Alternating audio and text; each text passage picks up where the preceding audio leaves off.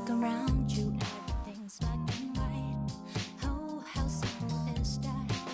Don't you know that it's about the way you look at this world? Go straight or the left, go back and right. Without a plan, you can't win. No, you gotta have a little mouth inside of your hand. Oh, try to live where you have been. Nobody was there to tell you it'll be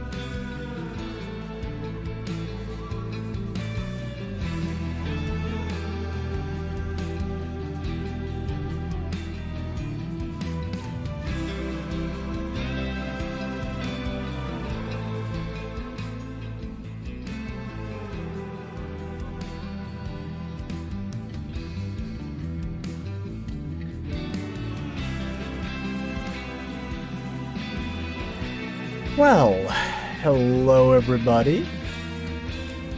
Are we ready? Are we ready to get started here?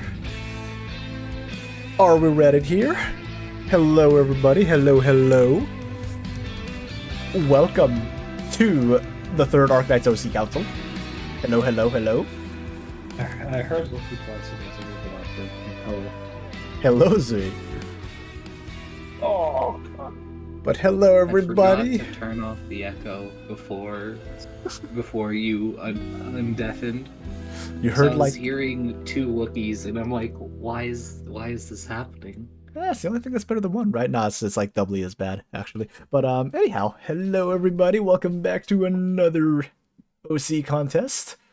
As always, to my little Silex left, I had to stop and think for a second which side was left and right. You can tell how long I've been working on this. Is Boop, as always. Again, full credit to Boop, as the OC contest was Boop's idea initially. I am facilitating it, as always. Thank you for that. I love this. This is the highlight of every 2 months of my life. Woo! Good to hear. And to my little PNGs right, coming as our guest judge for the third one, it is the one and only Blaze enthusiast, the one whose back has been broken by Blaze. It is Zui. Hello. Good morning. It's not morning for me at all. It's actually kind of late, but it's fine. It's a Saturday. It is in fact Saturday. Oh dear, things have been a little weird on my side. Hold on. There we go. Sorry, my website is being a little wonky right now, but we're all good now. Mild technical difficulties, but I think we're all good. Anywho. Y'all ready? Yeah. So, couple slight changes between this time and last times. Couple slight changes. One, we're gonna go a little bit faster this time because there's 15 OCs that we're gonna go through. So we're gonna try to go a little bit faster this time. The second thing is, this was suggested to me by Zui like right before we started here, when we were just like assembling beforehand. But we're adjusting the point scores where it's not gonna be from 0 to 10. We're gonna give it between 1 and 6 stars with decimals included. So we're gonna have some fun with this one. So again, don't worry, nothing else will adjust or anything. Like, everything will still be the same. We're just scaling it from 1 to 6 stars instead of 0 to 10. So, without further ado, shall we get started? You two ready? Let's go. All right. First up, drumroll please, will be... Hey, Ambrisk, does that look familiar to you?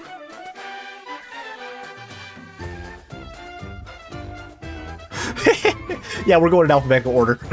So congratulations, you are now first. I saw this a little bit early in the IRS just for now, this is actually cool art. I like this. So, our first operator today was created by Ambrose. This is Operator Tailwind.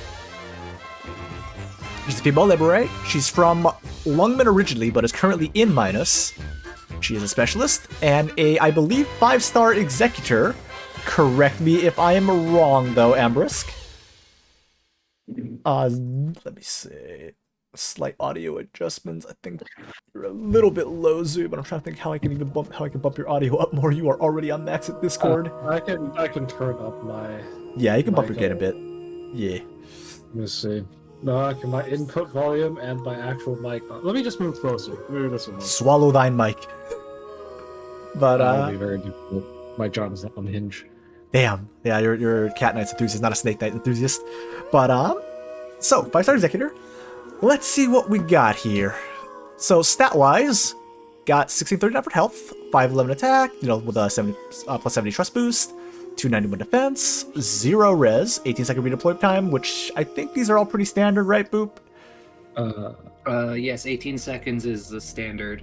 Let me just double check the attack stat real quick, because that's what's important here, is an executor's damage if they're not gravel. It's actually on the lower end of the 5 stars, I think. I'm not mistaken. As Boop crunches some numbers here, DP cost of 9, block count of 1, attack interval of 0.93 seconds. So far, it all seems pretty standard. Nothing too crazy. Nothing too crazy.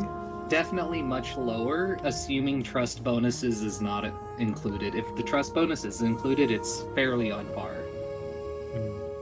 Yeah, I believe this is fairly on par. Like, there's nothing jumps out to me particularly. So we'll see what. Wait, I meant to reverse that. If the trust bonus is not included, then it's on par. There we go.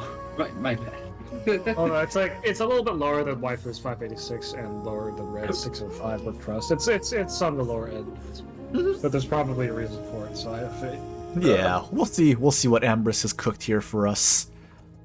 But again, that is Operator Tailwind. Talent and potential. So, well, talent, not talents, because you have the one talent. Prime delivery, minus 2-second redeployment time when Tailwind has defeated at least one enemy after deployment, further decrease redeployment time by 2 seconds. By minus 2 seconds. Pot 2 is the standard DP minus 1. Pot 3 is a stat buff as usual, HP plus 120. Pot 4 is a DP minus 1. Pot 5 improves that talent 1, decreases the redeployment time by 3 and 3 seconds instead of 2 and 2. Pot 6 is an attack buff, interesting, as opposed to a third DP reduction. Anything jump out to you here?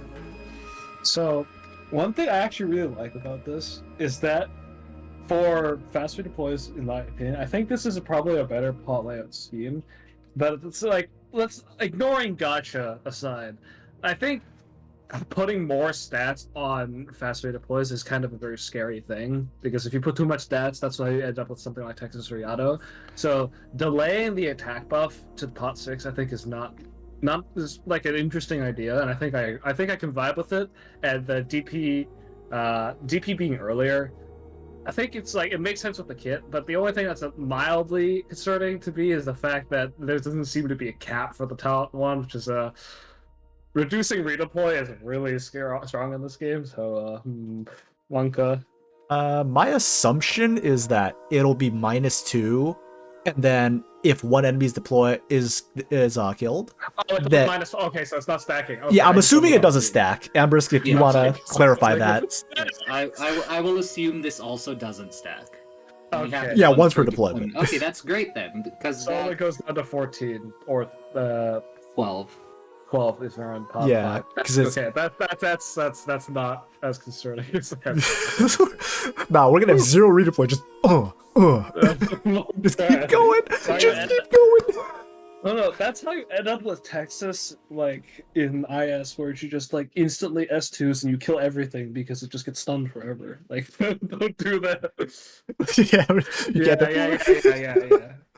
Okay, no, look, that's not what I meant. I thought it was like every single time you trigger the talent, it just like it's 4 less seconds each time. So like after like I don't know, 5th or 6th deployment or something, it's 0 seconds. But either way, not it doesn't work like that, so that's good. Yeah, I think it's pretty cool. This is a pretty interesting one. I think that kind of explains why the attack is a little less, at least to me.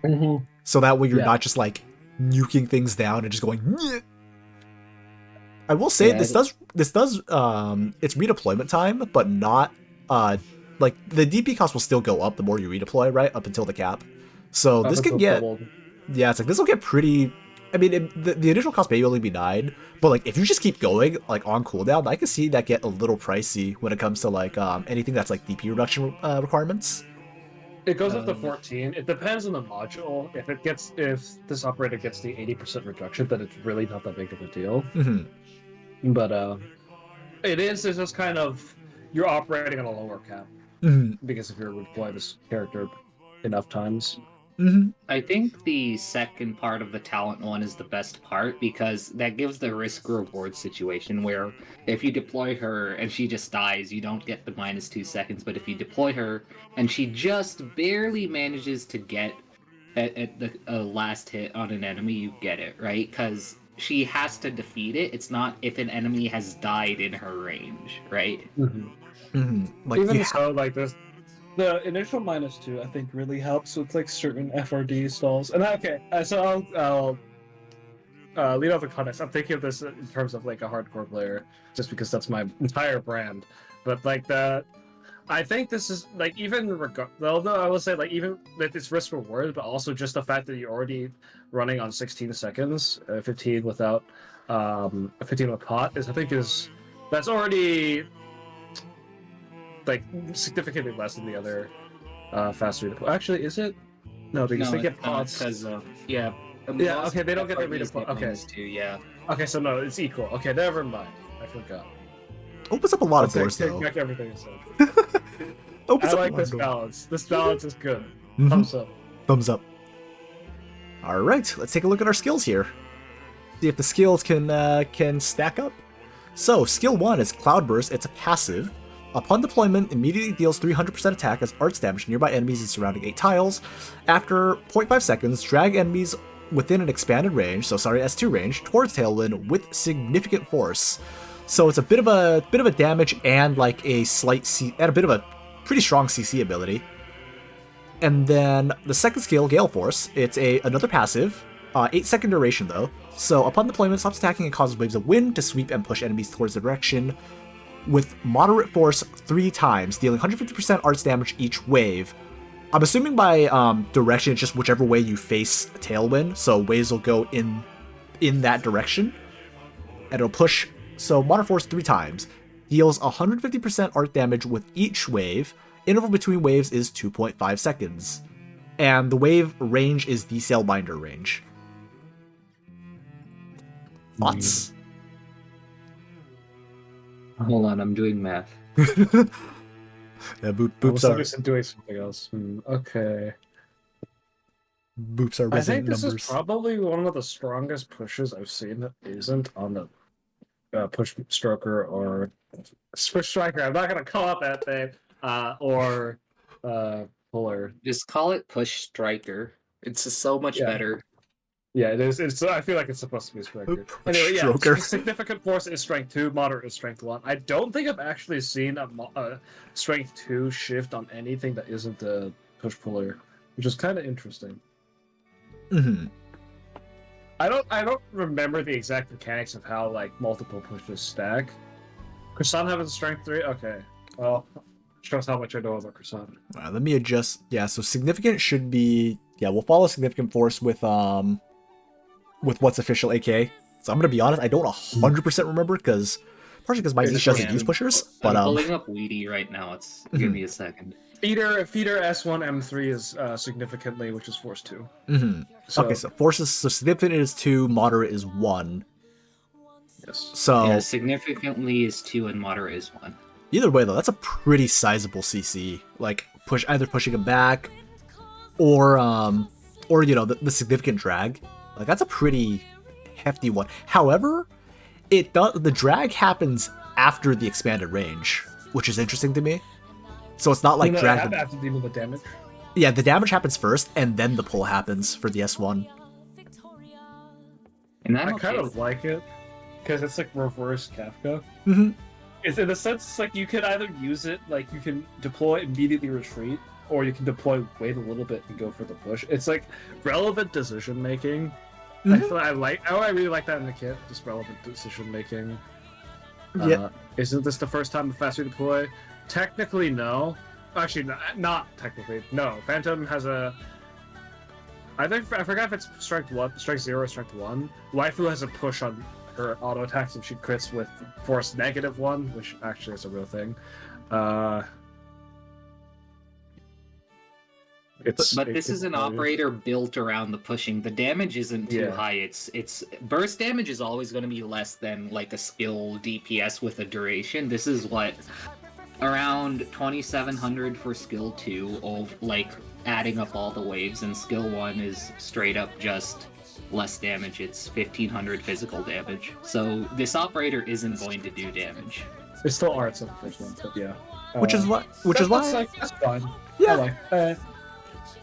I think it plays with the talent pretty well, though. I would say because like you're like yes, getting a kill counts. That's why it's like it's conditional on the talent. Yeah. So it's like you drop it in, you kill like a slug, maybe like you kill some slugs if you're using the S1, right? Just deal with like a bunch of the trash mobs, and then slow down the big one.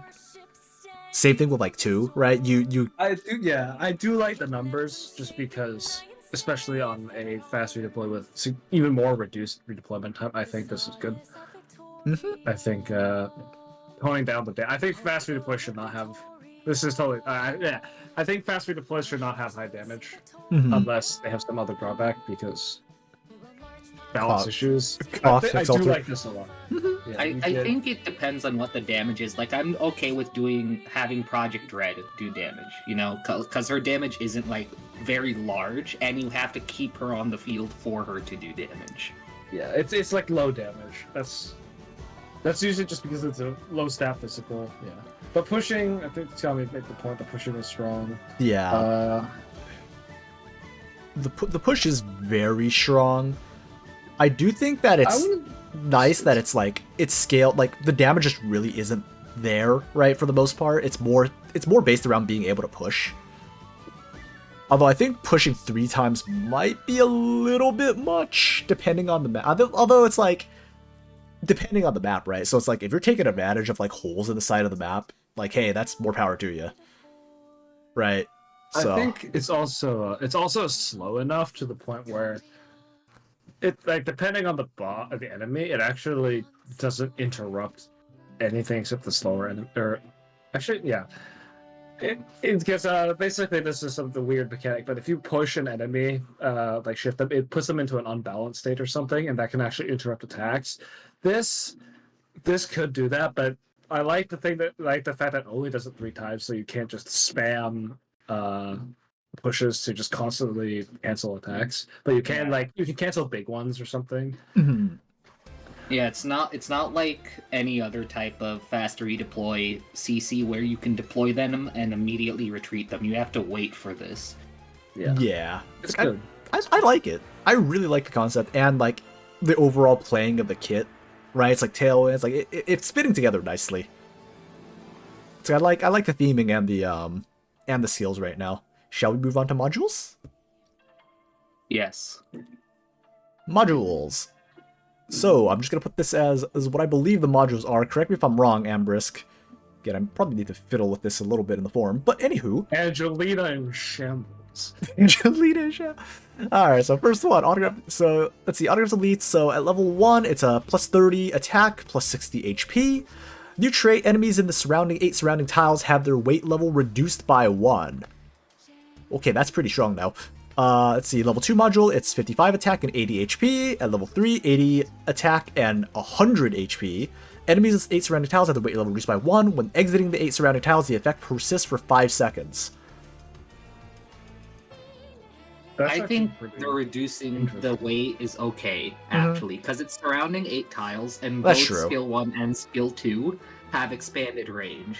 So you have to deploy her in the middle of danger for the shift to work if you want the weight level to be reduced. And she doesn't have invis or camouflage, which means she can die. I will add on to that though, however, because it's a module level 3 effect that persistent for 5 seconds. Basically, it means it will what will happen with skill 2 is that if you deploy within the 8-second or the 8 tile range, you push out of it, and you'll still get the weight reduction for the entire time, unless they're like super low weight and slow enemies.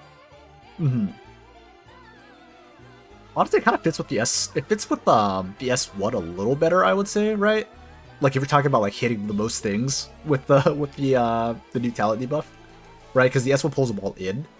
S2 is also still good. S2 will just shove them further, but again, they still have it.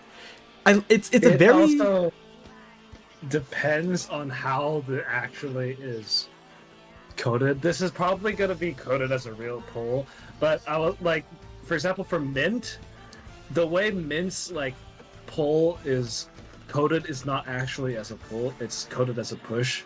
The difference is that pulls will stop at the origin source, and pushes pulls stop at the origin source, pushes go past it. So this, like, the way if it with skill 1, there might not be actual like much shift distance, depending on how this is technically implemented. But it's still like a good. It's makes sense. I think it works a bit better with S2, but it's not like it doesn't work with S1. Yeah. That's what I'm trying to say. Yeah, I think it very much helps with like if people want to go for like a push-pull comp, like it works very well. Like it fits, again, right in the middle of it. I don't know who really builds like push. Well, I guess Specialist Lights build a lot of push-pull, right? If I'm not wrong. Yes. You can also what you can do is you can kind of go like a little bit of a relay. You can deploy Tailwind early, push something into the range of Tailwind, and then after the 0.5 seconds, like have that trigger just as it enters the range for the extra little spice. So I like it. It's like I know it's good. It promotes skillful planning. Exactly. And another reason why I'm okay with this is that we just have fun with it. Like having fun with the game is great, and this promotes that. And that's why I'm okay with it. Yeah. It's like this is what I more want to see from fast redeploys in Arknights, right? It's like I want to see more where it's like I want less things where it's like, oh yeah, just drop this operator in and watch them kill everything in like 2 seconds. It's like that's no fun. It's fun the first like 1 or 2 times. Yeah, and then it gets and then you just kind of want to try to figure out like, okay, what can I do with like this situation or that setup, right? It's like I want to see less stuff that like a one size fits all kind of deal. I want to see more like playing around interactions. Yeah, just wait until we get to Wookiees op. It's gonna be great. Oh, they think no. You guys have seen mine where I just kind of didn't do any of the math, and then someone did the math with me, and I was like, oh, that's a lot of damage. Sweet. I don't think this went through. It's gonna be fun for the judging contest for the judges later on. So River, after we go through everyone's operators, God knows how many hours later, you guys will have a chance to judge us and pick your favorite among the 3 of us. It'll be a fun time. I'll give you like 50 cents if you pick mine. So he's trying to bribe people already. God damn it, Sweet. Let's see, lore-wise. Let's see. So I'm not gonna read all of it in the interest of time. I'll leave it on the screen while we all kind of take a look at it. I'll just do like quick scan throughs. Again, I would read through more lore, but we have 15 people and we do need to keep things rolling. So let's see. Silver Wing Explorer Claudia was born to 2 Lungmanite parents who have seen the treatment against the affected Lungman and couldn't bear having witnessed it all growing up. Shortly after finishing her primary schooling, they moved to Vale and Minos in pursuit of much calmer life, a life where her parents could hope that she'll never have to witness gruesome side of the outside world. So she seems like she is very much a scoot around kind of person, which now we see the whole prime delivery aspect, right? Where it's like she works for a delivery company and like makes quick deliveries. Tailwind. It's like I like it. I like how the lore pit plays in. So she ended up at Rhodes as a courier because there was a collab between Rhodes and her company, and she delivers packages for them and sometimes ends up fighting. But that's classic Rhodes Island. Thoughts? I think it's cute. Amazon Prime delivery service. Yep. Sorry, I can't stop making that No. See, this is I perfect. keep ordering packages. Excuse so it's me, just you on the mean forefront of my mind. Tailwind delivery service? Tailwind How deli- dare you? Silverwing Express Prime delivery. Here's how HG can make more money. Put Tailwind in the game, immediate collab with Amazon. Wait. I see nothing wrong with this. Wait. All of her talks in battle when she attacks the enemy is all about how you should subscribe to the Silverwing Express. With the power of Silverwing, is there Silverwing Express Prime? Do you get faster delivery? That's the best talent. The talent is Prime delivery. Let's go! I like it. I like the lore. It fits in. It's like I like this operator. All right, are we ready to hit our judging? Do our judging here? I think I have made my decision. All right, Z, you go first, and while I swap out the slides. Keep in mind, chat, that we're doing 1 to 6 stars, not 1 Yeah, to 10 this we're time. not doing 1 to 10. It's For 1 this- to 6 stars. This made me laugh a lot, so I'm gonna go with this one. I will give it a 5.5 because I'm okay. I'm a little picky, but I like this a lot. So I'll give it a 5.5. Remember, this is 5.5 stars out of 6. We will keep reminding you throughout, so no one goes, what the fuck? All right, Boop, what you got for No, us? it's a 50% you failed. 5.5. I was thinking the same as Lee. I'm actually going to explain why the latter 0.5 isn't there, because it's just because theory is much more different than in practice, right? Mm-hmm. So, like, in theory, this operator is great. In practice, it could either be really good or really garbage, which scares me.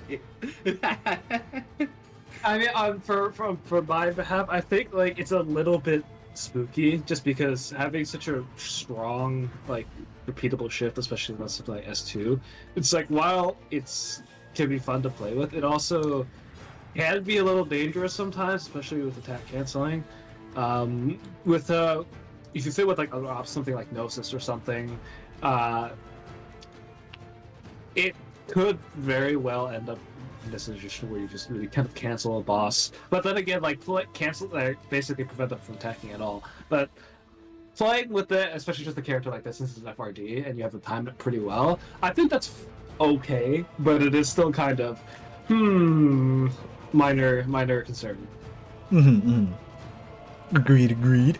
So we got a 5.5. I'm going to give this a 5.0. 5 stars for 5 stars. Partially just because there's a little bit of like the concerns, as we has mentioned, with like the amount of shoving that could go with like boss canceling. But it's like I love the overall design. I love the overall kit.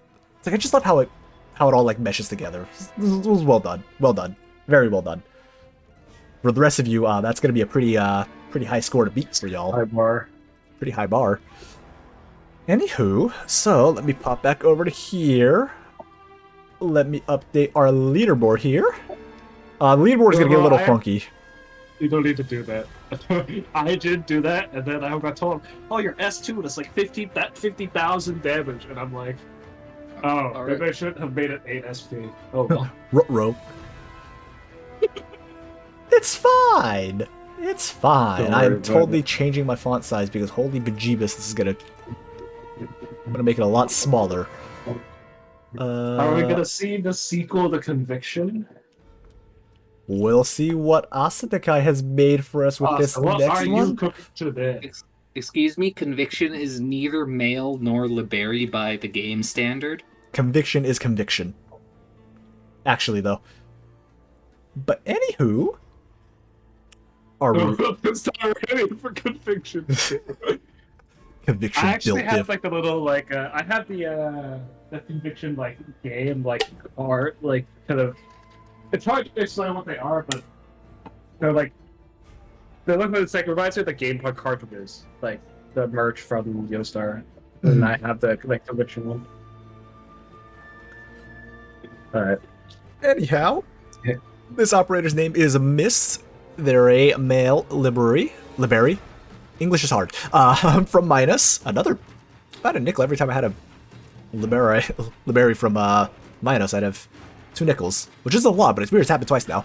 They're a 5-star Charger Vanguard. Right? Let's see. Let's check the stats. Just a little over 2,000 HP, 570 attack, 350 defense. I'm gonna assume that all trust bonuses are in these stats. If they're not, just let me know. 70-second redeploy time, which is pretty standard. 0 res, which I think is pretty standard too. DP cost of 14, block count of 1, attack interval of 1 second. Want to say pretty standard? Nothing too crazy? Nothing too crazy jumps out at me? Maybe just the attack It's is a little actually bit lower stats yeah. all around compared to all 3 other Charger Vanguards. Also, DP cost at 14. You left out Trust? Oh, okay. Then it's on par. Okay, then it's on. Yeah, par. okay, then it's on par. Lower stats, higher. Okay. I see what you're going for here. It's Actually, the attack is actually quite high. Oh, it is? It's without Trust, Bagpipe is 586. The second highest is Reed with 562. So this is actually quite high. That is pretty high then. Okay. Anything else crazy jump out to y'all? Actually, the cost is also this is like Yeah, the this cost is a lot higher. Yeah, that is No, an this is welfare. This is welfare DP cost. This, Yes, this is welfare DP. Oh, let's go. We have a welfare, poggers. let's go. Another charger 5-star welfare. Let's go. Yeah, third one. Let's go!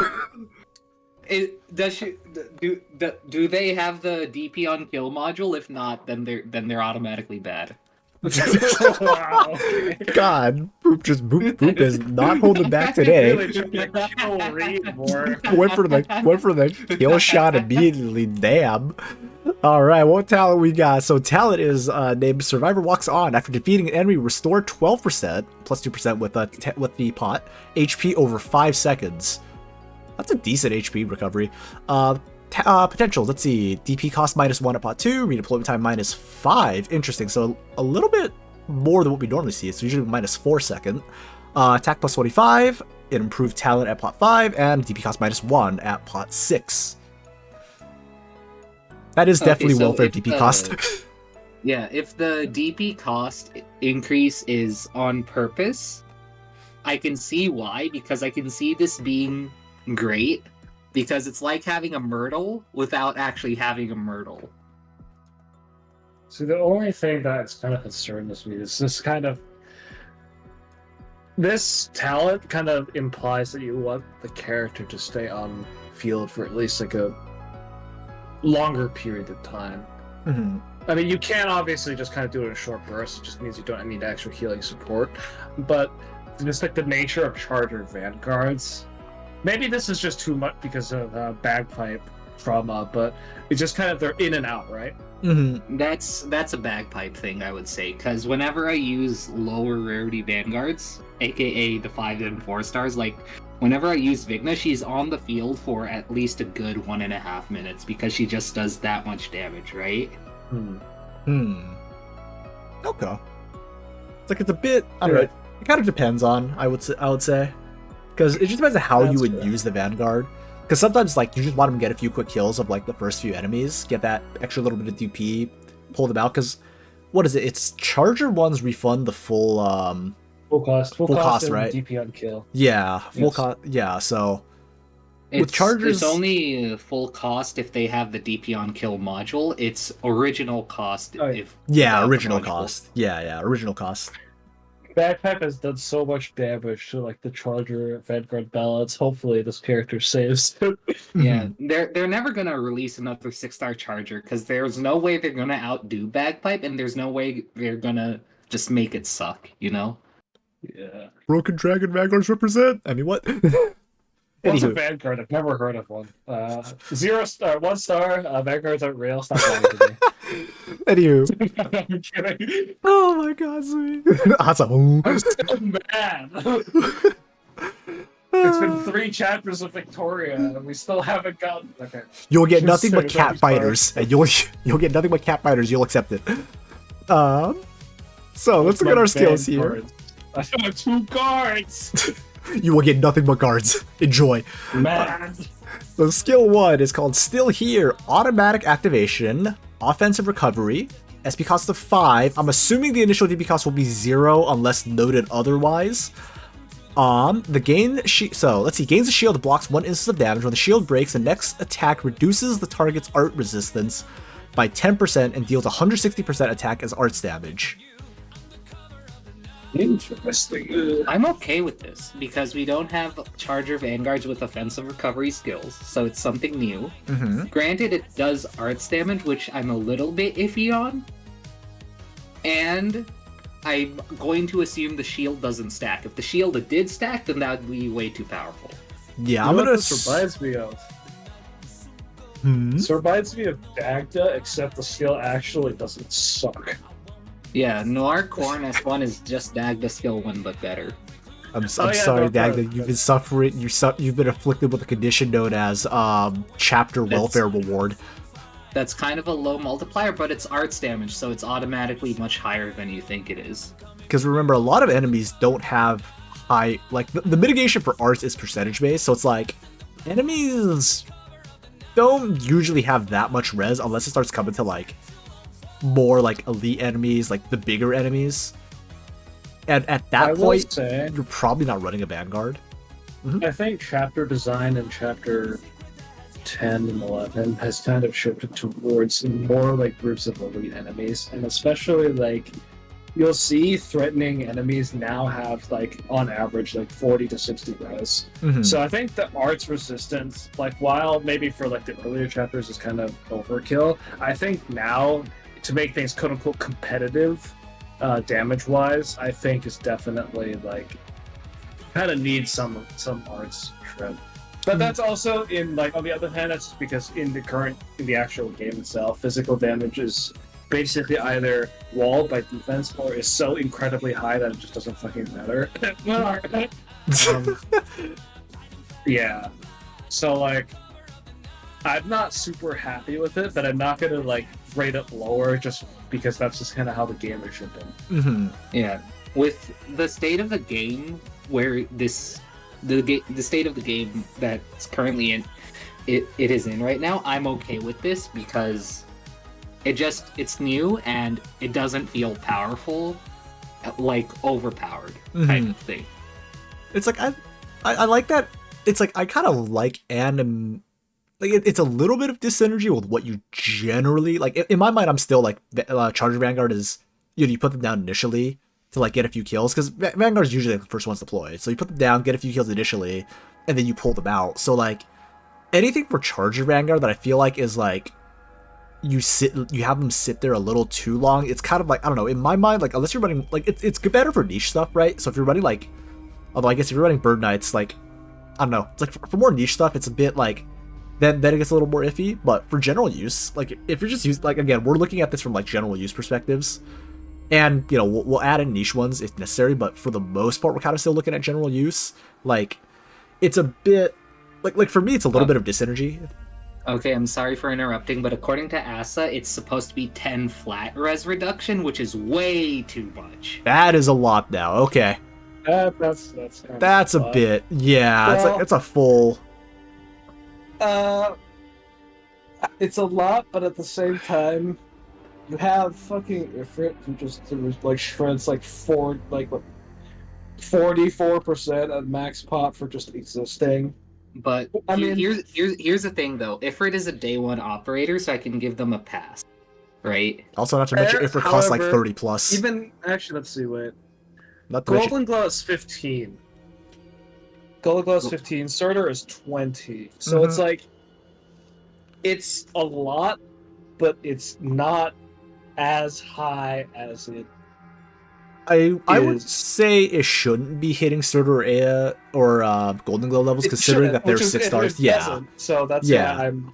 Yeah, It is a little. It was. it's But a like again, back to my point, like when you're doing like 50 like res enemies all the time, like it's only if it was 10%, it's only like a 5-6 extra res shred. It's not. What I would like to know though is does the Yeah. art shred stack? if it Because does stack, it's too powerful. It's a it looks like a debuff rather than an ignore. yeah, it's like I'm gonna assume that it's no like so it reduced the target's arches by 10, right? So it's like if you're fighting something big and like your mist is getting bugged by like doggos the entire way, but you're stabbing the enemy the entire time, so you just keep refreshing the shield. Like, can you just keep going until the arch res is 0? Or okay, it does not stack. Okay, good. Yeah. I was like, I'm gonna assume usually things in no. the game don't stack unless they say they do. Yeah.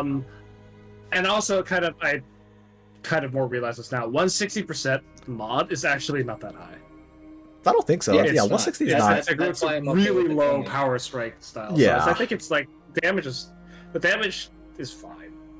It's still on the lower end, but that's kind of not the main point of the skill. I think it's the shield, Mhm. and the shield also has to break. Yeah. Yeah. Right. The shield does have The to. shield doesn't break. Just kind of sad. just sitting there, And just like. I do like it. But again, like yeah, It's like like some that weird as ammo well, where she shield. doesn't get hit, she doesn't get the damage boost. Wait, no, I just realized something. This is maybe problematic with Lizcarm. Oh, that's true. Now you're just basically with Lizcarm or something. You might just be fucking invincible. Yeah, but here's the thing, that requires newer players to pull on a Colonel banner where she's rate up. also requires people to Yeah, actually have a that's true. list garb, and people Still, don't like building. that's kind of that's just gonna stuff might be really problematic with this card. It's 5 SP, so if you get like 2 or 3 fast enemies plus offensive recovery, you might just like not ever die. This is kind of It's scary. a little now. We all immediately wait a minute. Wait, Wait a minute. Wait a minute. Anyhow, that was a good bit of time with that skill 1. We're going to move on to skill 2 here. Always present, manual activation, auto recovery, 17 SP cost. Again, assuming the initial SP is 0, unless Ambrose, or not Ambrose, unless Esodakai notes otherwise. Boosted 30% attack, so attack plus 30%. Range expands to E0 Lord range. Okay. When this operator would be defeated, automatically retreat instead. Okay, so it's just an auto retreat, infinite duration, once it goes off. Part. Okay, charge effect. Also a plus 30 ASPD. Attacks now deal arch damage. Next time this operator is deployed, gains 10 SP immediately and does not consume a deployment slot. Redeployment time minus 40 seconds only occurs on next redeployment. So the stats they're getting are really low, but I would like to point out that 34 seconds is really low for an infinite duration skill. That is very low. Especially with the range expansion skill, where they're doing arts damage, and then not consuming a deployment slot and redeploy time minus 40. This is a 6-star skill. This isn't a 5-star skill. I'm just This gonna is- say that it's not deploy. Does not consume a redeployment slot. This is like in my head. It's just like alarm bells. Like, this Like is no that, punish. I don't think that you should ever. I think deployment slots are sacred. You should not ever mess with that because otherwise you end up with shit like Neural S2, which is really fucking good. But okay, but even that has its downsides, and like. So I will say this. I will take minus points for this because in practice it doesn't matter. But like, automatically retreating instead of being defeated. The only case where that actually makes a difference is if you're gonna die to a melee attack, because if you retreat like in the middle of a melee attack's animation, if the attack doesn't finish, the enemy actually resets the attack counter and they just immediately attack again on their next available like chance to. In order for the actual attack to go animation to finish, they do kill the operator, so you don't get the retreat, but then they don't immediately attack again. So retreating cancels their attack animation, is what I'm trying to say. Also, not to mention That's the only time it makes a difference. Not to mention the full refund wouldn't do jack on the first deployment because it's original DP costs. So like, if you put them down and they eat it on the first one, it's like this literally does nothing. You just retreat them instead, and the same thing happens. Like, so it's like. I also do want to say that. Sorry, go ahead, Bookie. Yeah, I was just saying, like, because Charge of Vanguard, the whole thing's like, if you retreat, you get the full refund for the original DP cost without the, assuming you don't have that module, right? So I'm looking at this, I'm just like, wouldn't you just retreat your operator anyway? Like, I guess it helps if you're just like, all right, whatever, like, I have this anyway, it's one less thing I have to do. But it's like, this kind of requires you to deploy a second time, right? In order to get, like, actual quote-unquote value from a full refund. But then it's infinite duration, so it's like what exactly, like, it's a lot of, like, you have one thing that does one thing, you have another thing that does another thing, and they, like, kind of clash, right? Like, you have It's a lot of stuff, yeah. essentially. I want to say this is maybe a hot take. Like, while it is kind of clashing, I don't think that's a necessarily bad thing. In one sense, in the sense is that you have to think about more, like, it's more flexible, right? You can make more decisions, you can play it differently. You can reposition, which is really strong. Redeploying, I think, is one of the strongest things you can do in the game. However, like, it's not implemented in an entirely clean way, and I can't see, like, the fact that, like, again, the does not consume a deployment slot is like, Yeah, That's the most egregious. that is the most egregious for me as well. Like, it's not, again, this is even, like, the not consuming deployment slot is kind of more nuts even more than Nalter S2's, because Nalter S2's you auto retreat after, what is it, like 20 seconds or something, right? It's after her skill duration is Yeah. over, This one is, there's no forced retreat as far as I can tell. Like, you just straight up get an extra operator on the field for free? For, like, no punish? Like, there's no drawback to it, really, apart from you have to wait to 34 instead of 17, which is like, okay. Right. The quote-unquote punish is that it's not as effective as a quote-unquote normal operator, but it's still like literally free resources. Yeah, you get... There's no downside to using it. Yeah, and it's arts damage. Yeah, you get... Arts damage is just the objectively better damage type. Somebody who understands! But It yeah, is the better objective damage type. That's just how it's been since day one. but that's like, you get 30 ASPD and an extra 30% attack. Like, it's just, you get a decent, like, it's not a lot, but it's constant DPS that's there, and it doesn't take who doesn't take a deployment slot? It's like, well, robots don't take a deployment slot, but as far as I know, that's it outside of Neural S2, right? Or Nalter S2. And there's Morgan, but that's only in chapter 12. Mm-hmm. But it's like if you look at the robots, like, yeah, they're permanent, but it's like they cost 3, but like they don't. You're never gonna expect Castle 2 to do a decent bit of damage, right? To be fair, Castle 2 helps other people do damage. Yeah. Only for a little bit, though. Yeah, And only for a after little that, bit, then just it's- kind of Yeah. Like the effect of dropping it, like, you don't want to leave them on the field unless it's like, all right, Lancet, go take that Patriot Sphere for me. Unless it's like, here we are again. Yeah, no, yeah, Asa is right though. You do have to it's more than that. It's like you have your 17 initial, then you have 30 seconds redeploy, Mm-hmm. and then another 7 seconds. So it's like actually, Either way, though, it's a bit like, I don't know. It's just a bit. Okay. yeah. I just don't still like hilarious. I just don't like the does not consume a deployment slot without like either a forced redeploy or a forced retreat or forced something. Like it's like it's dangerous. Yeah, it's dangerous. It's a good bit of 'Cause stuff. I will say it's kind of let me cover this out. Whatchamacallit? To counter Oh. the waiting for the redeploy and then waiting for the skill to charge up again, Silver Ash, you retreat and redeploy him, so it's just the same thing, except this doesn't consume a deploy slot and it deals arts damage with the increased range and infinite duration. Oh yeah, and the 1-star cats, like Reality said. But yeah, that's it's like that S2, it's like it feels a bit all over the place. It feels like there's too many things that, like, S2 for me just feels like, all right, pick something. Like, pick something. It just feels like there's a lot of things just all cobbled in and just like, all right, let's see what happens here, right? I don't know. S2 just feels really messy to me. And again, just that does not consume, like, I am not particularly like I see does not consume a deployment slot, and without like a force retreat, I think to like kind of balance it a little bit, I'm just kind of like, ugh. I wanna preface this, or not preface, but I wanna add on to this kind of thing. We all know Ling is broken, but one of the things that make Ling not like ultimate super giga broken is the fact that like she warps team building around her. You're either basically it's either the Ling show or she's just kind of worse than like any other meta operator. And the reason why the other meta operators are good is because you can throw like 12 of them in the same team, and they all have relatively the same effectiveness, if not better. Mm-hmm.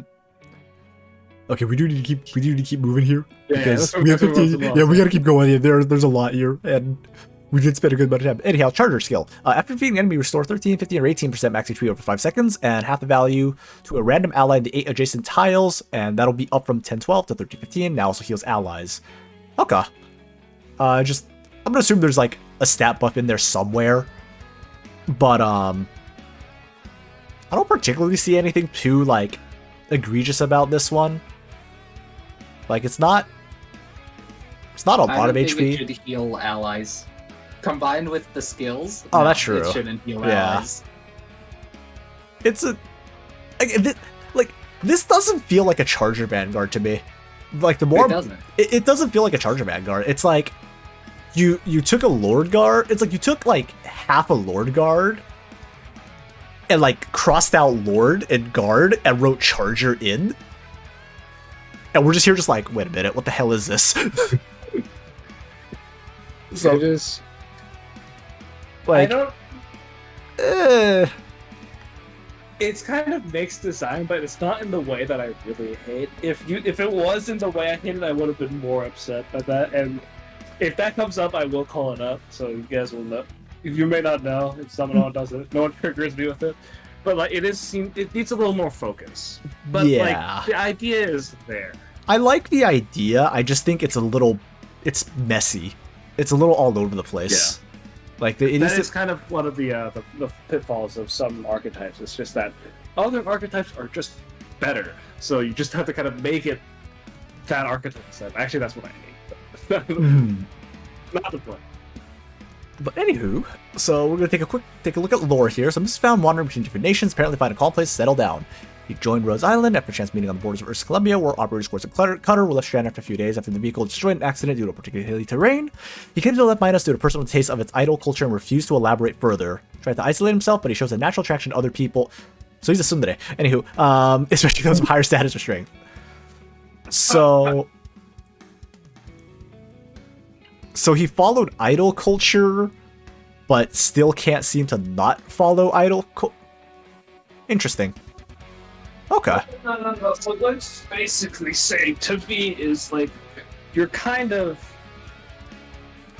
it's like you grow up a certain way, right? And you don't like how it's turned out, but you know you grew up with it. It's kind of what you know and what you're quote unquote comfortable with. So it's kind of like it's a struggle to like break free. I like it. Let's see. So, well, they joined Rhodes. It looks like they joined because we're let them gather change the world, but then they went in and took a look. Okay. All right. I don't see anything particularly like of the lore that makes you go like, So, I don't think the lore is gonna tip my score one direction or another. I think. Any thoughts? Anything else to add? Or are we ready to give some points here, y'all? Zui, boop. I'm ready. Sorry, I stepped away because I was looking for some itchy because my ear is like itchy. But we good. Alrighty. I like lore. It's simple, it gets straight to the point, and there's depth to it without us knowing what it is, and it's great. Alright. Cat with an itchy ear on brand. From Marcio. Alright. Then in that case, let us go to our judging. Let me clear out these scores, because I've kind of used this time to do some swapping out slides here. Alright. Boop, you want to go first this time? 3 stars, because that S2 is a little bit too much for me. 3.0 flat, I'm assuming? Yeah. Alright. Zui, how about you? I'm actually gonna go with 4 because while it like I like the lore. I like the lore a lot. I think there was a lot of thought into it. Like there's definitely like an idea and the kind of room for an actual story. And it'll probably be better than whatever HG writes now. Oh, yeah, I have thoughts TM on HG writing. But I actually like this. It definitely does seem kind of like an actual personality behind it. I forgot So to include lore. Can we bump it up to 3.5? Sure thing. That's my thoughts. I kind of get. It's like I like the idea. I think it's messy, but it's like you can focus it down, right? I think it's you can focus it down. I'm gonna say I'm gonna lean more towards Zui. I'm gonna give it like a 3.9. Again, I like the idea.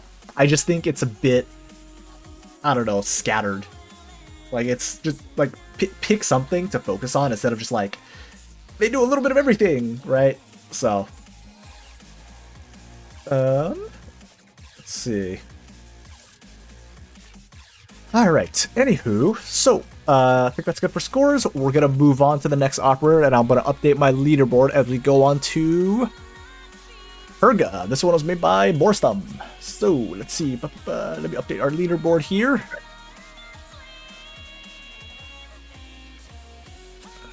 This was Asuna Kai. All right.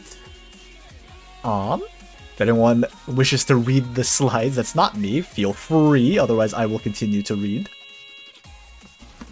Alright, I'm gonna assume I'm gonna continue to read here. So we got Operator, their name is Purga, their name is Karaton. If I'm pronouncing that right. I'm not 100% sure. But, broken my audio. but Let me butcher the name real quick. Go. Kariton. goddamn. They're a male feline from Ursus. They're a 6-star Arts Fighter guard. This is the first Arts Fighter we've seen. I want to say it's Arts Fighter. That's just Arts Fighter is just an arts guard. Yeah, I was like Arts Guard, right? Because HG just did their naming shenanigan. So I don't think we've seen an Arts Guard yet. Have we, Boo? No, we have not. Cool. We've Alright. seen a lot of operators do arts damage, but not an arts guard specifically. I see. Zui apparently might have borked his audio. Boop, if you want to take over the stats here section. Yep, one moment as I bring up Surtur. Surtur's the only 6-star arts fighter we have.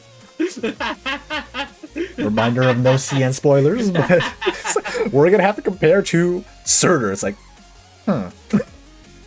I'm back. Sorry, what is this archetype? Arts Fighter. Arts Fighter. Arts Guard. Okay. Here, there you go again, Let's Zui. see. That's for you. It's a cat. Much lower attack. Just assuming trust is not included, then it's slightly lower attack by a good 80 points, assuming plus 100 for attack. Right, I'm gonna be extra more harsh with defense. this one. More defense, decent on par HP, and yeah, more or less just has to slightly tankier, less damage. Actually, I'm gonna look at it two ways. I'm gonna look at it as a general hardcore player and then as a Feline Knights player. So, all Good right. luck. Sorry, You made This a is- cat this with is a the cat hidden player. condition. This is the hidden condition of today's contest is that I judge it as a Feline Knights player. Zui Wow. stare. You've unleashed the cat player. I hope you're prepared for that. All right, what you got, Zui? What are your All right, thoughts? For the archetype, it's interesting. I want to see how it compares to like. Because for the 6-star perspective, it's really hard to push out the existing damage options without like being absurdly broken, Mhm. and like you need to have some sort of value. Mhm. The fact that actually this is more tanky stats, I like that. Actually, that's CS spoilers, but I like that. It might just based on the stat profile might be something that I don't already have access to, so there might be a more bigger reason for me to go, hey, I might actually use this. Mhm. So that's hard to say without like the talent stuff Mhm. skills, because like you have like operators with just objectively worse stats that I use a lot, like Waifu and Moose, because the utility they bring is just not matchable by the 6-stars. Mhm. Yeah, that's tentative. Seems you have my interest. Mhm. Well, speaking of talents and potentials, Zui, if you want to take over here Okay. as the Attack resident. range +1, defense +15. Okay. Okay. Okay. Only 40 seconds early. Nice. Hmm. Hmm. Hmm. Hmm. That is really, really strong.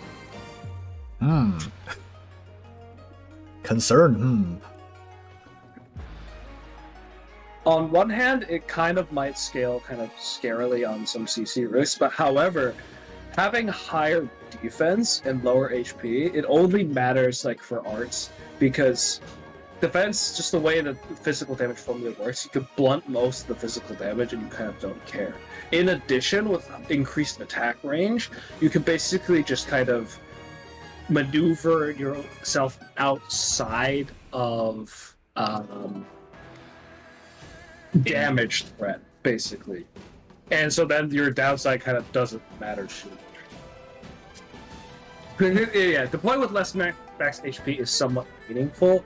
However, I'm not sure if that meaningful like distinction is enough, because you already see, like, for example, CC 12, I was already running with max HP 60, and I did have decent defensive options.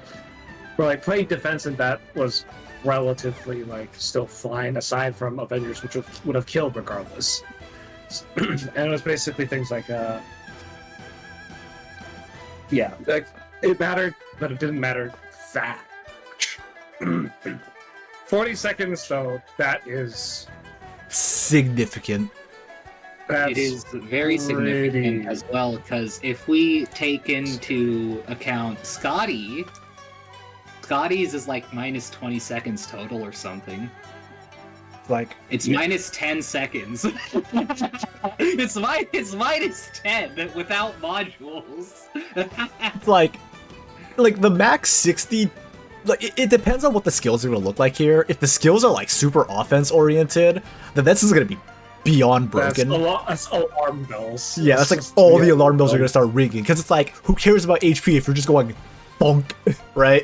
Yeah, like it doesn't matter if you're not tanky, if you could just deploy them again in like 30 seconds. Yeah, so Or whatever.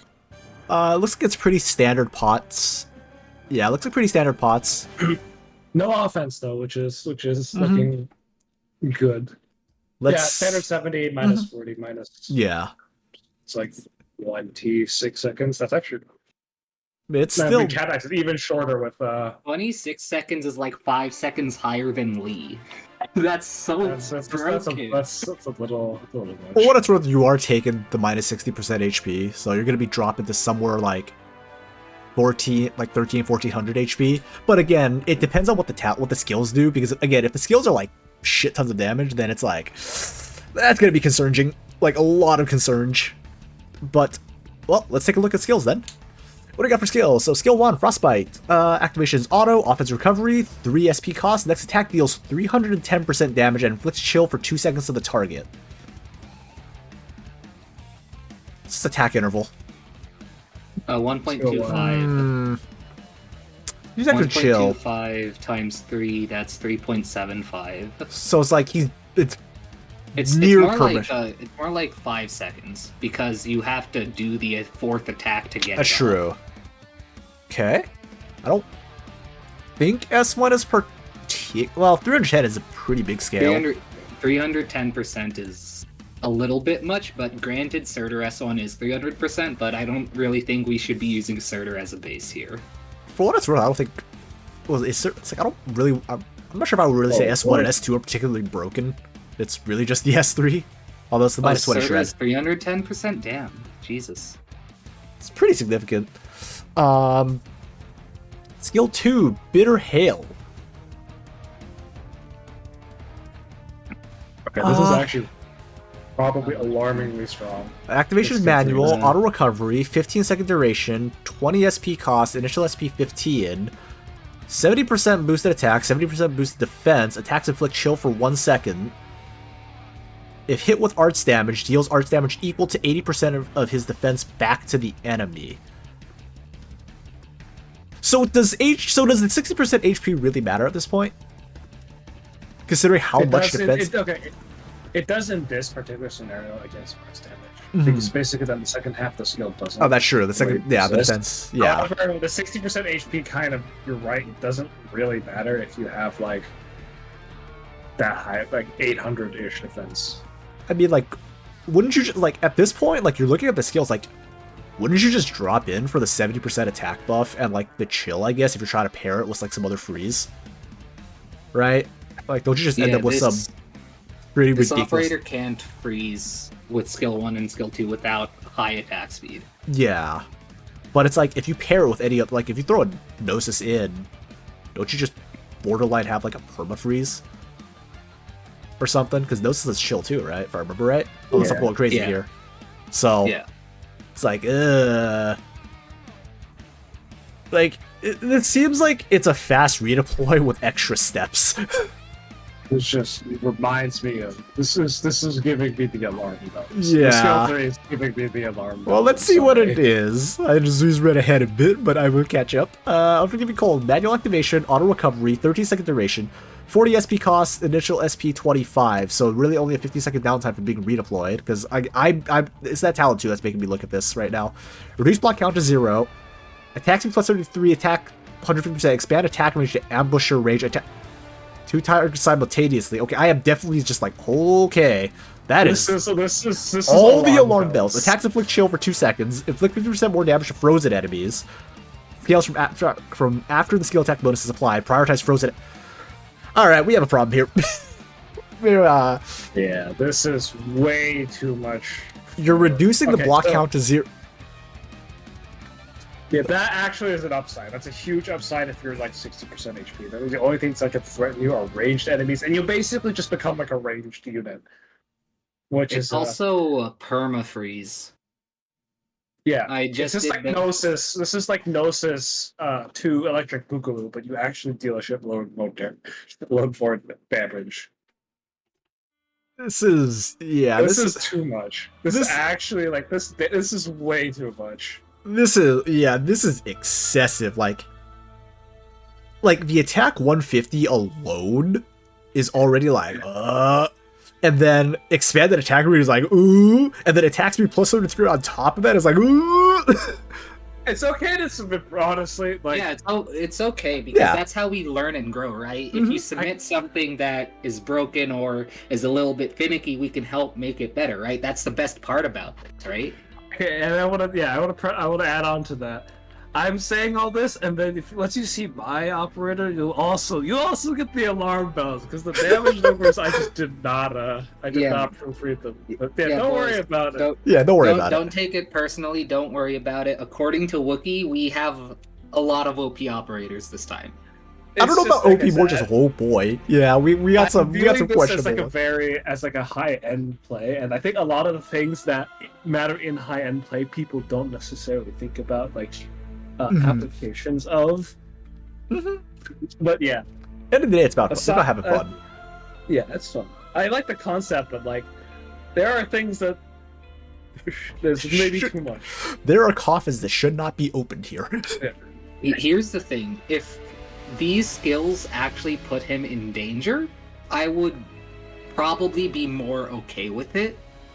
But since he's not really in danger, that's, I think, part of the issue we have with it.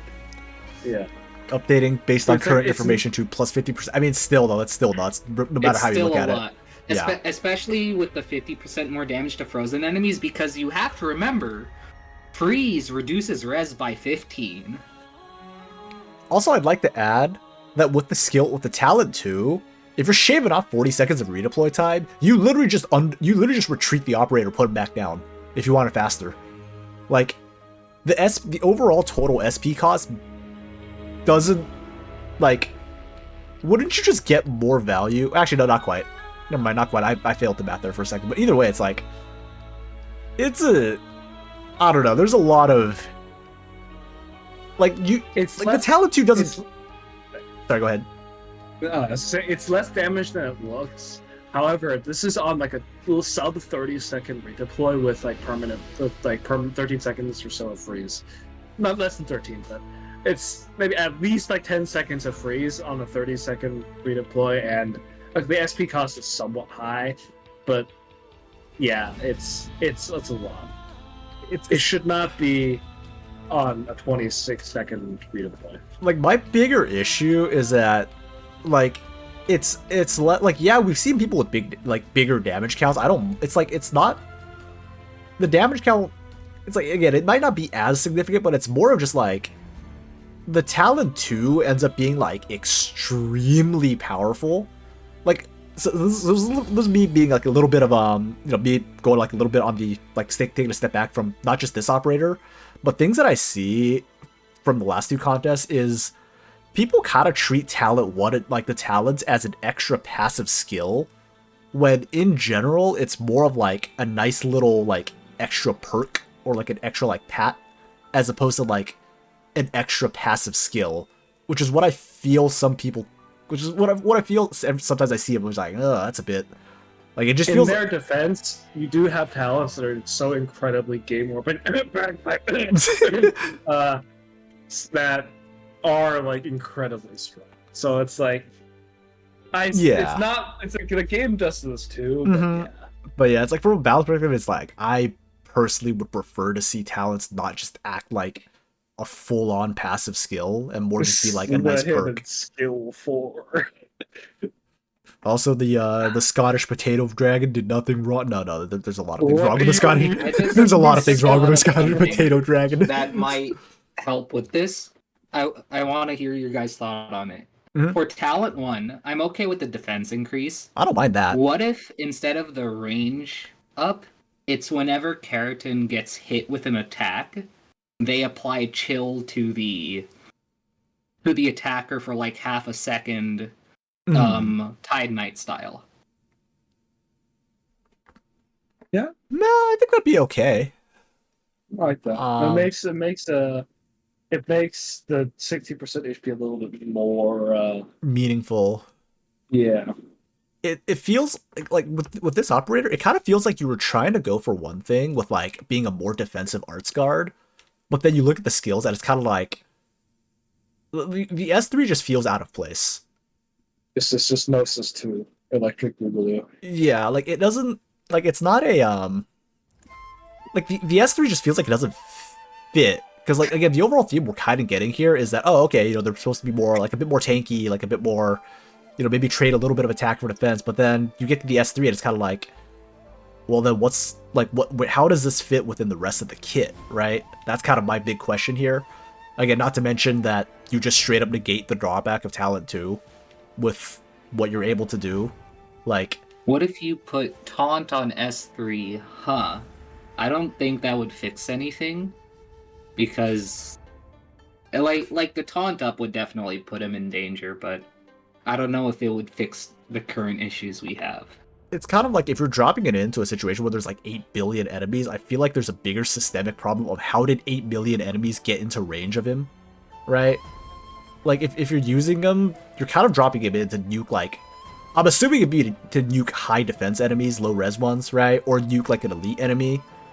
Because with the talent too, like, I just don't see too much. Like, I just feel like if this went in as is, like, would people really be using him and leaving him on the field? Or would they just be going, nah, to hell with this. Like, we just get fast redeploy damage and you could rotate him out and put in other operators. Like, you basically have another fast redeploy. That's the kind of thing. Like, would they really care about the drop? Would they be like, oh, nah, he's just fast redeploy arts damage, right? So, that's kind of my moment. Lore-wise, let's see. So he was a young soldier. Apparently, Feline making it hard to compete with Earthside soldiers.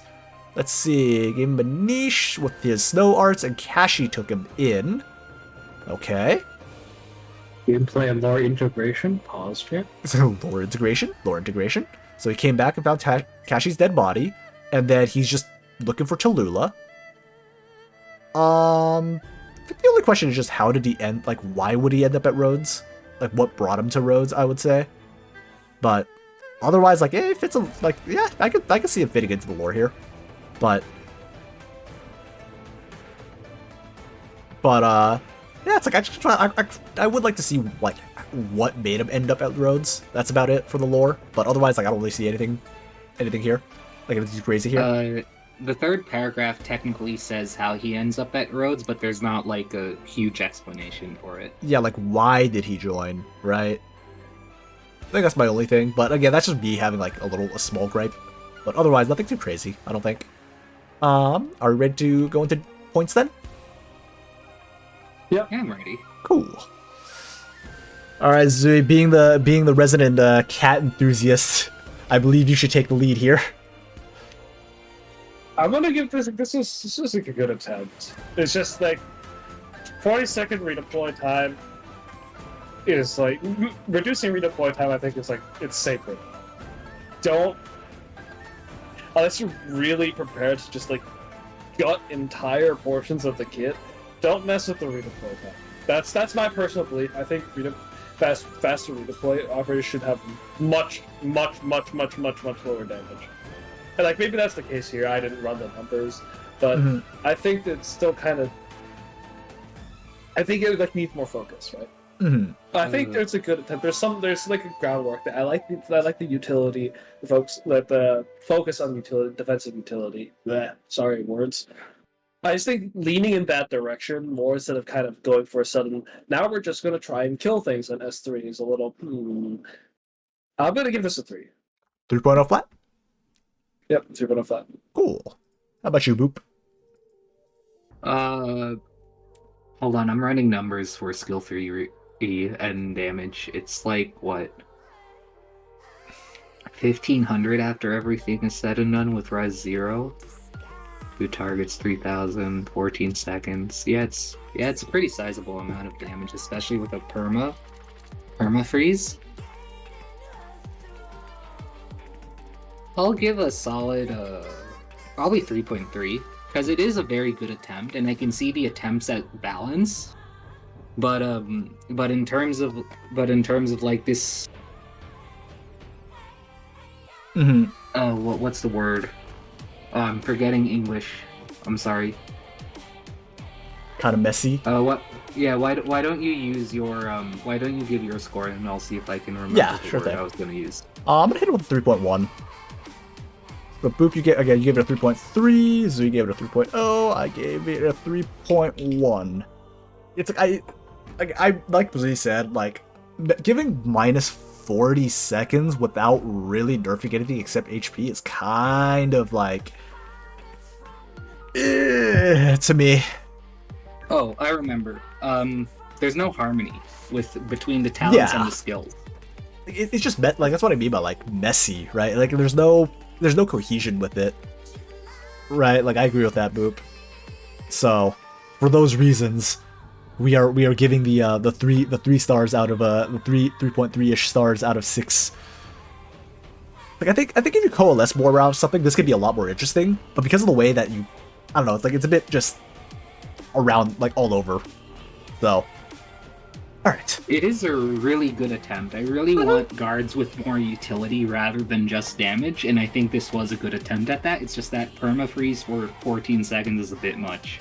Yeah. I mean, that's like a round process, right? So it's not like there's no precedent, but it's like I think the kit needs more focus instead of kind of trying to do different things. Yeah. Definitely rework that talent too, though. I'd say rework that talent too. Make it fit in more. Or if you're convinced that like you want it, you like yes, I want this 40-second redeploy time. You're gonna have to put in like you're gonna have to sledgehammer some of the stats to like make up for it because it's. Oh wait, I got this. Does it supposed to be 150% or plus 50%? Plus 50%. Plus 50. It's not plus 150. Okay, that actually alleviates my concerns. I thought it was plus 150. Okay, I must No, have it's missed plus that 50%. It's still again. Okay. Like I It's think still like maybe it's less like alarm bells, but still kind of maybe. It's like 2 alarm fire instead of a 5 alarm fire. Some more focus. Mm-hmm. Oh yeah, good attempt. Good attempt. Just focus it up a bit, get it more cohesive. Like think of a common theme you want to build around. Anywho, I believe this is a 9.4 overall. Let me scooch on here. So,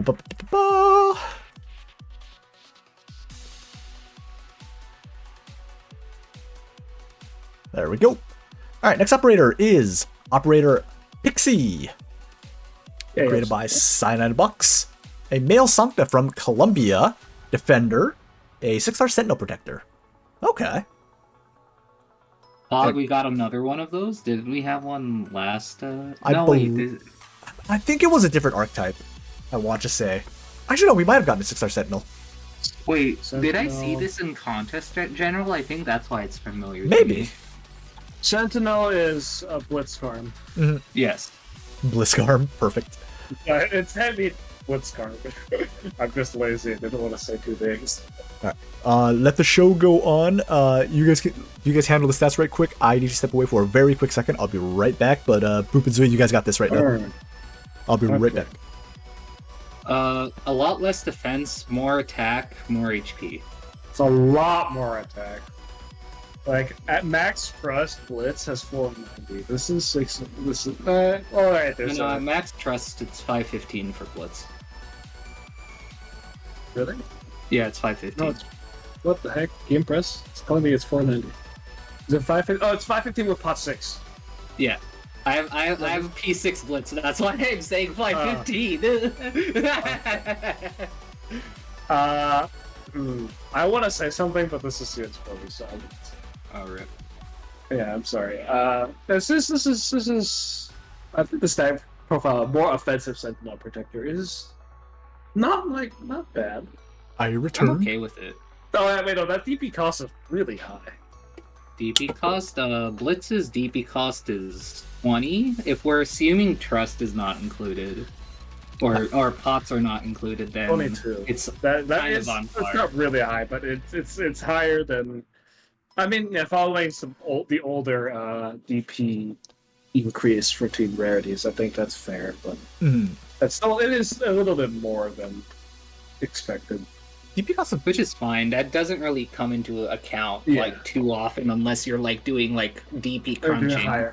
higher end content. Mm. Slash 12. optimization.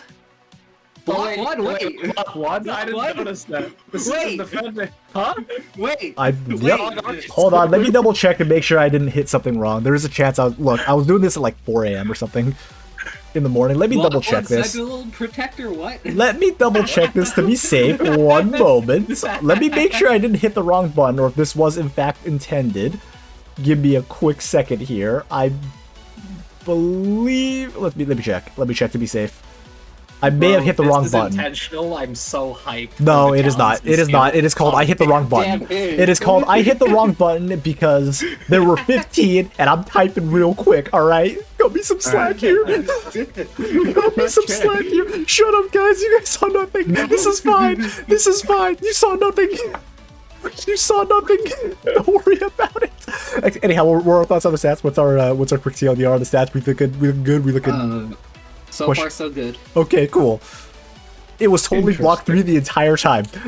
You saw nothing. Anywho, Actually, you were also there. Never mind. you saw nothing. Don't worry about it. Everything's fine. Anyhow, talent 1. I'm Whoa, gonna... whoa. Machine is left with the ASPD plus 17. Normal attack steal. Okay, I have so many questions, and none of them are probably good ones. Okay, it splits up the damage instance, like the 600 attack across 3 hits, or is it 603 times? Because the first one is not good, so the first one's really bad, and the second one is really fucking good. Look, okay, it says deal damage 3 times, which implies that its attack different. The attack stat applies to all 3 hits. Let me open up the Swordmaster description. Because that might help us a little bit. Swordmaster. Hey, I love that the alarm bells just we have to take it. We have to take it as is. Okay, according to the Swordmaster description, their normal attacks deal damage twice. So if we're applying that, then the damage is split among the 3 attacks. Okay. All right, we're gonna apply out 3 hits of 600 each. Okay, that's what the fuck. Yeah, that's a bit. That's a. That's I see too what much. you're trying to do, but no, you should not. That's too Also- much.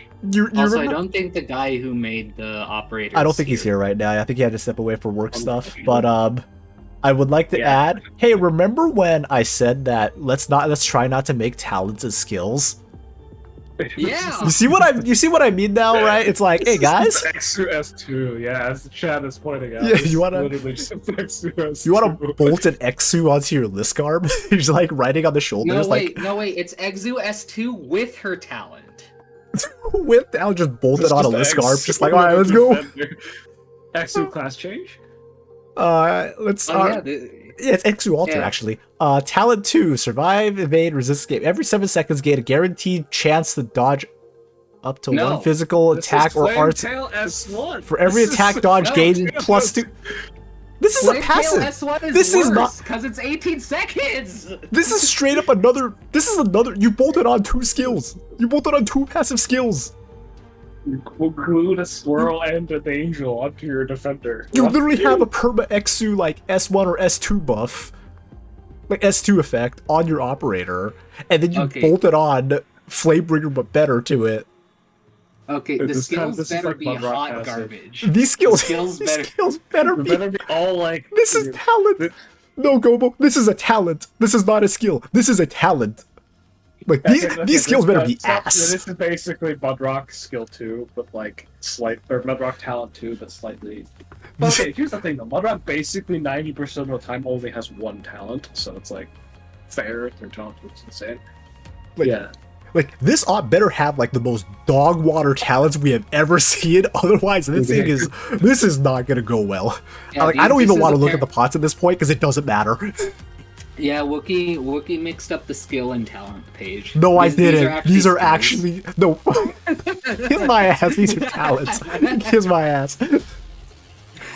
They're actually talents. Because I know they are, because we have skills here. Alright, let's see the 3 skills. Let's see, we have Shredder. Increase the next of Dios Mio. Silence and defense reduction, let's go! Oh, that's so OP! Wait, defense No. reduction is not. No, This is not. No. It already attacks 3 times. Like, hold on. If this is working like Increase Chen, defense- Oh. if God. this works like Chen, like a sword master skills, don't you just get 3 SP a pop? No, it doesn't No, work. It doesn't. Yeah, Okay. And it only gets 1. Okay. Never mind Thankfully. then. Thankfully. I'm gonna assume. In integrated strategies, you would get 1 SP a pop. I'm gonna assume that this doesn't give 3 times the SP gen. Because if it does, this is just a It straight does. 0. Yeah. But This it is just like this. Is I would not- assume it doesn't, considering the SP cost is 5. I'm gonna assume it does, but yeah, okay. I have a problem with the S1. I have a big problem with the S1. All right, let's look at the S2. Shield charge. Let's see, manual activation, auto recovery, 25-second duration, 30 SP cost, initial SP of 20. The operator charges 3 tiles in a chosen direction and positions themselves on that tile, facing the new direction chosen and ignoring undeployable tile. Okay, so you can actually just make an Exia. Operators cannot charge past high ground or hazardous tiles. So like pitfall traps and stuff like that. Enemies in the path of the operator will take 150% damage and be stunned for 3 seconds. When the operator has reached their new tiles, increase their attack to 180%, reduce defense to... I'm assuming that's 60%. I hit the wrong button there. You guys saw nothing again. Increase taunt and have the cooldown of the second talent. The hell do that's you... a lot of things. That's a skill 3. This Also, is Yu-Gi-Oh. This is Yu-Gi-Oh. Also, by the way, I would like to say that my view on defenders is that they should not be. They should not have damage on par with like guards, snipers, casters, etc. There should just be know. defenders. I have so many problems with this already. And I think we all have the same problems. Yeah, so So- let's move on to skill 3. Okay, no. First of all, I like the idea of moving operators. I do in, like the concept. Oh yeah, I like that idea. However, you should never ignore undeployable tile limitations because those exist for a reason, and then you just break entire maps by being able to do that. yeah. No, don't do that. Just spawn camp the boss as it spawns. Easy.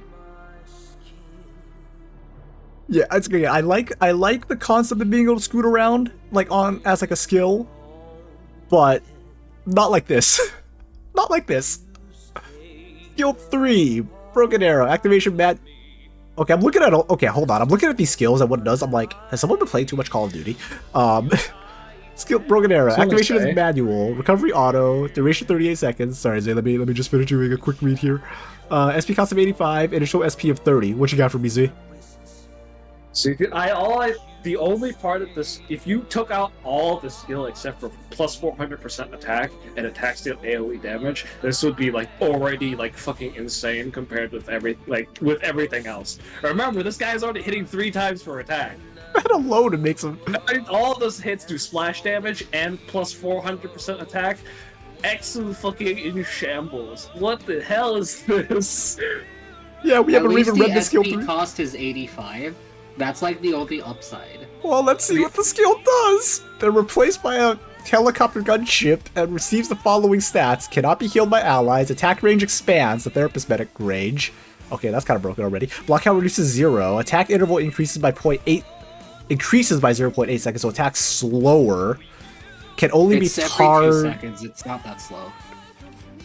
Look, I'm trying to do my best to try to be impartial here, but it's getting really hard to. It will only be targeted by range attacks. Increases taunt, HP plus 3500, attack plus 400%, attack steal AoE damage, attacks reduce target defense by 30% for 4. 4 seconds. Defense plus 50%. Res is set to 0. Operator is incapable of dodging. Operator loses all stacks of the second talent after the skill ends. If the operator is defeated when the skill is active, the skill cannot be used again for the rest of the battle. They can only be targeted by ranged attacks. Block count 0 and can only be targeted by range attacks. Basically do the same thing. Like, none of this matters because everything is fucking dead anyway. With 400% attack, 3 hits and AOE. Yeah, like, this is 3,000 beyond attack broken. too. It's 3,000 attack and it's reducing defense by 30%. Like, the highest defense in the game right now is Steam Knight with like 2,880, right? Steam Knight is taking damage. It's 3,000 with the Rat King shield, and then 2,700 with max buff.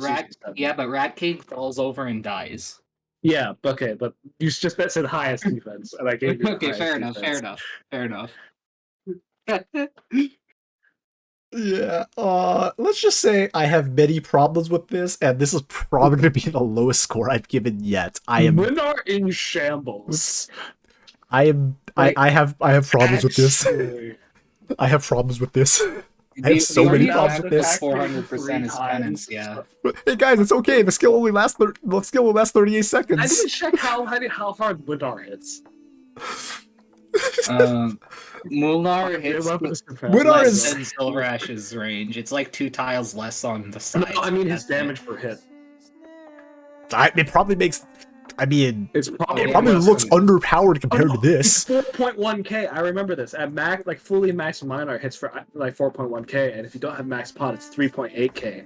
So like this is 800 less than Winar, but since it hits 3 times and it's like splash AoE, Winar is fucking dead with this character. Like holy shit, what the fuck? Yeah, it's kind of a wee bit of a. Every alarm bell in my head is ringing. The Monarch power creep we deserve. God, no. No, not like this. God, no, not like this. There we go. Sorry for the white text, but there we go. I was asked to. Not die to anything in the game. I have. Yeah, it can take 3. It wouldn't even take a chapter 10 cannon because its block is 0. It would attack some random operator in the corner of the map. Manfred would get sneezed on and die. Patriot Phase 1 can't even kill this. It can't be targeted by melee attacks. Yeah. And block 0. Literally nothing can I like how S3 started with Boop going, well, at least the SP cost is 85. Bro, this thing could have like 150 SP cost and still be broken. This is true. It's just literally. This is a problem. No. This is. Have to Heidi buff. This is. It's not even a chance. They just can't be targeted by melee attacks. Such a problem. It's not even. Also, I can't spell targeted apparently. There we go. This just no. This is just a. Every single like statement in that thing, except for defense plus 50%, just gives me massive alarm bells. What do you mean, Zui? You mean 400% attack isn't normal? Winar's not even that much. Actually, wait. I don't think Winar even scales that high. No. Remember, Winar does scale that high. Okay, but here's the problem though. Winar S3 is plus 400% attack as well, except he only has base 355 plus 30, so it doesn't. And it goes down. Doesn't it go down too every time he attacks or something? It's like you lose like 100 damage on your 3,800. Look, all I'm saying is this is making Winar look balanced, and I think that's a problem. It is a problem. Again, Winar could only hit 5 targets. This is true AoE. Okay. This is true AoE. To be fair, it's true AoE splash in like it doesn't actually hit the entire range, while Minar hits 5 with the entire range. It doesn't matter, you're hitting it 3 times. What's gonna live? Brings up a valid point. Why make an S3 that turns off the talent unlocked for E2ing? That too. Like, guys, stop making your talents as extra skills, please. Please. You want to see? This is our first 10-star operator in Arknights. You guys better be prepared for roll for a 0.000001% chance to get this operator. HG is gonna fund 3 Enfields with your money. The Oh, 7-star I've heat been pump is working on in shambles. Has been like powered that down. actually to increase the power ceiling without like making it Omega broken, but I can talk about that later. Keep. Also, if you want to make things even more shenanigan-y, you want to slap an Ak buff on this. Oh, You God. want to You're slap? right, they would take no damage too. You want to slap? You want to slap a Suzu buff on this? You want to slap more things? Just everything dies immediately. You can't erase the power ceiling. God. It's also Pixie spelled with a Y. Who does that? SMH. Be nice. Be nice. I'm sorry, I'm joking. But anyhow, okay. so it looks like they survived on their own, and they're like a good mechanic. They built a helicopter. Okay, I swear to God, this is something like side I did. I know you're not here right now, but if you watch the VOD, were you playing too much Call of Duty Modern Warfare? Answer truthfully. I mean it in the nicest way, but just Stop me. Why would you off up this? There's no difference between instantly killing everything and instantly but you killing can everything. instant kill it faster. I want Patriot dead in 0.5 seconds and not 0.75 seconds. But let's see. So they got so he got infected, and then RI was nearby. Yeah, if I was RI, I'd pay all the money to recruit him based on that skill. Yeah, this fucking Yeah. Okay. I mean, actual. I'm not gonna question any of the lore at this point. I have too many problems with everything else and the amount of I mean, the firearms. lore is like fine. Nothing like increased. Yeah. The only thing is like, why are you going through defender training if you're like so aggressive? That's the only kind of thing I have. What the rest of it's like? What But are I you? can't what the fuck? Just the talent one. What are you defending? Yostar's wallet? With how much money they're gonna make with this operator if they get released in the state? Oh, Like, this is not a defender. This is not a defender. Yeah, this is just like Horn isn't a defender. This is how we break Bell Knights. It's already broken. There's a reason why Zane barely plays unless it's CC. this is the problem. This is a problem. Defending reputation is a balanced top. Well, let's get to let's get the point, guys. I'll start this time. I'm gonna go ahead and say that it'll be 0 to 6 stars. I'm giving this like half a star. Like, I don't want to give a full 0 because I want to leave the door open in case I somehow see something worse. But yeah, I'm giving this half a star. I'm sorry. There are so many things wrong. I want to give 0.1. 0.1 only because I think an attack. I think actual like vehicles. There's some cool concepts here, like moving in like without redeploying. You know, summoning like a fucking ship or something. That's like conceptually cool, but the actual implementation is what the fuck. I'm sorry, Cyanide isn't here, but like. I like whoever said an armored core got isekai'd into Terra. I agree. An armored Nice. core has in fact been inserted into Terra. I'll give a 1 because Oh damn, Boops be the nice. lore is different than anything we have.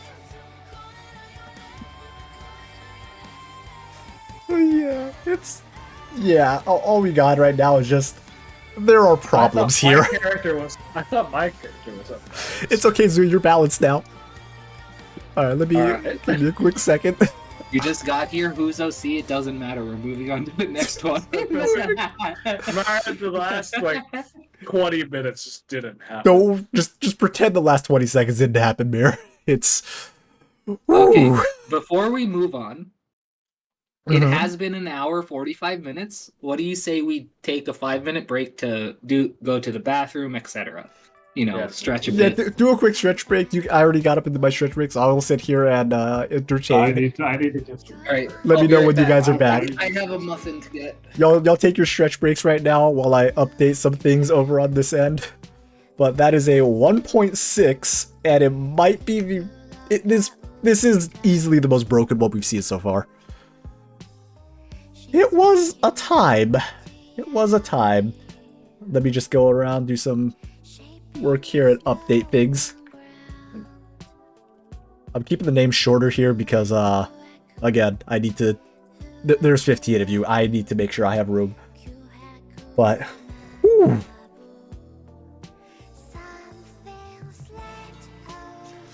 But yeah, that was certainly a time, chat. That was certainly a time. That was certainly a time. Yeah, y'all get up and walk around, get some stretching, No, not 58, Yuzu, 15. 15. And then, if you add on 3 more from if you add on the 3 more from whatchamacallit? If you add on the 3 more for the judges, it'll be around 18 in total, but just 15. You almost we have to sit. We're judging all of these, and we're taking our time with these. This is gonna be like a 6-hour stream at the rate we're going. We're gonna die. The more we delay the stream, I can just go into work, so that my work will open, but before we're done with this. Oh God. I did do choose have that to go in today, but it's not like I don't have to go in for that long. And when is kind of up to whatever. We'll be fine. We'll be fine. We're not gonna die horribly. I mean, nothing's gonna kill us harder than just whatever that last one was. I'm sorry, that last one was just... My God.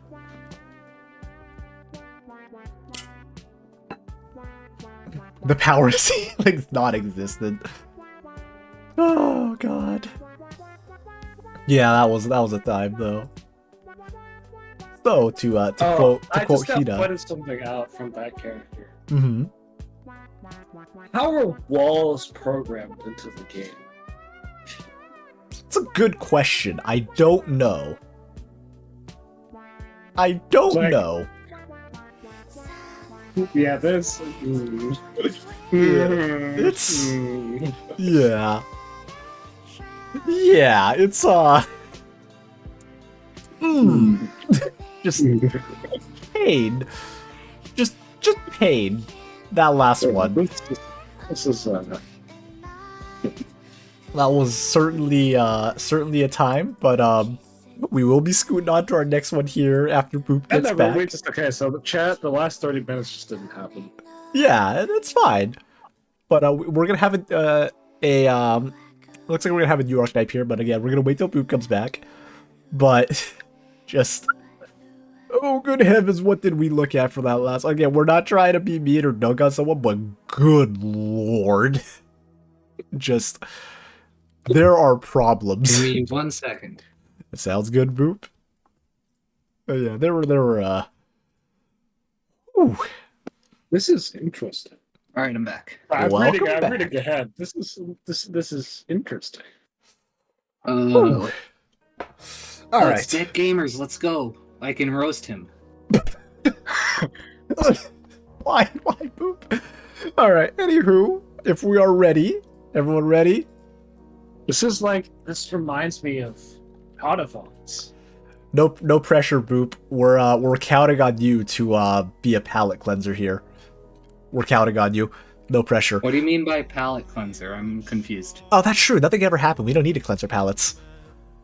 Anywho, this is Operator Beholder, a male sarcasm from Kazdel. They're a 6-star Focus Caster. So Focus Caster is going to be a new archetype that Dead crafted up for Mr. Beholder here for their OC. So they deal continuous arts damage, enters the focus state after attacking a target for a brief period of time, 2.4 seconds. The focus state is nothing is able to change its unit's target priority until the enemy target either dies or leaves its range. Control effects do not stop this unit from attacking while in this state. Interesting. Prior to E1, this unit has Bard range. After promotion, Phalanx caster range. I want to say those are the same range. It is the same range. It's like, wait. I'm assuming continuous is like constant tick damage, like fire. Like I'm assuming it's like tick damage. It's or like maybe a laser that doesn't stop. Yeah, that's my assumption. Dad, if you want to clarify, it's like Fiat's Howl of HP loss, but on enemies. Yeah, I'm assuming like kind of like that, but you do it to enemies. I think that's like every 0.1 second. Something like that. I'm gonna assume. Arknights. I'm gonna assume. Yeah, if you meant Cardillion S3, yeah, it's like wait, aren't those in the same range? Wait for Dead to clarify, but as we move on. I'm gonna expect that the stats, like the attacks, shouldn't be too crunked because of, it being the continuous tick damage kind of deal. And damage. yeah, we'll see how. Okay, yeah, okay. Attack 220. It's like, all right, it's the attack is okay. Okay. It's like let's just say I assume it's like 1 per tick. I mean that's Yeah, it's like I'm assuming it's actually on a lower. Oh, it's around 0.3 seconds. attack interval. Okay. Which is That's, 660 like- per 1 second, which is basically on par with some casters. So Yeah. Yeah, it's just base. Yeah. Okay. I don't. Yeah. Shorter redeployment time. 60-second redeploy. So there's that. Let's see. Dead is saying default range for bards when skills are active and phalanx caster when skills are active. You're gonna have to specify which phalanx caster because some's range don't change. So if you're thinking like Karn S3, then that if you want to specify their This dead. is just all their default range. So. Mhm. Oh no, Bard- Bard. I was like, don't Bard and whatchamacallit have same ranges? No, they're E2. They're E1. Yeah. Okay. Karn S. I'm assuming that's 3. Yeah. Okay. So Karn S3 for Okay, so Saria S2 range, got it.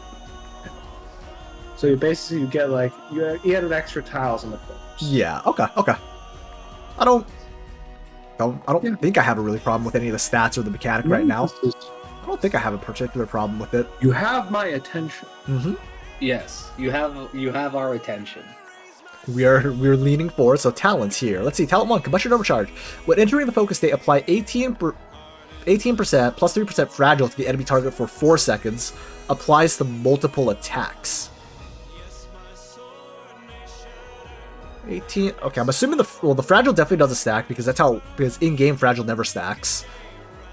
Applies to multiple attacks. So I'm assuming like every attack applies the fragile, if I'm understanding correctly. Which would be fine. It's just refreshing the fragile the same way like DP talent or Alternatively, Thorn's if talent you is add- refreshing. I thought it was just like when you enter the focus state, like when you enter it, you get the 4 seconds. So it applies to 4 seconds worth of attacks. Hmm. I think that's the what I got from. Oh, that's also true. Yeah. Okay. It seems reasonable right Where now. have I heard Eyes Wide Shut? Oh, it's like an old movie. This refers to the skills. Okay, so it's working with the skills essentially then. So I would assume that one of the skills has like multi-targeting effects. Talent 2, when this unit is affected by control effects, so stun, freeze, or bind. Bind, you really didn't need to add bind in there. Operators ain't moving anyway. Well, unless you're... Actually, never mind. It never happened. Deal 135 arts damage to all enemies in range for as long as the effect persists. Damage is dealt immediately after being affected with an effect before dealing continuously. So And I this have a is like question. Chorus Serum, but instead of being useless, you actually do something. I have a question. Is that supposed to be 13% or 135? I'm assuming it's 135 arts. Like, just 135 damage 135 flat. So, like, I'm assuming it's 135 a second, and not anything beyond that. Because, like, 35 flat. Okay, that's. I think that's pretty fine. good. Like, it's just Yeah, the... it's completely fine. Yeah, it's like, he can keep the damage up even if he gets stunned, but it's reduced. And I'm It's like, blue poison. It's like blue talent. Okay, so it's like percent. yeah, it's like, I'm okay with that. Firefighters surpass gravity. I'm okay with that, actually. I'm okay with this. Let's see, DP, so pots, nothing really particularly wonky. Quick question, Dad, for the improved talent 2, how does it improve it? I'm assuming just more arts damage. Redeployment's at minus 10, so That's this operator's actually gonna really come back. high. Yeah, that pot 5 It's is, like 50 seconds. It's actually fairly quick. that is fairly quick. I mean, it's Oh yeah, a good question is it per attack or per second? Just more arts damage, okay. sec. It's like blue poison talent, so it's what, Oh, per tick wait. then? Yeah. All right. If yeah, it's Tommy's if right. it's like blue poison didn't catch talent, I would assume per second. Oh, you already. Okay, so that's why it's 60. Okay. Yeah. Okay. Also, so FYI, it's base 70. also the CC is only if they're focused, so you do have to get that 2.4 second. Well, the 2.4 second is pretty short, so like you're more or less always in the Pretty focus fast. state. So you are actually doing a little more. That's actually pretty interesting though. I don't hate it. Like, but it's only when you get stunned, freeze, and in general you're like, okay, well, how do I avoid getting stunned, frozen, or bound, right? I guess bind again. Just Bind have doesn't this really work. operator tank the first attack like forever. That they just kill everything. Problem is they're but here's the thing, squishy. this operator isn't very tanky, so first attack could very easily kill it. Which is why I'm kind of okay with this, because if you want to get maximum value from the stuns or whatever, you have to put them in harm's way, and you have to Flavian's right. Flavian's so Oh, right. no. You know who this would be very great against? IS2 boss, the second boss. It's true. Second one that one doesn't sound. No, Hold on, it let me double freezes check you. that I put the pots correct. Oh, you said the IS2. You mean IS3. Oh, IS3. Sorry. IS3. Again, reminder, no CS spoilers, guys. Please look at the pin. Anywho, Dan, I'm gonna assume you meant improves talent 1 and not talent 2, because you have the plus 3% fragile in your talent 1.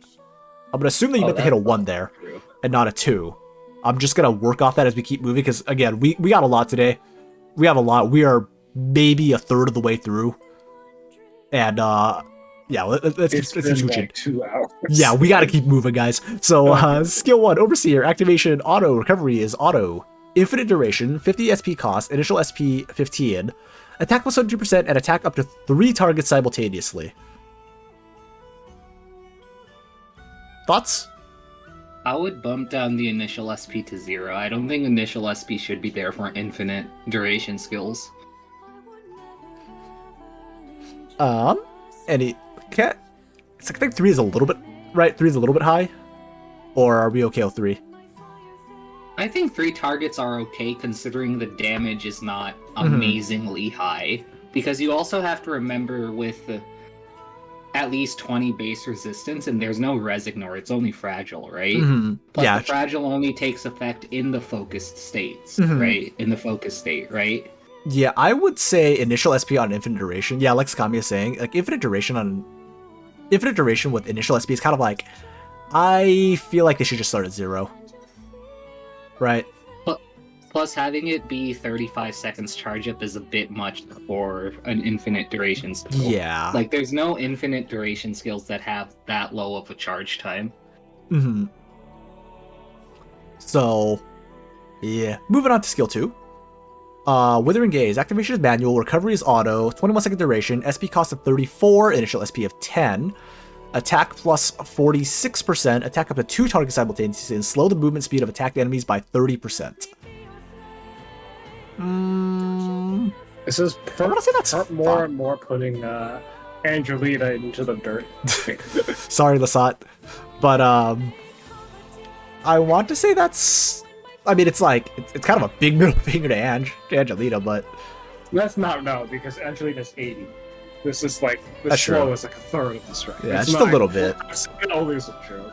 Where's Like, the this range The range expansion is on skills. So, this would...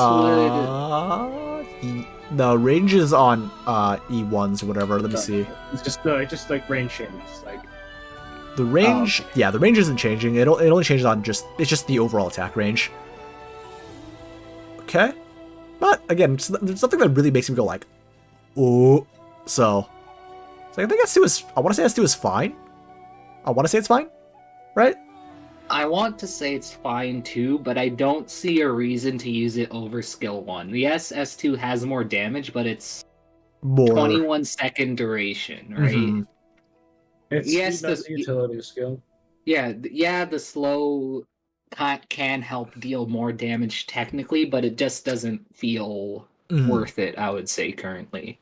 I mean, it's more like it depends. It's a situation Yeah. dependent because it's either when you want burst or if you want continuous, which like in some maps is definitely like it's a choice you have to make. For example, H11-1, continuous damage is definitely a more value. You can forget that stupid casters.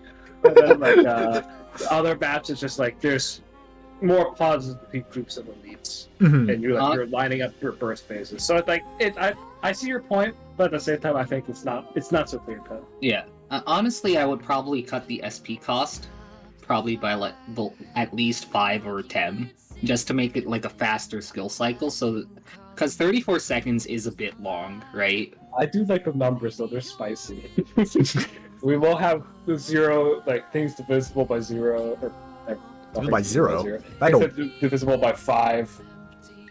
Yeah, just like wackier number. It's like this is by 0. The inner math in me is like, what the hell? Sorry, I meant to say 10, but Skill I meant to 3. say end in 0 or 5, not divisible. Skill 3, Seething Glare, activation is manual, recovery is auto, 14-second duration, SP counts of 28, initial SP of 5, plus 80% attack, restores 4% of max HP per second. Attacks prioritize the enemy with the highest defense in range. When entering the focus state, reduce target res by 10.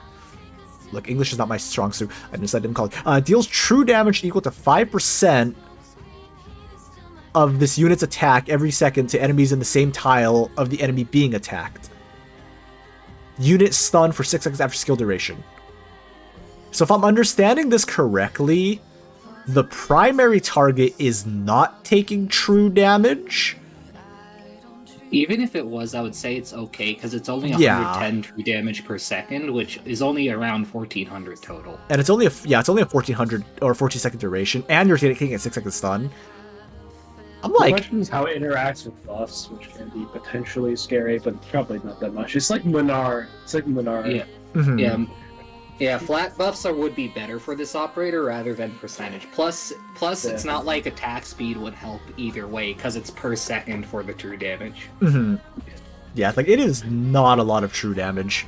It's more just I'm trying to figure out, is it hitting the enemy? Is it hitting the enemy being attacked as well, or is it just hitting the ones that are in the same I did the tile? math wrong. It's not 1400. It's 22 times 14, which is no, not 22. 22 is 10%. It's 11. Wait, hold on. Let me do math. I have a calculator. Why am I thinking about this? 22 times 1.8 times 0.05. It's 19.8 true damage per second for 14 seconds, which turns out to be 277. Mhm. So it's not a lot at all. Yeah, like it is not a lot. Yeah, it's like I'm kind of in the boat right now where I'm like, the op's interesting, but at the same time I'm like, what would make me particularly choose to use this op, right? Like, the op isn't tanky enough to deploy last. Like, if you a stiff breeze will probably kill Beholder here, right? And if you want the talent, if you want to get a damage buff, you have to do this talent too. And you're doing, yes, you're bringing fragile, but at the same time, it's like, it's a 4-second fragile. It's not a lot of fragile. Like, would I not just use supporter skills? I mean, hell, I think Silex S3 just thunks it harder with fragile. And slow and stun and does everything. So it's like, it's kind of like, where would I use this operator? Let's see if the module change anything here. I think it's good. I think it's like acceptable in times where it's just like taunting on enemies. Mm-hmm. I think the kit is like fine. It's just it doesn't. It's not like unusable. Like I should say unusable. It's not like underwhelming, but it's not it's just kind of like okay. Yeah, It's a nice like baseline. I think this is just decent. It has its strengths. The only kind of quote unquote complaint I have is it just seems kind of just different flavors of kill this thing faster. Like maybe it's not bad because basically this is 90% of the game's kits and I don't like that, but it's not like it's outside the space of design. It's just like, okay, this I could definitely see this as like a character. Which is It's honestly a just pretty not good super move. exciting. I think what would make it a little more interesting, like if you wanted to throw in some more utility, mix things up a bit, maybe have one of the skills be like, oh, the longer you attack this target, like you get incremental fragile buffs or something, so they can work more as like a debuffer, but as a caster, right? Like you can mix it up a little bit, I would say. Like you could, there's a few things that I feel like you could mix this up a bit with. So it's not, like as you said, it's not just different flavors of do this damage, right? Let's see, some modules. So, no module level, so we're gonna assume this is like at max.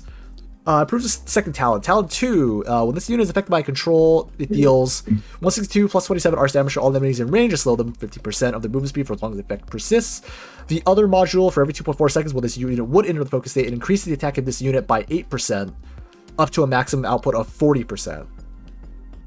I'm gonna go ahead and say that, like, the first module, it's very, very, very particular again, just based on like how squishy the operator is, right? So it's like, do you really want him to constantly be taking damage unless it's like, all right, I'm gonna throw them in quick for to take the stun, right?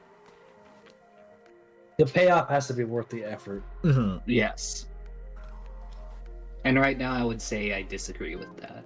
Like that, the payoff is not worth the effort. That is. So you're saying like the payoff would not be worth the effort for the first mod, right? You can try it out, like set up stuns. Especially with how much modules cost. Oh god. Oh god, yeah, I know. It's like, are you really investing that for a very situational mod? Like, there's gonna be the one situation you're gonna be like, woo, but then like, how often does it come up where like, I have Phonetic Mod 3, so I mean, it's okay. I've modded my read too. It's like we all have our choices, but but yeah, it's like this one, the Glass Eye one is just objectively better. Hold on, does it negate the focus state then until they're fully buffed, or do they enter the focus I think state? it just gives extra attack. Oh, okay, it just gives okay. Well, the focus state, the operator doesn't stop attacking. Okay, and I think we all kind of thought of that too. So I feel like the stealth stun just isn't necessary for the skill 3. Like this doesn't do enough to justify needing it. It also just seems kind of tacked on. It doesn't integrate too much. Again, like the game itself does this a lot, but it just definitely feels like it was just kind of there. It's not really integrated well into the kit. So it's I can't fault you for making the same questionable design decisions that the actual game makes. You know, like whatever. But yeah, it's like again, there's nothing that jumps out as like, oh god, but there's also nothing that really jumps out as like, oh, that's like particularly like, that's ooh, cool. Yeah. It's kind of honestly, I would go all in on the thematic sense and the flair for it, because again, all I can think of is a laser, right? And so you could have like the laser leave behind like a scorched earth as it's following the enemy, and that could be a debuff or apply continuous damage or something like that, right? Like you could do a lot of it if you think about the theme, right? This reminds me of the guy from X-Men. Anywho, so let's look at the lore here. Let's take a quick look here. So beholders are kind of mercenary operating services, but Aftermaths are specialized in anti-vehicle, not anti-personnel, but in truth he's not very fond of the Aftermaths' art to leave a person. Rather than leaving Casdale, Beholder felt like he more just escaped it, and faded the fog of the wilderness just past his siblings when they left home. R.I. found him when he was on a job that was sabotaging medical delivery, and they were taking a fight, but it looks like he lost that fight. But he's happy to be alive, and let's see. He's usually pretty chill. Kaobi stole his snacks. She got the graham crackers. I kind of like that a little bit. He just has snack crack. Okay, I like the lore. I kind of like the lore. This is something really mean to Kaobi that I want. I like the lore. I like it. It's a little bit. It's pretty funny. It's got a little bit of like fun in it. It's funny. Yeah, I'm okay with this. I have great anger against KOBs, but I will not say. Great anger. I have great anger against her too. Can we high five through the mic? Yes. Okay, Wookie. KOB to this day is the only operator that I have tried to roll for and have not gotten. Ah, that explains it. The only single one. That would explain it. That I actually rolled for. That would explain it. All right, point time. Again, I'm not trying to like push us along, but we do need to keep moving. Okay. We got so many more. We gotta keep moving. I'll give this like a 3. This is like it's average. Yeah, it's like there's nothing that jumps out to me. What you got, Boop? I believe I gave Boris's a 3.3, so I'll say 3.3 for this one as well. It's a very fair try, and I like it a lot. It just needs a bunch of work. I'll split the difference and give it a 3.2 here. That's the difference would be 3.1 times. Shut up. I rounded up. I rounded up. Shut up. It's fine. Anywho. Okay, so again, like it's very middle of the line. Whoops, wrong button. It's very middle of the line. This is our baseline. Yeah, We'll like there's all nothing. things to this. Yeah, there's nothing too crazy. Whoops, hold on. I forgot to change out the slides here. But yeah, it's nothing too like out there. It's nothing too like bad. Like it's just kind of there, right? I think is the best way we can describe it. Next one. And again, to people who are in chat and listening on wondering how they balance their operators, the way I do it is that I think of Silver Ash skill 3, 50,000 damage to a single target with 0 defense, and then I go from there. Is it 50,000 or is it 34,000? Let me do the math again. Wookie, are there any more sarcasms? Lurky asks. I don't know. I'm gonna be honest. A lot of this was typed after like 2 a.m. I have no clue. I honestly have no clue. And now here we have a member of Stray Kids. I mean, Gobo's operator 9. I'm gonna give this a 1 because dog. Gobo, Gobo, you made a bold move bringing a doggo to the cat knight, to the feline knights player. But yeah, Lurky, I'm sorry. I honestly have no idea. Like I really have no idea. Again, I did this as I'm just rolling through. He's kind of pretty, but I would like him more if he wasn't a dog. I'm sorry. Gobo says he's well behaved, but he doesn't chase cats. Operators. Unfortunately. Alright, anywho. Alright, so let's see. Operator 9, he is a male Pero, based on a German Shepherd, from Bolivar, and is a 6-star fighter guard. Alright, let's see how he compares to Mountain.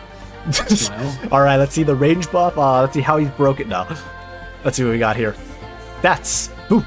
Take it away. Stats. Arts fighter, right? Regular fighter.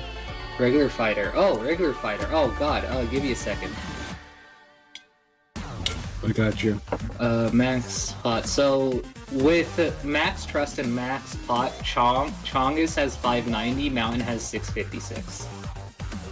Attack. In terms of defense, it's 363 for Chong and 402 for Mountain. HP is 2600 for Chong and 2700 for Mountain. I think Chongyue's thing is just not updated because he should have more than 5. Yeah, but no, Chongyue has more than that. Oh, he has more? Okay. No, fully maxed out Chongyue has like 674 attack. Don't ask me how I know. Well, you do have plus 6 of them with the Chongyu boots. I guess Game Press hasn't updated. You're right. Yeah, no, Game Press doesn't do it right, but yeah. It's like it's a little bit on the low. Well, like in terms of base stats without pause and without trust, I think it's like it's a little bit lower stat of Chongyu, which is definitely like within the range of existing design. Well, let's take a look.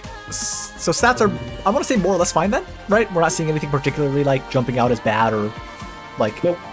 Cool. It's like a little lower, but fine. So look at our talents here. Talent 1, All Bark, All Bite. Attacks have a 20%, 23% at pop 5, chance of dealing 140%, 143% at pop 5 damage, and inflict 15% physical fragile for 2.5 seconds. Interesting. So it's a pretty low chance of dealing. Wait. Isn't this just Chongyue talent? Or Mountain? Or K-Nolo's? This is just the same talent! It's actually just both of their talents combined. This was slightly different numbers. They just It's less damage amp than Chongyue and less crit than Mountain, but it's both of them. Gobo, So- did you do a steal, Gobo? Did you say your talent, our talent? At least Talent 2 is different. Talent 2 seems nice. Talent 2 does seem interesting. If there's an allied unit behind 9, 9 of that unit gain 50 in, up to 18% shelter effect, and 9 gains attack plus 10% and ASPD plus 15. I think this is Bison talent. It's But- Bison talent, but better. Because Bison gives defense. Like 15% shelter Wait. is really powerful. That is pretty But good. I've seen this talent before. Have you? I swear I've seen like a talent like this before. Okay, Nope. maybe I'm hallucinating. But In the meantime, no, I've seen something like this before, but just slightly different. Okay, okay, let's move on. anyhow, Pots, nothing really particularly. So lots of talent buffs. no redeployment time buff with pots, and a slight attack power boost. Nothing too crazy, I don't think. Pretty standard. This is just par for the course. Yeah, it's like pretty standard. Copyright infringement. I don't think it's to that extent, guys. Be nice. Skill 1. Incapacitating Bite. Activation is manual. Offensive recovery. It's an instant skill. SP cost is 4. Initial SP of 2. Next attack deals 130% physical damage up to 3 times. Wait, deals 130% physical damage 3 times. 2 up to 3 targets in the frontal tile can hold 3 charges. I like this because it reminds me of. It reminds me of one of my characters that I was like the first iteration of my character had a very similar kind of skill. So I'll give an imaginary bonus point just because it's kind of I thought of something similar. An imaginary bonus point. The SP cost is a bit low. It's 4 offensive recovery. I want to say that's usually it's usually 5, right? I mean, Chong is also offensive recovery, but it's like 8 SP. No, that's his S3. That's only his S3. That's not his S1. His S1 is way less. His S1 is like 4, I think. No, his S1 is 3. S1 is 3. That's even better. Yeah, that's even more crazy than. Cause I just remember putting Chong. Okay. To be fair though, Chong only hits 1 target. Oh, his S1 is 3 SP. Also hits for 400%. Yeah, Chong also hits like a truck. True. Sorry, S1 is 3 SP. Okay, let me update that. There you go, Gobo. But yeah, this is fine. I don't really see a problem with this. No, I don't think Gobo beat the shit on. Okay, yeah, I think. Oh, Chong, no, never mind. Okay, then. Never mind. Let me update that again. Let me nothing happened. I have is that this is kind of going all in on the low attack power, high hit count, which is very sad against anything with like 400 against actual just an defense actual, and everything has an actual defense stat these days. Yeah. It's good for punching through for initial waves, but we'll see what the other skills look like here. Like even chapter 12 enemies, even though they have lower defense than other events, like they still have like 400 plus defense. Yeah, it's a good bit. So, you got 3 charges of it. So, I don't know. It's like it is manual activation, so it's like you could charge, just dump it all. So, there's flexibility there. I like the flexibility. I'm not sure on the lots of hits, low damage ones. Just again based on defense. But let's see. Skill 2, back off. Activation is manual, recovery is auto. Instant, so it's another instant cast or instant effect one. 20 SP, initial SP of 12. So he rushes forward 2.5 tiles, tackling all surrounding enemies and pushing them back with medium force, attacking all. I'm assuming that's moderate force. Attacking all tackled enemies with 200% physical damage for every step moved. At the end of the tackle, deal 350% AoE physical damage to the surrounding 8 tiles, can hold 2 charges. So he gets more range. I would like this if he could actually. I would like this super much if he could actually super much move. But this is kind of funny. It's like Fia S2 except a little bit less finicky. I've seen the Fia S2 turrets. But I like this is funny. This is funny and cool design. Just run at people. Yeah, it's nice. I don't have a problem with this. Low key, I kind of want to see the animation of him just full on rugby tackling a group of people. I feel like it'd be a fun one. I could see the animation for this one would be pretty funny. He just group tackles people. Sweetie, now that you mentioned League of Legends, I can't stop thinking about Set. Oh my god. I know that's so sad. It's literally Set Ultimate. But I'm bonk all of you. S3. Where's the haymaker? There's no set Q going on here. No, that's S1. That's S1. That's S1. It's just that's S1. God damn it. This is Set. Wait, excuse me, Set is only 2 hits. This is 3. Technically, it's 4 if you attack cancel. Oh god. All right, nope. We're gonna move on from Lego suffering and poor life decisions. Skill 3, ready, set, strike. Activation is manual. Recovery is auto. Duration is 35 seconds. SP cost of 40. Initial SP of 35. He stops attacking for 10 seconds and recovers 3% of max HP per second.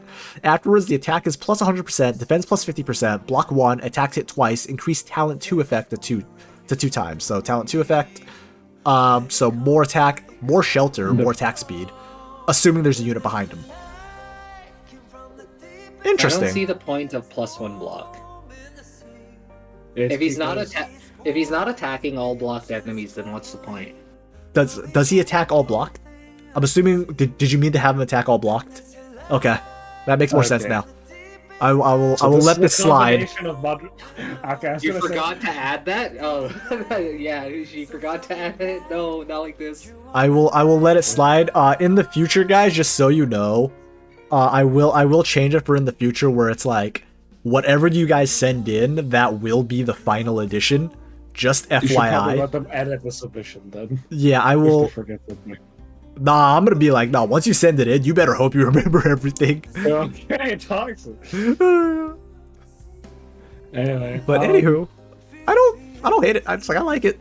I don't think it's it's okay. It's just stats, which is like Yeah. it's fine. yeah. Yeah. I think the extra shelter is fine. interesting. It's nice. It's a bit of defensive. I like the. It's very thematic, and like I'll give you that. I think that's what you were going for, the whole guard dog theme. It's just like you Wait, plant this wait. guy in front of someone you want to protect, and he just punches this. Just- Helps. With Yeah. all with the talent too, actually, like this is a really nice skill. We zoom in on We are I not will zooming in say on that- abs. In terms of theme, I do agree with you that it fits, Mhm. but I do want to say that it feels slightly uninspiring. Mhm. It's kind of like in the similar to like the last one, where it's just like, it's okay. It doesn't like really put. You do make anything my that's funeral super uninspiring. It's okay. Just get me a bouquet and I'll forgive you. She's trying to bribe me here for zooming on abs. I am not zooming in on abs partially because I don't know how it's gonna mess up my format, and I would prefer not to accidentally dox myself here. But anywho, lore. Let's take a look at the lore. Hey Zui, read the dog lore. No, I'm not reading the dog lore. But I will say, I think this lore is actually very in theme with a lot of the content / like story / messages of Arknights. So I do think this is very fitting. Yeah, This is good. I would agree that this is top. This is really good lore, really good theming. Skills could use a little bit of work, I would say. Are we agreeing on that? Yeah. It's like, I really do. Well, I do like. I think the theming is great. All right. You'll We get do me need. one flower. That's one more I've ever received in my entire life, so I'll call it a win. Goddamn. Anywho, let us. Ready to judge? Ready to get points? Yes. All right, because again, we do need to keep moving here. I am trying not to keep everyone here for 8 I hours. gave the first character like a 5.5. Mm-hmm. That first character was honestly really well done. I'll give this one. Just to mess with Wookiee, a 4.95. 1 decimal Just spot. kidding. I'm gonna round it up to a 5. We'll just give it a 5. Yeah, this is good. 5.0. Okay. I like the only thing negative I have to say about it is that the Wrong kid could person. probably be Shit. more exciting Mm-hmm. instead of just like I like the S2 because I think just because the animation wise and just kind of the concept I think is pretty cool. The S3 is kind of just it feels like Mountain S2 plus Mountain S3 plus Mudrock S3 all kind of wrapped up into one, which is like it works. It's just not very flashy. It's Mhm. not much to do. But like the lore, I think is really good. The art, everything, like it all comes together and like gives the image of a character that like you know what the character wants to do. You have an idea with it, and it's very fitting. It's really good It all comes theming. together well. Yes. I will go I this really care time. about the kid because I only cared about making him hot. That you should have made him a cat or a dragon. Sorry. Either of those. So like minus 700 points. Minus 700. I'll give it a 4.8. I don't think it's quite like I really do like the lore and everything. I think the kit could use a little more work, but I don't really see anything like wrong. I don't really see anything particularly wrong with the operator. I think it's very well above average to good, but I wouldn't necessarily like top end of what we've seen. All right, Boop, what you got? So from a pure like mechanical perspective, it's all just very uninspiring to me, right? And that's okay. It doesn't have to be anything new, but we already have like 2 6-star fighters that essentially do similar things, right? To this one, which is so I'll say 4.5 because it's just like there's nothing wrong with it, but again, it just feels uninspiring. Mm-hmm. So what we got, Zui? Or not Zui, Boop. English is hard. 4.5. 4.5? Cool. Yeah, we're kind of just... I like that we're all kind of on the same page here. We're just like, oh yeah.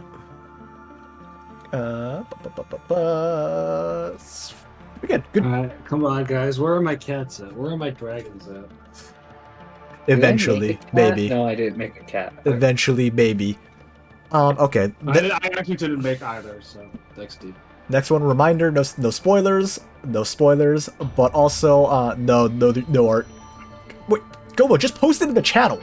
What do you mean I have to just post it in the channel? Everyone can zoom in on the apps as much as they want. Just post it in the channel. Okay, we gotta move. We gotta move. Yeah, we gotta move. But, next one, this would be okay, again, this is the only exception I'll make for this, because I guess I didn't have this in the guidelines, but in the future, any OC kit, it will have to be completely original. So, no taking a, EN NPC and making them into a operator. It's like, I thought I answered that one, but I guess not. But I'll let it slide this time, because I didn't have it in the rules, but for the future reference, they will have to be completely original, okay? Completely original in the future. Just FYI. Again, if you guys want to say something about things, don't. I just roll with it. Anyhow, it's gonna be Hallie's impression on Viviana. So I think we already know everything else. They're making him a 6-star Mystic caster.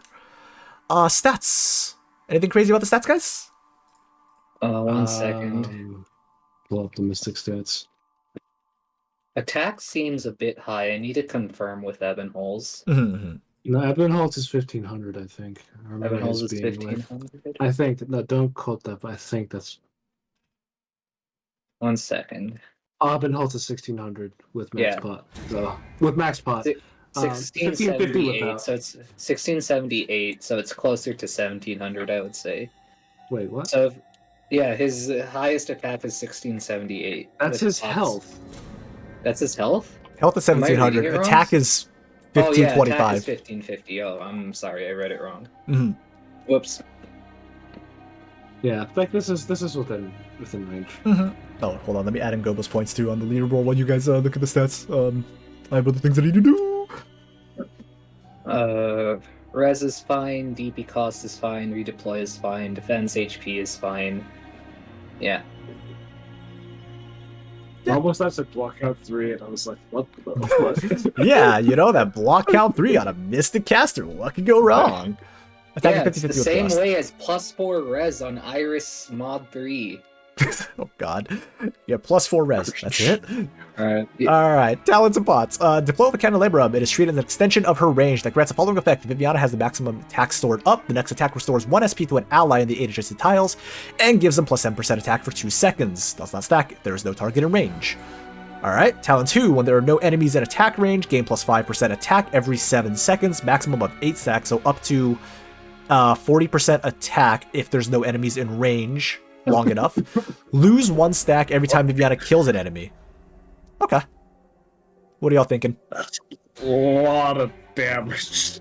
But that takes a Yeah. long time to stack up. Mhm. We have global range for talent 1, so I'm not sure if I like it already. Oh wait, no, that's like all. Yeah, extra wait, no. ranges. That's actually kind of scary. I didn't think about it. You just basically deploy her off in the corner and just like kind of just let her charge up, and they just absolutely delete something off the face of the earth with like what 1500 times 1.4. That's like before any skills. That's 225 times 1.4. That's like 2,125 parts. That's a lot. If you're sure the Candelabrum goes away. It's like skull turret. thing. Yeah. I mean, it's But still I do kind like of... the idea of like being able to do a little bit more when you're just kind of sitting there charging up. Mhm. So I like that part, but the extension of her range, I think, on an attacking unit that isn't like Sculptor is kind of a little bit. Yeah. That's a little tricky because global range is like kind of hard to balance. It's basically global Especially range. one is control. It's basically the most controllable form of global range, Mm-hmm. which is a little bit scary. I will say for right now, you only have the one from what it sounds like, unless like the candelabra knows other things, because it does look like you only have the one. I don't see anything about redeploying it. So, is So the candelabra deployable or no? It's because if you're saying it's similar to Sileok, then it's not deployable. yeah, that's not Which, deployable. like, Oh, it's like Saleech is what they're saying. Oh, it's like the Okay, flag? that Okay. makes sense. Oh, okay. So that Okay, okay, so that's- something will like throw it outwards or something. Okay. That's Okay, more okay then. Okay, that's making me significantly better. less problematic. Okay. That's that. Okay, All right, all of us collectively- I misunderstood. That's my bad. Okay, we're good. All judges breathe the collective sigh. The collective. Whew. All right. Skill 1, manual activation, auto recovery, 5-second duration, 15 SP cost, initial SP of 5. Rotates 180 degrees for the duration of the skill. So 5 seconds. Multiply attack interval by 0.1, and each attack deals 33% attack as arts damage. Honestly, I love the rotation of just like I can see skill 1 as like, oh shit, this one made a buy. And you could just go like, This is props for doing something different than every Mystic Caster S1. mm-hmm. Like Yes, I agree. Though I will say the attack interval multiplication is much lower because it's 0.17 for Ebon Holes. This is 0.1. Granted, I believe it's also less damage. mhm. It is Yeah, less it damage, is. but you're usually but what you're using this for is not necessarily for damage. It's to charge up faster. Mhm. This is You true. basically use this to reach your max stacks again. I think this actually does it better than all the other ones because you turn around, so Turn you really don't hit around. anything. But that also, I like it, and I also kind of don't like it because it does make it a little bit less easy to do the trick where you nuke something and then you finish it off with the fast attacks and they recharge for the next incoming mob. It's a little harder to do it with this Mhm. skill. The thing about rotating 180 degrees is that it doesn't really do anything other than move targets out of range, right? Mhm. If they're walking, you just turn them around. Yeah, You like turn them around and you hit you them just as they walk turn. behind you. Yeah, you would just turn her around. Yeah, it's not like it's just something that you have to think about. Mhm. It's just good. It's just And then second skill, auto activation, auto recovery, auto activation. Interesting. Oh, unlimited duration. That explains it. 70 SP cost, initial SP 0. Okay, I'm okay with the SP cost and everything. That I'm okay with. Attack plus 70% at attacks push with force 0. Force increases by 1 per charge spent. This gives us, assuming she'll get both modules, right? So that essentially means she can push with Force 4, which I think is a bit much. Granted, it's only one if there's no one within range, but I still think that Force 4 is a bit much. Well, force Mhm. We'll see what the, should not. I don't think that's. do you want to patriot across the map? I mean, what? No, you need force like. Actually, like 10,000. 10. Yeah, that's true. You Who was it that you higher could shove? force Was than it Blood Knight that you could shove if you threw enough on him? You Yeah. didn't even need to shove him. You just need to block shift him into the hole. Yeah, you could just nudge him into That's a just hole. really Just, funny. Blood Knight. Strong Block block. shifting is the actual most powerful form of shift because it doesn't care about weight. Exactly. Wait, attack plus 70%. Hold on, let me do math. While Boop does math, we're gonna keep going. Let me know when you're done with the math, Boop, because again, we need to keep moving. Skill 3 is manual activation. That's 2600 attack for an unlimited duration skill. That's not bad considering you attack once every like 3 seconds. Yeah, I guess that's fair. and it's a 70 SP cost. So you have to wait 70 seconds. Like it's not. That's just that's like most infinites. Yeah, it's not. So It's also it's not 25 like- DP cost, so it's like I would say that's acceptable. It's alright. And then so skill 3, auto recovery, 30-second duration, 20 initial SP, overall SP cost of 40. Throws a candelabra that locks onto the enemy with the highest current HP, still provides a talent for allies nearby, dealing 300% attack as physical damage and stunning it for physical damage, interesting, for 4 seconds, gains a new candelabrum. For the duration of the skill, attack plus 80%, attack plus ASPD plus 150. It can only attack when at max store charges. Wait, so what's the point of ASPD then if You have to store the charge. You charge faster. Oh, okay, never mind. Attacks will prioritize the enemy with the candelabrum locked on. If it dies, that candelabrum disappears. Can manually deactivate the skill. If the skill is deactivated manually, immediately gain 1 charge. I like the 300% attack as physical damage. She just fucking throws the candelabrum, just bonks them upside the head with it. Just really funny. bonk. And they're just like, what the I have hell? two things to say. One, it kind of just feels like a fusion of Xyliac 3 with the kind of how it works, and also just even holds S3. Mhm. However, I do kind of like to manually deactivate the skill for like the gauge. I like decision making like that. Mhm. The question, of course, is whether or not like it's relevant. But I do kind of like that kind of decision making. Aside from that, though, it's just kind of like this is just even holds the sequel. Mhm. Something I'm trying to figure out with the candelabrum. Does that have to be in range, or I'm assuming it has to be in range, right? Or does the candelabrum just kind of go and see? No, she's a major league baseball pitcher. Yeah, like did she just like yeet that thing across the map, or Yeah. is it Oprah- yeah, like or is it just like, okay, you have to be in range of it? Throw a target in range. Okay, so it's like so it's a lock on. Okay. It's Okay, like that's fine then. drone casters. Okay. Yeah, okay, I'm okay with that then. That's alright. Yeah, I just want to make sure It's a she didn't little- like Can be a little spooky for reasons I can't really go into Mhm. because CN spoilers, but it's tentatively acceptable. yeah, it's tentatively. Yeah, I just wanted to make sure that she didn't just like fucking yeet one like cross mapped. It's like the boss like I said, spawns. she's a baseball pitcher. Those candelabras look Oh, heavy. I'm still doing math. Give me a second. It's like, oh, it looks it'd be funny. I'm still just loving the mental image of like some enemy walking into range, and she just throws it up. They're just like get blocked. They're just like, what the hell? I love the mental image. So, The image I'm is not- so fun. so I'm not taking into account the talents when I'm doing this. It's about 8,400 arts damage every 4 seconds, give or take. Mhm. And that's for 30 seconds. So times 7, that's basically 60,000 arts damage to a single target, yeah. Finally, arts damage equivalent to physical damage. Which is not arguably, it is kind Which of is nuts. just better. Yeah. I mean, okay, the only reason physical is so good is because all the good physical units are extremely overtuned. Yes.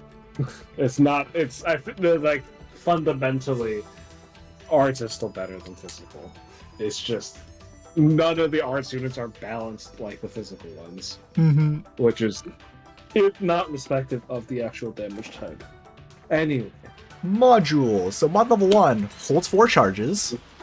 Mod level 2, the max 9 stacks affects talent 2. It's not the charges. It's the talent 2. Oh, okay. Just FYI, it's a talent 2. Mod level 3 is also the talent 2. Oh. Before we start throwing bricks. It's like, oh. Mod Y, plus 30 attack speed buff. Talent 1 buff lasts for 3 seconds. Talent 1 gives it extra plus 10% attack. I want to say that's more or less okay. It's alright. Yeah, so I want to say it's fine. It adds up to a lot of damage. Mhm. It is quite a bit of damage, yeah. So, okay. I want to say the mods are okay.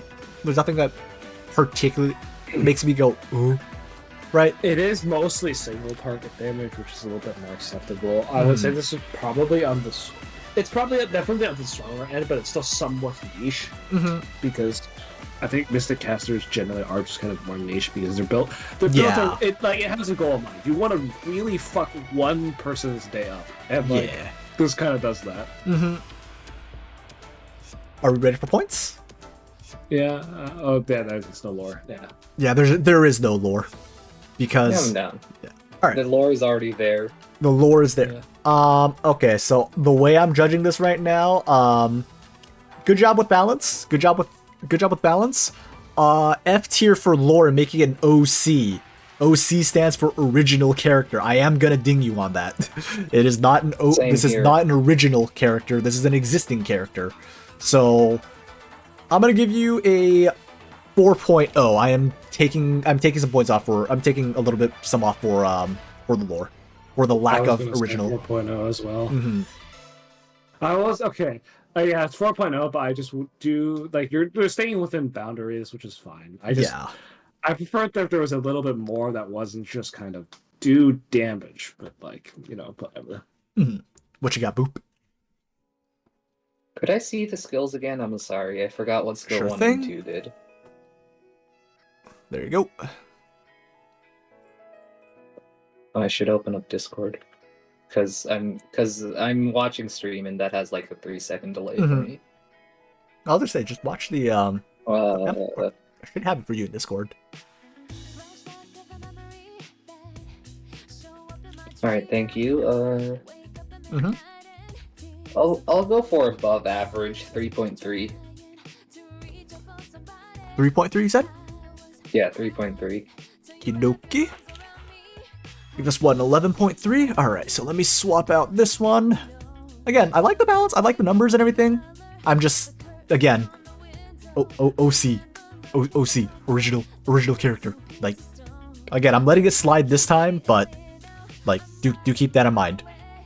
That is all. Next one will be Lazes. Let me update the leaderboard here. Admire the art. Admire the art. Alright, let's see. Anywho, alright. So, Operator Rocinante, I'm assuming I'm pronouncing that correctly. Spanish, huh? Female Caranta from Iberia. I don't want to know the backstory of how a horse ended up in Iberia. 6-star Deadeye Sniper. Ooh. I think that's our first Deadeye Sniper we've seen, Dead. Or not Dead, Boop. I forget Deadeye is the. I believe so. Ambriel. it is. Yeah, Ambriel and like Bartooth. Okay. Alright, stats. It's a shorter redeployment time. First thing off, Is this max pot? I'm gonna assume that this is at max. We already have 10 res, so it's already interesting. Yeah. This is a really low attack for a Deadeye. Mm-hmm. It is very low attack for a Deadeye. And this I'm is also interested to not. see where it's going. And this is also not the standard Deadeye attack interval either. Yeah, I want to see what the thought process was here. 1.5. Yeah, no, yeah. Yeah. Deadeyes are 2.7. Yeah. I'm It's curious. not a marksman. A marksman attack interval is 1.0. So this is kind of like in between a Deadeye and a Marksman. Yeah, this is in fact supposed to be a Deadeye. So, Lazy Pond is Have saying my to wait for it, curiosity. so we'll see. Yeah. Alright. Yeah, Well, my curiosity. let's see. Also, Lazy, you may have forgotten to include potentials. So, anywho, talents and potentials. Redeployment time is 60, so I'm assuming pots are included. Short. I'm gonna assume so too. So talent 1, I'm gonna assume that's Tremolinos. Can deploy up to 3 0-block whiffs on any deployable melee tile. No deploy stats required. Alright, that's already a flag. Each whiff has 5 DP cost, 10 seconds recharge time. Rocinante loses 15% HP when deployed. Health cannot go below 1. Unit is still vulnerable to enemy attack. I'm assuming that usually, that doesn't apply because you deploy at full health, you're not really deploying in and just dying immediately. Wisps explode whenever an enemy reaches their tile, dealing arts damage equal to Rocinante's attack value. So it's like a W mines being controlled by mana each time she deploys when she loses HP. Interesting. They're like, yeah, it's like Trap Master Deadeye. Interesting. Interesting. Talent 2, Inquisitor's Beholden. Attacks deal an additional 100% attack damage as arts damage multiplied by percentage of health lost. While skill is active, Rocinante receives 50% less elemental damage. So I'm having trouble parsing this, but it might be because it's 1 in the morning. from what I'm understanding with the talent 2 is you int your HP to do more damage. Oh, so this is also Mushin. Not necessarily. Yes, but you can can actually be healed. Okay, in the sense that you want to be lower HP so you do more damage. This is I'm actually okay with the damage because the attack stat is just very low. This is an arts Deadeye. Yeah. Yeah, I'm okay with this because you're not getting any more than extra 100 Like you're not extra. getting. At most, like you get, yeah, at most you get like 500, but then you're like at 1 HP. Yeah, it's like if you. Another, yeah, you basically are never getting more than 500 damage. So it's like it's not bad. I like it. I like it. Yeah. It's a big reward, but a really big risk. Like, can you imagine getting down to like what it like? It's not that much risk. It's a ranged unit. That's fair. It is a ranged unit. You can work around it. with big range. So it's like, yeah. So the Wisp is 500 HP. They cannot be targeted. I guess the HP count doesn't really matter considering you're just kind of tossing one down to get kaboomed. So Yeah, it also doesn't like actually attack. Or Yeah, anything, so- like, Yeah. it's literally Trap Master. yeah, It's just literally you're just basically Trap you Master. merge Trap Master. Skill 1, Ferviente. Activation is manual. Recovery is autos. Duration 6 seconds. SP cost 30. Initial SP 0. Attack interval minus 0. So attack's really fast then. Attack plus 65%. Rocinante loses 10% HP every second during skill duration. Health cannot go below 1. And the unit can still die to enemy attacks. She only attacks like 8 or 9 times during the duration, by the way. So you're losing, what is that, 60% HP for that? You're gonna get buffs every second, though, because you're losing 10% HP. Like, you will be getting buffs every attack. So there is that. Thoughts on that so far? Like a milk a mini nuke. I think it is a little on the weaker side because the duration is so short for such a long SP cost. Mm-hmm. But it's not It's not at the, bad. assuming HP is 100%, so not including the talent, it's like 1700 damage, 50-50 fizz arts per attack for 8 or so attacks, Mm-hmm. which isn't terrible. Yeah. Alright. Again, you're also getting arts damage in. Yeah. Skill 2, Whispers. I can't pronounce. Dulcinea? Dulcinea. Activation is manual. Recovery is auto. It's instant. It's an instant skill. SP cost of 50. Initial SP of 20. Recovers 50% health. Replenishes Wisp Sacks. Seems alright. The only thing I think is kind of is it seems the Whisper a little bit low impact. Yeah, considering like this is like a skill 2 for 50 cost. It's a bit. I feel like this. I think it's just the. I think this is more of like a numbers problem. Yeah, I like. think. I like the conceptually. I think it's good, but I think it's just a little bit. Needs more oomph. And I know I'm skipping ahead here a little bit, but skill 3 also it's like a similar thing. Is it needs more oomph, especially because you're running 500 attack. This is like marksman level. You don't have that much. You don't have really res ignore, Mhm. which now the enemies have like res. It's like kind of oof. And I will also say the Deadeye trait is attacking lowest defense first, and lower defense enemies also have higher res, usually. Mhm. Oh, actually, that's kind of good here that you're targeting the lower defense, so you don't get fucked. Your 500 attack gets like one room. Okay, you know what? That's actually an interesting take on a Deadeye. It doesn't feel like a traditional Deadeye, but that isn't always a downside. I think. It fucks your arts damage though. Probably. Skill 3 outside also of- doesn't give any damage boost besides talent. So skill S3, now that we're already here, manual activation, auto recovery, 20-second skill duration for 65. That's a pretty big SP cost for 20-second duration. Attack interval minus 0.8, so attacks faster, global range. Okay, that explains it. Loses 20% HP every second during skill duration, cannot drop below 1. Unit is stunned after skill end. How long is a stun for?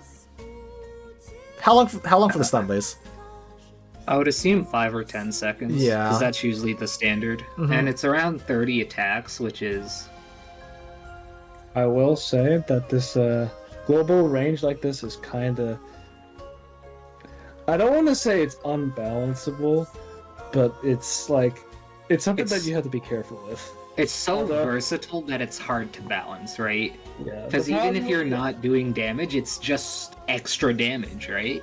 yeah. I mean, the only thing I say here, there's no attack. You're really not hitting very hard. Yeah. Actually, wait, no.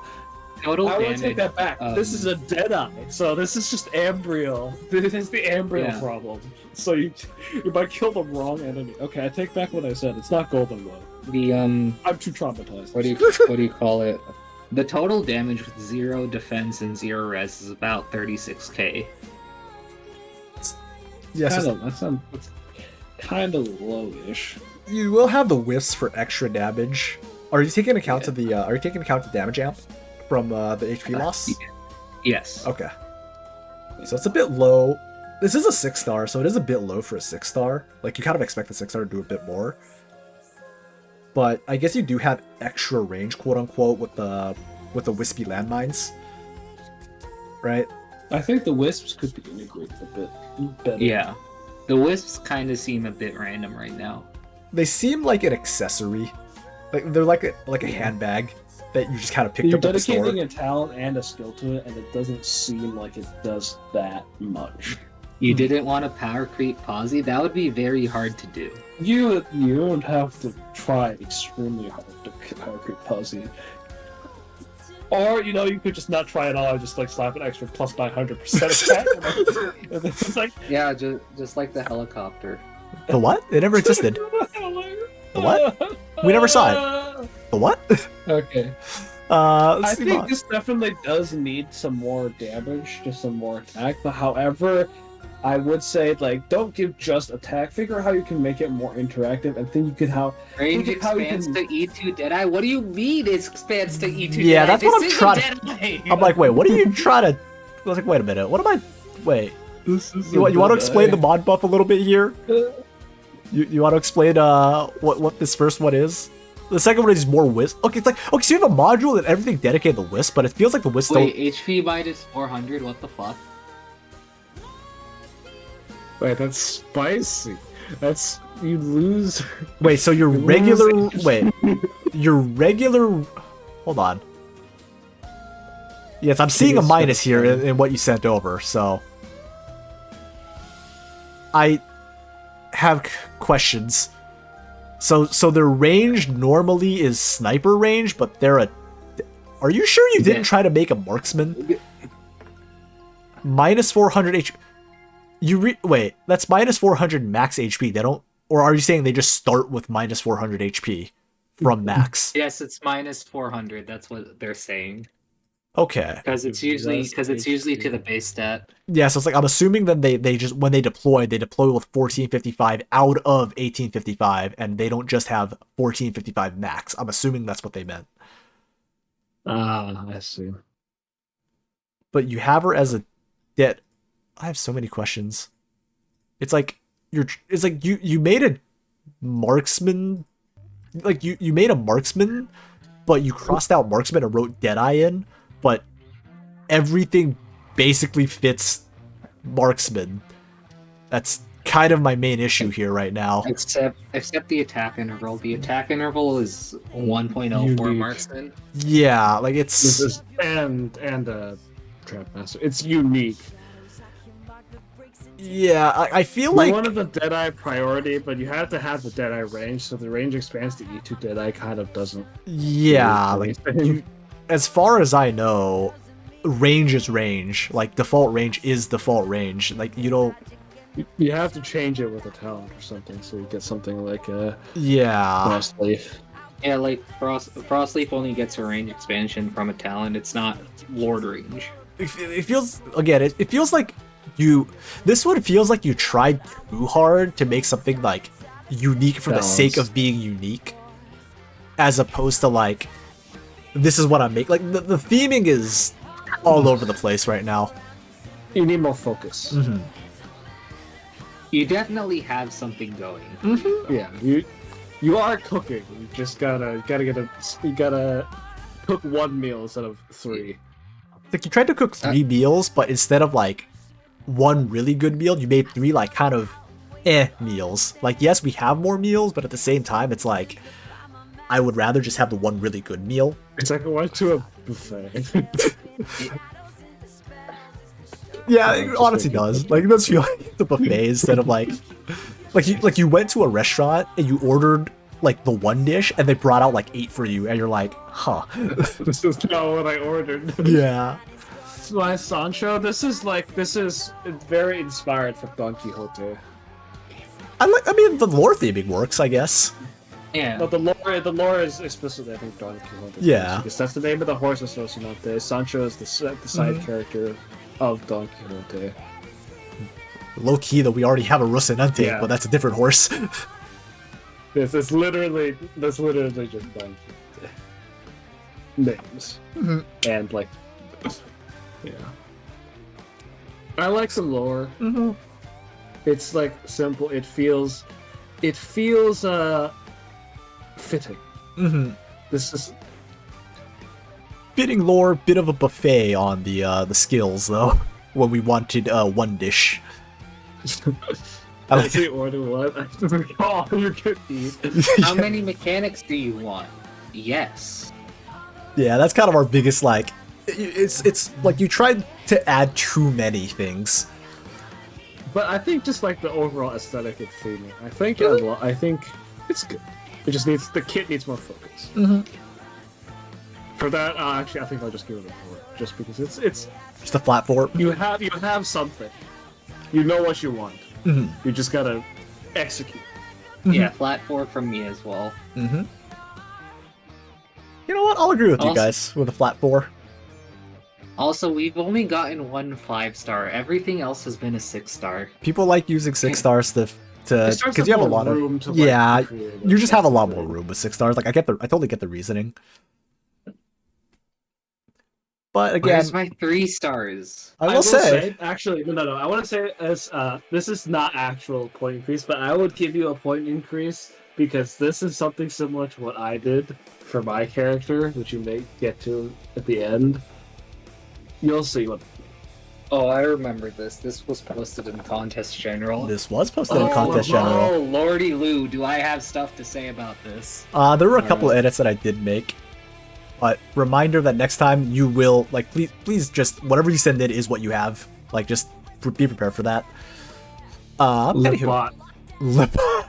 Alright, Lasat. I always Affogato. put like the B in people's names, like Lebot. the red bee. Lebot. Lebot. The male Lupo from Siracusa, 6-star Tactician Vanguard. I want to say that's our first Tactician we've seen, too, on the contest. Yes. Let's see. Wait. Yes. You are right. What do we got here? Let's take a look. This is Max Pot. Boop, would you like to take away the stats? There's a lot less HP. We're talking 400 less HP, less defense, but there's the 15 res, so I think it's okay. That's actually a huge HP drop. So apart from that, then, I think it's like... So it's relatively okay outside of, like, I think, what, the HP being a little lower, right? you said? Wait. Sorry. As an aside, what the fuck? Vigil has 40 less attack than Black Knight at Max Pot. There's no way this is right. Vigil is a 5-star masquerade against a 6-star. Hold on, let me look at my Vigil. My Vigil's maxed out. Give me a second. Vigil is a setback to the entire human race. That's right. He doesn't have attack bonuses for potentials. I forgot. Alright, because he's the welfare. He's a welfare. Yeah, Vigil. bitch. Come on. Yeah, Vigil has 542 attack, yeah. Poor bastard. Vigil is a setback into the entire human race. Oh, dear. Well, let's look at Feels talents and bad. potentials here. Feels bad. Talent Alright. 1, Future Invention, Sun Shower, can summon a Sun Shower at the tactical point to assist in combat. Sun Shower deals arts damage, and blocking an enemy will cause Affogato's attack to be converted into arts damage. Sun Shower will automatically respawn after 30 seconds. Second talent, I'll Be Lucky Someday. Attacks dealt by Affogato and Sun Shower now have a 40%, plus 4% with the pot 5. Chance to inflict chill for 2 seconds. Frostleaf wishes she. Poor Frostleaf just getting shots taken. Okay, so I will say, I don't know if Lasat changed it, but according to them in Contest General, Sun Shower's attack range is equivalent to a Dollkeeper's Doll, which is the surrounding 8 tiles. It's way too powerful. That is actually kind of nuts. Here's the stats for the Sun Shower, by the way. Hey, that's actually Like that's it's Yeah, so it's pretty good. it's so tanky. Okay, let me bring up a Beanstalk's That is. Beanstalk's thing. Let me just. It's so tanky. Bring out Vigil Wolves. Okay, so in comparison, Beanstalk's Crab has 1900 HP, 404 attack, and 408 defense, and 0 This is resistance. tankier than Broca. Wait, seriously? Wait, seriously? Okay, Broca has like 100 more HP, but like 50 less defense. Oh, and by the way, Sun Shower is dealing arts damage. Broca fucking is shit. The this collective is all of us maybe shaking a our little fist. overextended. The summon is a bit strong. This Given- reminds me of Ling, and not in a good way. Keep in mind, this is because it's what is it, tactical, right? So it's 0. It costs 0 to put down, Yeah. and so you're basically getting a better Broca for. Wait, you know what this Better is? Broca with more range. This is a better Moose. That's like, okay, with less attack, but this is like almost the same stat profile as Moose. Wait He's like, until you see the skills. We're not done yet. oh boy. Well, speaking of skills, sweet mother of God, that's a whole last paragraph. I don't even remember typing all this, but it's a sweet, it's a whole last paragraph. All right. I will read this. So skill 1, catch the rainbow, taste the rainbow. I mean, just catch the rainbow. Activation is manual, recovery is auto, instant, so it's an instant, it's a skill. SP counts with 28, initial SP of 8. Immediately obtain 5 DP, and such shower immediately refreshes. So I'm assuming that just refreshes the HP and like just as if you deployed them again. Skill can be activated at the cost of 25% of the operator's current HP, can only be triggered twice. All built up SP will be lost if activated with HP.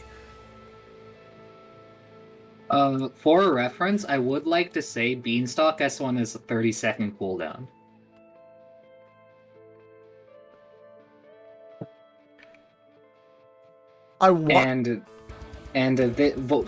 So what they mean by the trigger 2 times for the HP loss, if they have 0 SP, you can just activate the skill at the cost of HP. But you can only do it twice. Yeah, you can. It's not that 0, just you can activate it whenever. You Yeah. use all SP. Yeah. Only do it twice. Nah, I mean, I think the trigger It's still twice. super versatile is the issue. I right? like this. I don't necessarily think it's an issue. I like the kind of decision making. The problem is I'm not sure if it's relevant decision making because the sun shower is so strong. Yeah, it's already super strong. Alright, S2, Melt in the Night, activation manual, auto recovery, instant duration again, SP cost of 15, initial SP of 9. Immediately, this feels like I'm reading a Yu-Gi-Oh card, immediately gains 4 DP, and such shower deals 100% attack as arts damage to all ground enemies within attack range, and if cold for 6 seconds. For the next 6 seconds, Sun Shower gains ASPD plus 20% and deals 110% damage against frozen enemies. Skill can be activated at the cost of 30% of the operator's current HP, can only be triggered twice, and as usual, all built up SP will be lost as soon as the HP exchange ability to use to activate the skill. So, an arts splash, a cold, sun shower does more damage, and again, I you think can I see what Lassalle is trying to get with the kid. Like the sun shower has high base attack, but like the skills don't give it that much attack. Okay, never mind. Well, I'll take that back. But this is like okay. I want to see. Yeah, Just because the range is so big, it's just like it's because it's all It's kinda- enemies, right? So this is okay. No, this is what happened to Vigil's range. This character stole all of Vigil's range. this is mine now. This is where it went. S2 is single target and not AoE like Black Arknight. I wouldn't say that's even relevant because the range is just so huge. I mean, it's kind of relevant. It The is. thing it's still only hitting one target. The range is good, but like, But here's the thing: both Sun Shower and the Tactician have chances to freeze, right? yeah. Yeah. However, yeah, I mean, it's still RNG, so that's why I'm not gonna. Like it's. Like I Let don't me think put it's it this way: Kiera's S2 RNG is 23%, and she hits 3 times. This is double that for 2 different attacks I'm assuming as a straight up talent. To be fair, this is also a 6-star, but I get. I mean, I think I don't think it's like egregious. Yeah. but I think it's definitely it's strong. I don't think it's egregious It's strong. though. It's probably like a acceptable level of strength, except for the sun shower being kind of. Mhm. The summons. Okay, rule of thumb: a summon should never have comparable stats to an actual operator. That's bad for balance. Link. Ling is the only time this happens, and we all know how balanced Ling is. It's also 15 SP. It's Granted, there's Yeah. no charges, but still 15 SP. That is is a really quick. low. Yeah, it's a really quick turnaround that I'm a little more on like. And the thing is, the duration is not part of the skill cycle, so it's literally just a 15-second skill cycle. Not to mention, if you want, you can just spam it 3 times for giggles. You could. I like having agency, like have the amount of agency you give to people. Like people can make that choice. I think numerically, I think this is fine. Like just with this in itself, I think it's fine. Mhm. So you're taking more I beef just with think the. I think it's just more that I just think the sun shower is like stat profile is just insanely problematic. Mhm. It's the range and the stats that really get to me on this, right? Mhm. If it wasn't overstated and it didn't have as much range, I would be okay with this. Well, the side is now adding that it can hold 2 charges. It's supposed to hold 2 charges. Oh my god! That doesn't help your. it's- That no longer that's- helps your case, Lasat. You could have just been like, oh yeah, because no, now no. you can because now you can activate it twice, and immediately all enemies are frozen for 6 seconds. Oh Listen- my god! Lasat, this. You know what? Props for you being honest. You know what? I'll give you that. It sounds bad, but that's literally just what Gnosis S2 does, right? I will give props for being honest, though. You had a chance. Fair enough. I will give props for being honest. Again, I don't think it's egregious. I think it's strong, but I think like you have to make an operator strong. Like if you don't make an operator strong, it's like what's the point of playing it, right? Like you're not like I guess that's fair. like No, okay. Yeah, I think it's fair because like this is 30 cost for a freeze. Gnosis is 12 for a 4-second freeze. Mhm. It's a lot less damage, but like I think this is fine, I think even with 2 charges. it's like I think most of our issue just comes more from why is Sun Shower so beef? Like sun shower like equivalent to like moose. like you're swapping out the shower part of Sun Shower to like Sun Thunderstorm or something. Like you're like, hold up now. This is a like wait. Say to shower anymore, bro. Yeah, bro, we are pouring buckets now. But okay, skill 3, Raining Dream Day away. Oh, holy mother of Yu-Gi-Oh card. All right, activation is manual. Offensive recovery, duration. All right, let's not just let me know what the duration is because I think I might have forgotten. Again, cut me some slack. This was like 3 I can explain. I can explain because I take it away. read the document. Well, things did get changed. So Oh, you so read the doc. Okay. basically, yeah, I read the doc.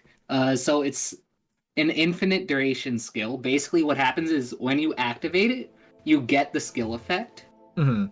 and then you can activate the skill again, and then the effects stack. Okay. So it looks like on That's the how first. people think. Yeah.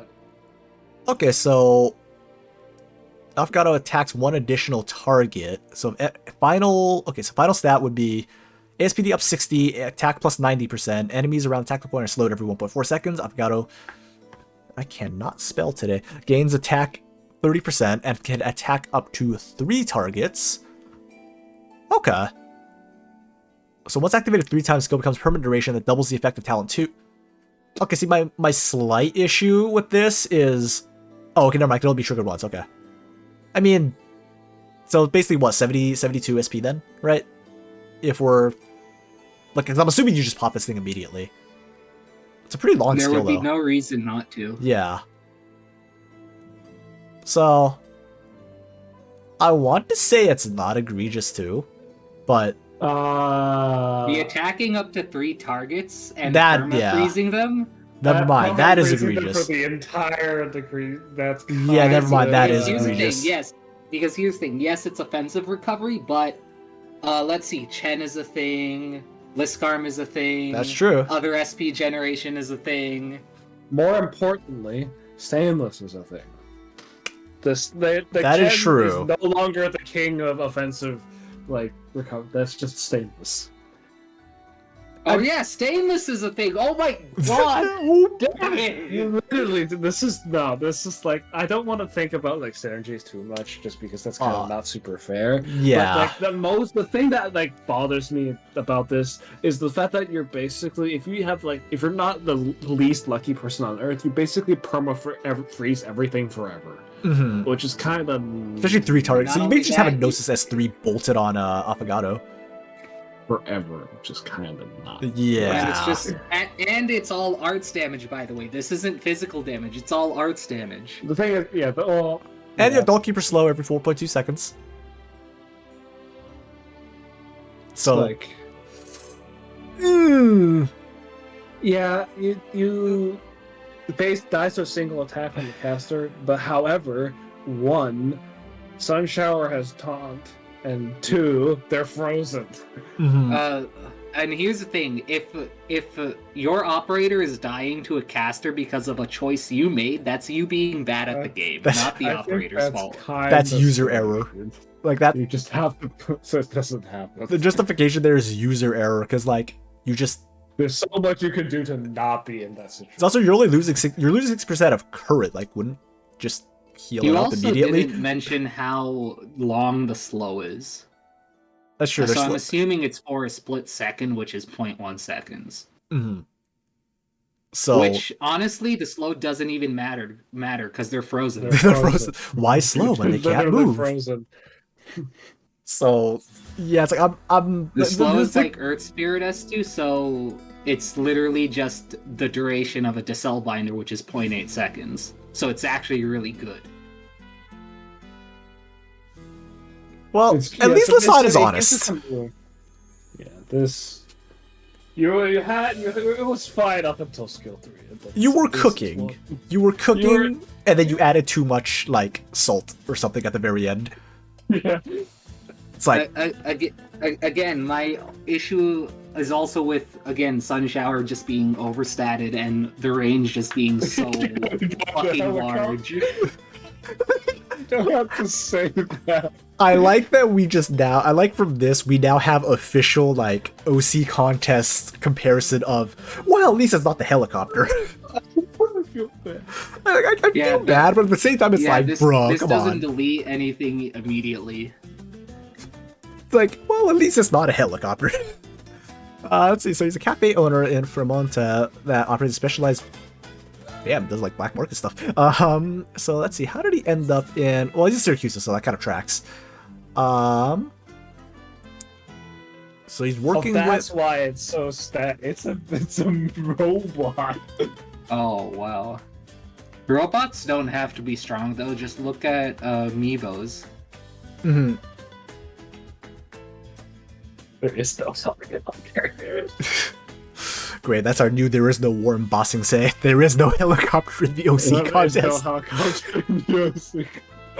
That's our new there is no war embossing say. I like the lore. I like the lore. And like, I don't know if anyone else knows this, but I like the name because it's actually, if I recall correctly, Affogato is like a espresso with ice cream.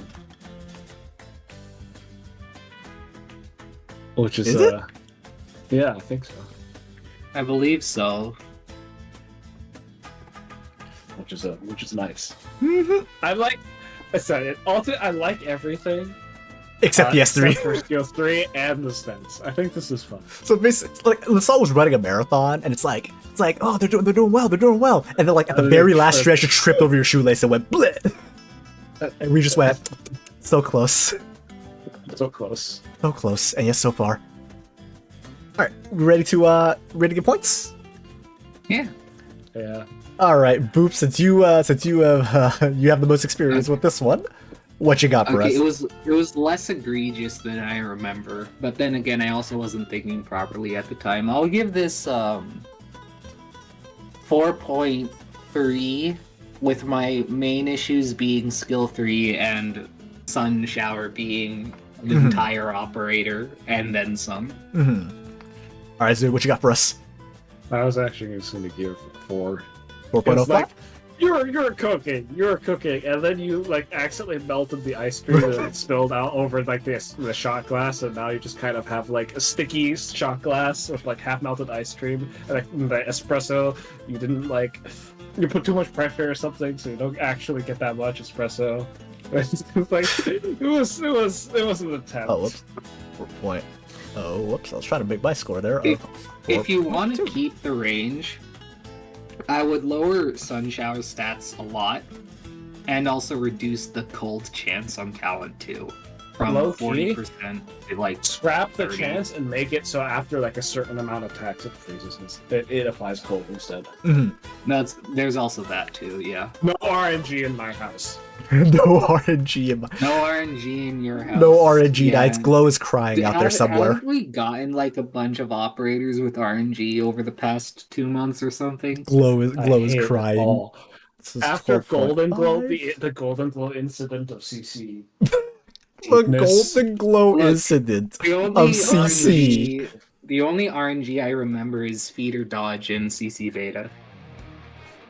Alright.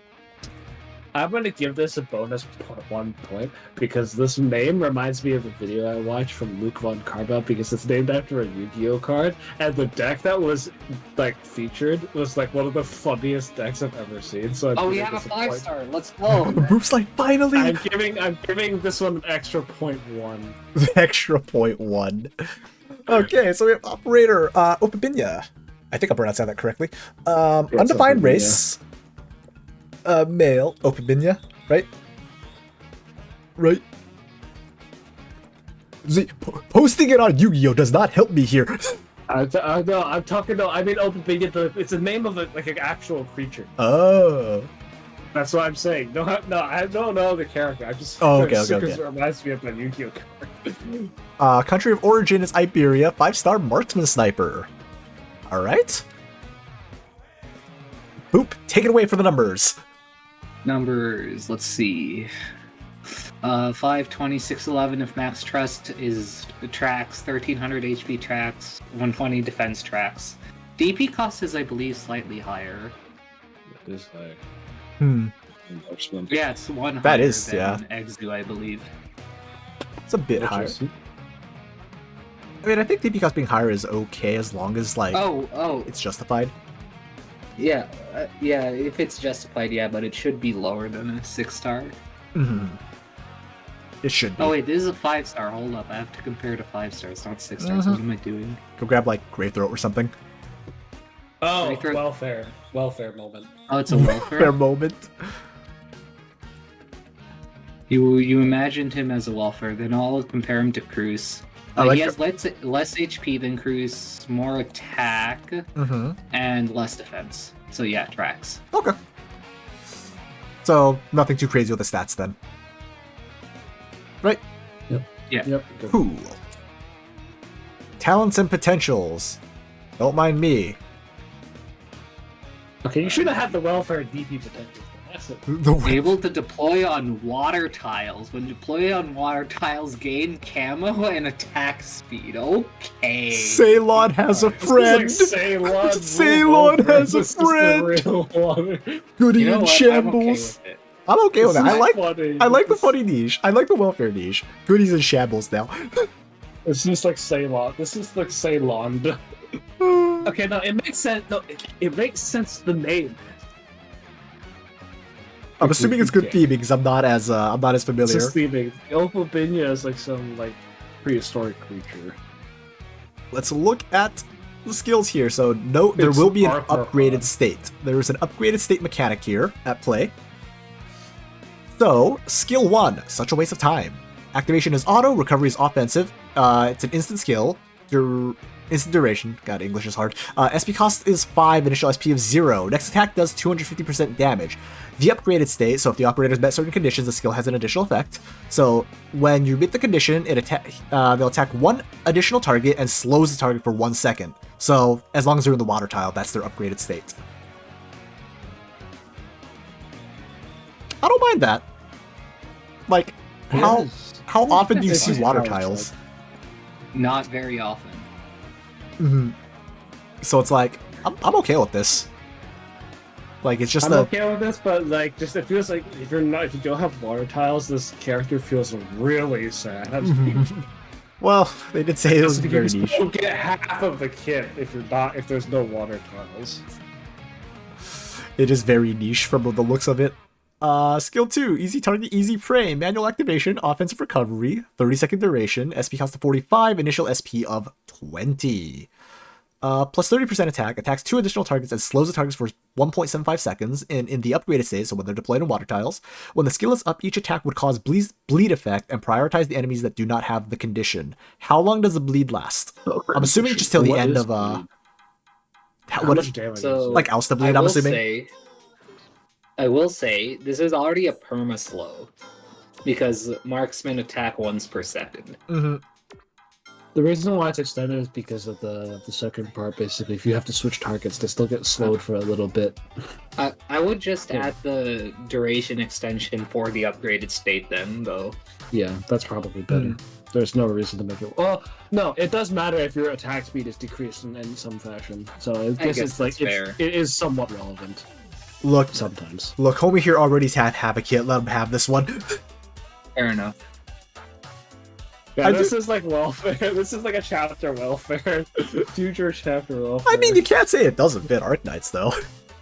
No, it fits. It's just it feels like it. This is like Ceylon still kind of functions without water tiles. This feels like if you don't have water tiles, you have half of the character, which is kind of sad. Welcome to Ceylon's life. I mean, what? No, the Ceylon isn't anywhere close to this gimped without water tiles. It's like, oh, boohoo, you get like a little bit more healing. Whatever. You're out of water. Oh no, I literally don't get like an extra like 50% total damage because I don't hit my targets or I don't get bleed. In the water. You're in danger. Out of the water. I'm in danger. Yeah, exactly. Mod buffs. When there are ground enemies within range, plus 8 attack speed. Level 3, able to deploy... Okay, so still able to deploy water tiles. When deployed to water tiles, gain invisibility and gain extra SPD. If deployed on land or surface tiles, gains plus 2 SPD and camouflage. Well, that makes That's it... okay. That actually makes it... Permanent invisibility is kind of concerningly strong. However, what are you actually getting? Yeah, when are you have to throw them in the fucking water tile, like Yeah. I'm kind of in Here's the... the thing, the perma camouflage is also okay because Luna Cub has that. Yeah. Perma camo is fine. Like, I don't mind that. I mean, the problem is just the character is a little too gimped, so you can honestly, like... Poor Yeah, dude this got... is- it's, Poor dude got kneecapped getting out of the water. Like, he climbed out of It's the because pool. the Opabinia is extinct, that's why he got kneecapped. It's like he's climbing out of the pool, but you know sometimes when you climb out of the pool, you slip on the little stairs, like a little like step ladder, and you just like bang your knee into it. And you're just like, oh god, that's him on land. He's climbing out. He just like hit his shin too hard. He's trying to crossbow with one hand, but he's like holding onto his shin with the other, just like, I got this, guys. And they're just looking at him like, are you sure? Wait, is this I guy love an the lore. eager operator? This what? This guy an eager op? Yeah. Undefined. Undefined, okay. I was gonna make a joke about how he's a fish out of water. I don't know, it would have been a good one to add in. Well, I mean, like I said, the Opabinia is an extinct group, or a type of animal that was like lived like 500 million years ago. So Mhm. definitely, So he kind of definitely fish out of water here. Actually, okay, I like the thematic whole like, oh, if you're out of water, you're kind of SOL because that's the kind of the prehistoric crabs basically. I think mean, we're getting an idea of what the undefined here is now. If you look at the after E2 promotion line, Yeah. if you take a look at that. That thematically works out. However, it feels so bad, man. Feels bad. It's like the Dagda effect more than the Ceylon effect, except like giga worse. Mhm. Actually, no, it is the Dag. This just reminds me of Dagda.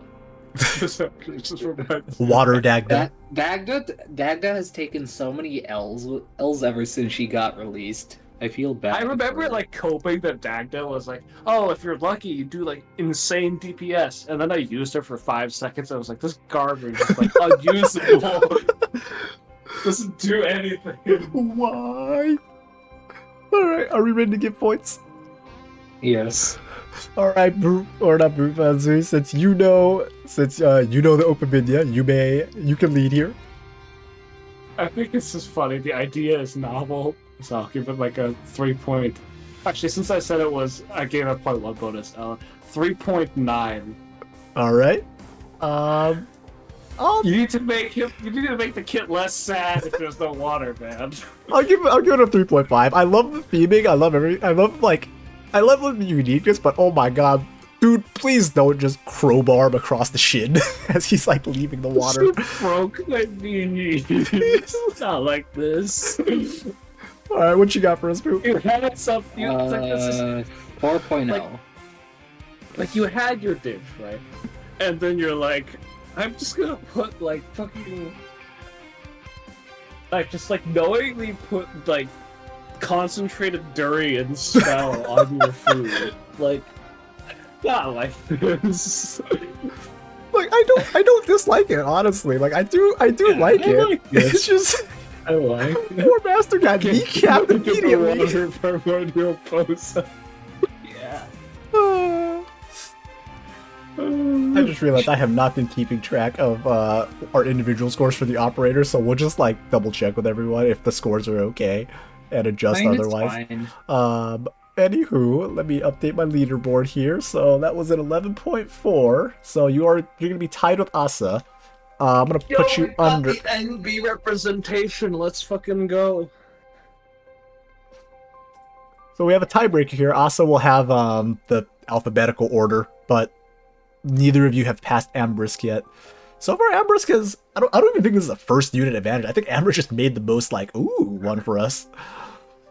Yeah.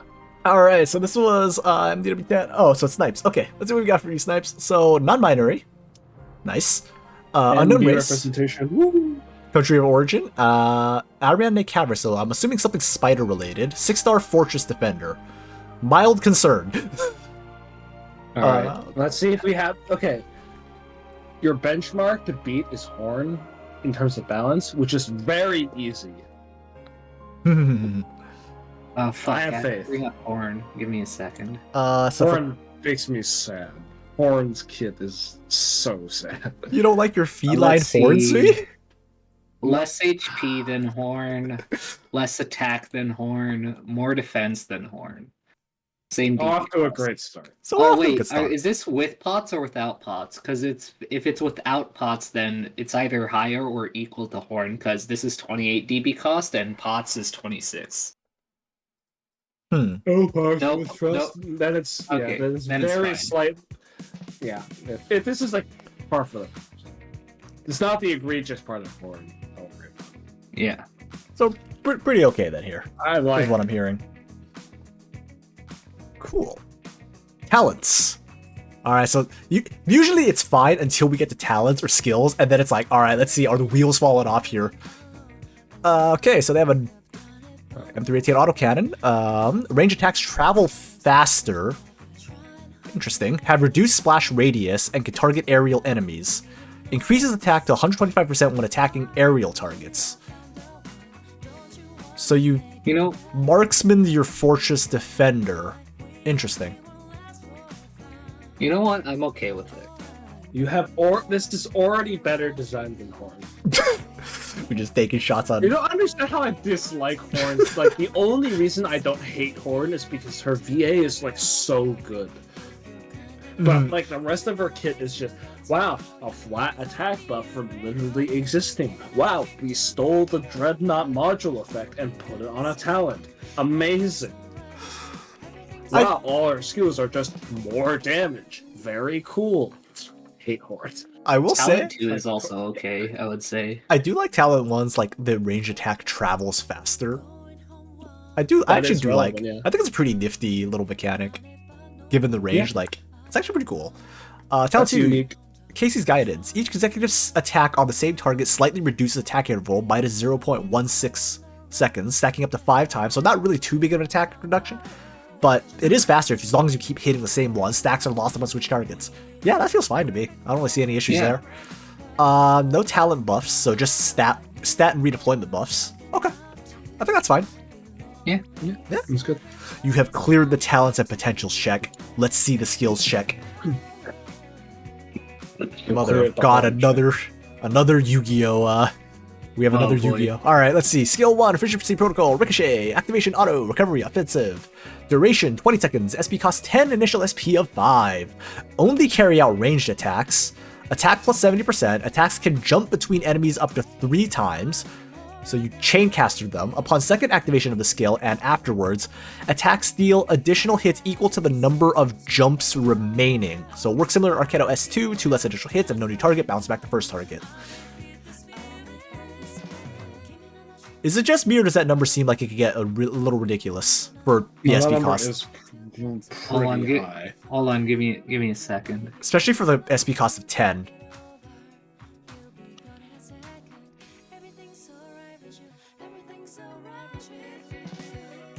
The 20-second duration and the SP cost, I'm like, I'm not sure about that. That is a really long duration for a very low. Oh, it's offensive. It's offensive recovery. Okay. Oh.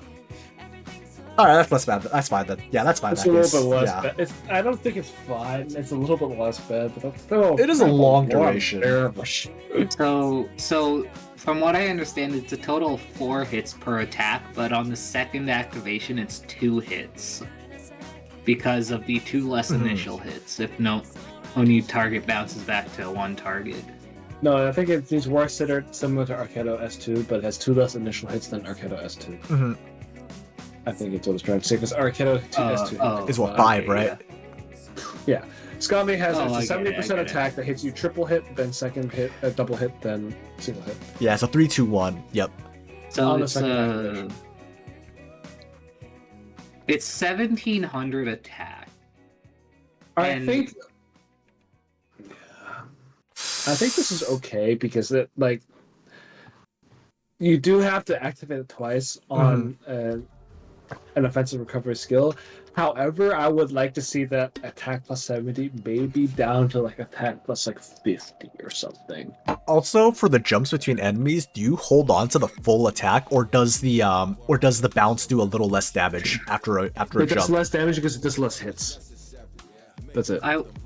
I would even bump the attack down to attack plus 25 or attack plus 30%, because the second activation, attacks deal additional hits equal to the number of jumps remaining. Then if you have 3 jumps remaining, that attack would deal 4 different instances of damage, if I'm understanding it correctly.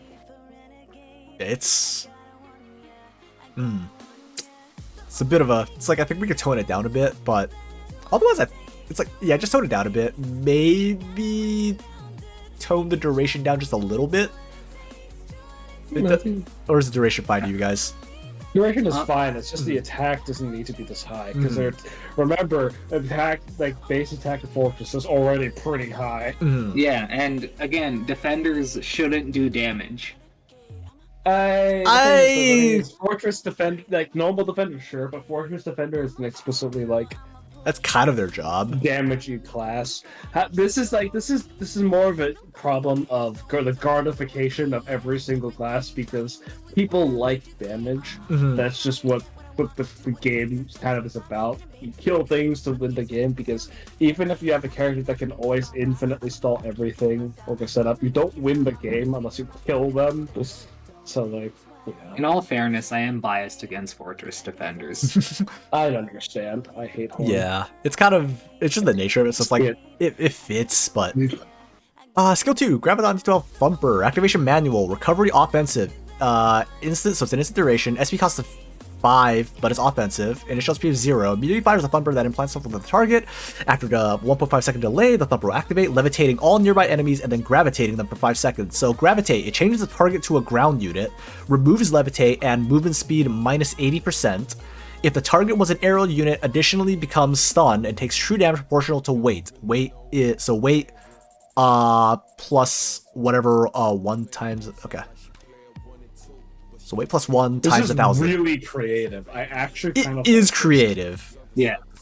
Maybe a little bit more SP, but that's kind of a minor pick. I like this. It makes me think of Railgun or Risk of Raid 2, kind of, but with more damage. Mm-hmm. Except not at all, because that's kind of how the Rail Gunner ship works entirely differently. Mm-hmm. It's nice. I like it. Instead of having an increased SP cost, you could have it so that the duration is actually part of the skill. Mm-hmm. That way you couldn't just SP charge it and do it infinitely. Yeah, Oh, like yeah, that is, so you can't that just is like yeah. just a slight adjustment, but I think it's fine for the most part. I like the concept. I like the concept. Just slight tweaks It's here. really nice. Yeah, maybe a slight spice adjustment because I guess we're using food analogies tonight. Tone down the paprika. It took a little bit too much. Skill 3, WMD platform Stampy. Activation manual, recovery offensive. Instant duration, SP cost of 18, initial SP 0, so all offensive. Interesting. So, obtains 1 Stampy, you can store up to 2 of them. Stampy deals AoE physical damage and self-destructs after 20 seconds. Upon entering the battlefield, Stampy fires a WMD at max range, dealing 850% of Arsenal's attack as physical damage in a wide area, and creating an Originium, I'm assuming Cloud, for 20 seconds. I may have forgotten to put that in. I'm assuming that's Cloud. Yeah, okay, it is Cloud. I just... For 20 seconds, when an enemy within the Origin Cloud is attacked, deal an extra 15% of Arsenal's attack as arts damage and inflict additional petrification damage, which is 36% of the unit's attack. After petrification damage reaches 1,000, the affected unit has movement speed reduced by 60% and takes true damage proportional to distance traveled 12 per tile for 10 seconds. This is a war crime. This is a literal war crime. Stampy range is 5 tiles ahead, same as Blackcaster range. The Cloud range is Asaria S2. I'm assuming it attacks on its own too, given that I have stats for it. Okay, you're giving your summon a talent. That's a problem. No, summons do have talents. All summons do have talents. Oh, they do? Okay. Yeah. For example, Stainless's turrets give 20% okay. physical damage reduction to everything behind it. Mm-hmm.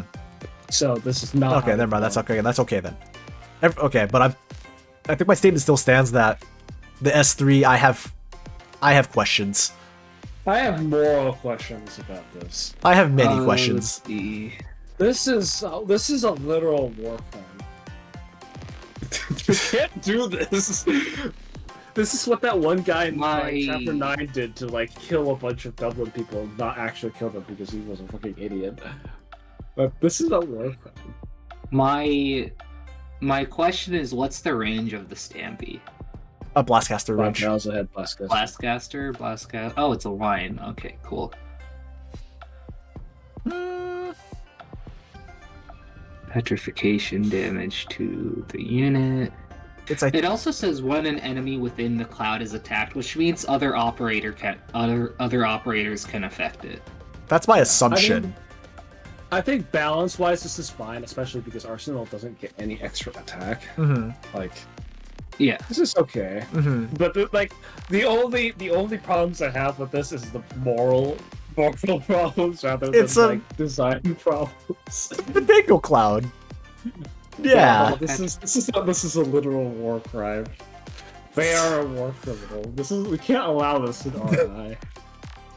Honestly, I'm okay with this from a mechanical perspective. Mm-hmm. Yeah. I don't hate the balance on it. The more I'm looking at it, the more I'm like, it's like, oh yeah, he doesn't get any buffs. You can store up to 2, but it is a lot of attack. Here's the thing: we commit war crimes anyway by sending children into battle. I mean, it's like you put. Okay, I think that's gameplay and story segregation. I don't think we actually send like children into battle. Like even Golden Glow is actually not a combat operator. Okay, no. Let's just the only child operator we just said Albion responded. So let's move off the topic here. Let's move off that topic here. Let's move on. I'm sorry. let's just scoot on here. Like we're digging the hole deeper. Let's fill the hole and just keep moving here. Just fill up the hole that we dug. And let's move on. Let's just move on. Anyhow, you guys heard nothing. Anywho, so it looks like archive file. Where'd my music go? There we go. Anywho, let's see. So it looks like, it's an arachnid, like a spider-esque operator, but with like a full-on armored exoskeleton, from what my understanding. Interesting. I will say, this is a lot of, like, technical stuff. Well, let me see if I missed something here, but I want to say I would have liked to see a bit more for, I think I would have liked to see a little more of, like, how this ties in to, like, AK in general. Well, that is true. I think I like this because it kind of leads. I like this, like the, it opens the door to like questions, like how did the character get to this point? Like it kind of reminds me of Blaze. Everything reminds me of Blaze. Where basically like a lot of her backstory is just what the fuck happened with her dad and So like this is kind of reminds me of that. Like what circumstances led to this kind of extreme like basically this person is stuck inside a mecha suit and this like incredibly infected or something. Like what happened with the Arachnids? It's interesting. I actually really like this design.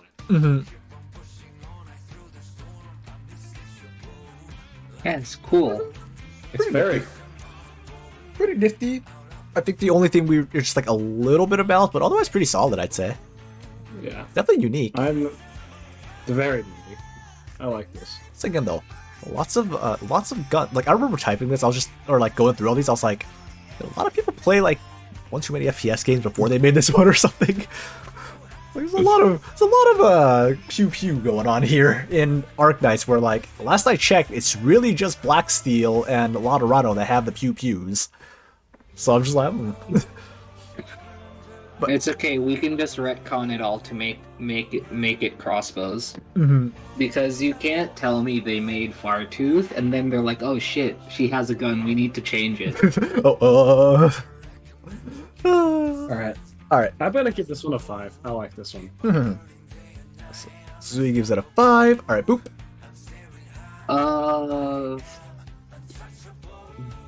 What am I thinking? I'm trying to remove my bias of Fortress Defender, so could you go first, please? Sure thing. Yeah, I think I'll roll Z. I don't mind giving it a 5. Like it's solid, it's new. There's like little things that we would like to see here and there a little more, but yeah, it's a good solid operator. Yeah, I'll say 5.3. 5.3. Boop being generous. My God, Boop's usually the bad cop in all of this. They don't have the. I don't think this beats. Ambrose? No. I forgot their name. It does not beat But Ambrose. It's really close. It's yeah. This is gonna be 15.3. Ambrose was a full-on 16, if I remember right. All right, Mystic. Next one is yours. While I update things here, give me one moment. 15.3 for. All right, this is the part 3 of the Rainbow Six co-op. You have Jaeger for the Rainbow Six. I'm kidding. We'll be safe from We grenades have now. a 5-star. We have another 5-star. Another marksman. 5-star poggers. Poggers. Please tell me that doesn't extend too far. Okay, perfect. I was like, please tell me the name doesn't extend to our faces. Okay. So. Ooh, a Draco. Ooh, oh, okay. All right, you have my attention. They're a Draco. All right, Mystic. You have my attention. Pause champ. I have a dragon. Champ. You have my I like attention. Dragon Sniper. We don't have those. I approve.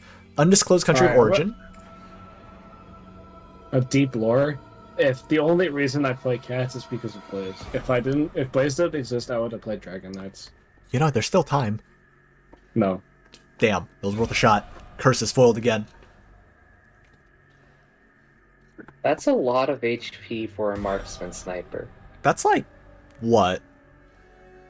That's like ground operator levels of HP, right? Like lower No. star rarity? Not quite. Or is it just I'm like pretty sure they have like ground. I don't think Actually, there's never a mind, single ground ground warhead. operator with less than 2k. 3 stars? Wait, hold on. If I'm reading this right, Arketo has... No, Arketo doesn't have 1700 HP. What the fuck? What was I looking at then? Did you say sub 2000, Zui? Spot has 1833. Whatever. Wow, Game Press is fucking with me. What the hell? No, Arcana does have 1700 HP. No. 1705. Sorry. That's Game Press, though. If you click her and then you look at her stats, like you put Elite 2 and you put it higher. Is it really 1700? It is 1700. What the fuck?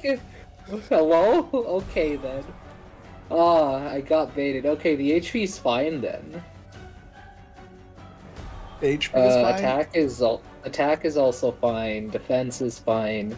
Res is 5, like BP. Mm-hmm.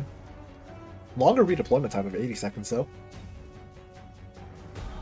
DP cost seems standard, question mark? This is welfare redeployment time. And Welfare redeployment This is time. I like how we're just getting new and it's just, this is welfare. I mean, That's our new, just like, it's kind of it's not welfare DP cost, but it's just welfare. see what we got for our The fact talents that here. they gave Wildmane 80 seconds of redeployment time is a war crime. Changed my mind. Alright. Maybe. Alright, talents and bots. Talent 1, Arts Hunter. Prioritize caster type enemies. Attack ignores 120 defense, plus 20 when attacking caster type enemies. Interesting. Pot 5 improves talent, so that's... Alright. Zoo, you'll be right back. I can still hear you, sir. Okay.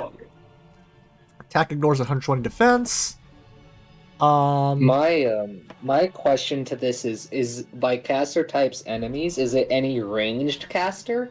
Or do melee arts guards count as caster type enemies? Yeah, like, is this, like, are you referring to range, like, ranged arts damage? Like, is that what you consider as caster type? Like, is... Because I... technically Manfred would count then, because he does ranged attacks. Mm-hmm. So it's like, what's the... Because I'm pretty sure Arknights doesn't have, like, a specific caster type mechanic, which, again, is fine. Like, you're free to, you know, put it in, but just, what is our definition here of caster type? So... Arch specific, so so this includes melee arts too, okay. Okay, so just arts damage, so enemies that do arts damage. Is that what we're clarifying here then? Mystic? Alright, so our enemies that do arts damage. I want to say that's okay. 120 def is not... I would be okay with it. Yeah, 120 up to 140 def ignore only when you're attacking arts enemies is fine, I would say. Like, it is significant, but you're locked into only attacking the arts enemies. So, I would say that's okay until, you know, you're locked on... Hold on, is it... Yeah, so it's like, you're fine until you get locked onto something that you really don't want to lock onto, I guess. They're just like, no, I want you to kill this, and they're like, I mean, no. To be fair, enemies that do arts damage are mostly threats, right? So taking them out faster isn't necessarily a bad thing. I'm just wondering, like, unless you lock onto a boss that does arts or something, you're just like, I don't quite want to deal with him yet. That's the only thing I can see this, but again, that's more just, you know, use cases. Skill issue. Yeah. Which is totally fine. I think, yeah, no, I'm okay. I like this. I like this. You're prioritizing a type of damage. And that's something that we don't have, but I can see getting added in. So I'm cool with this. Yeah, it's nice. I like it. Yeah. I'm cool with this. I vibe with it.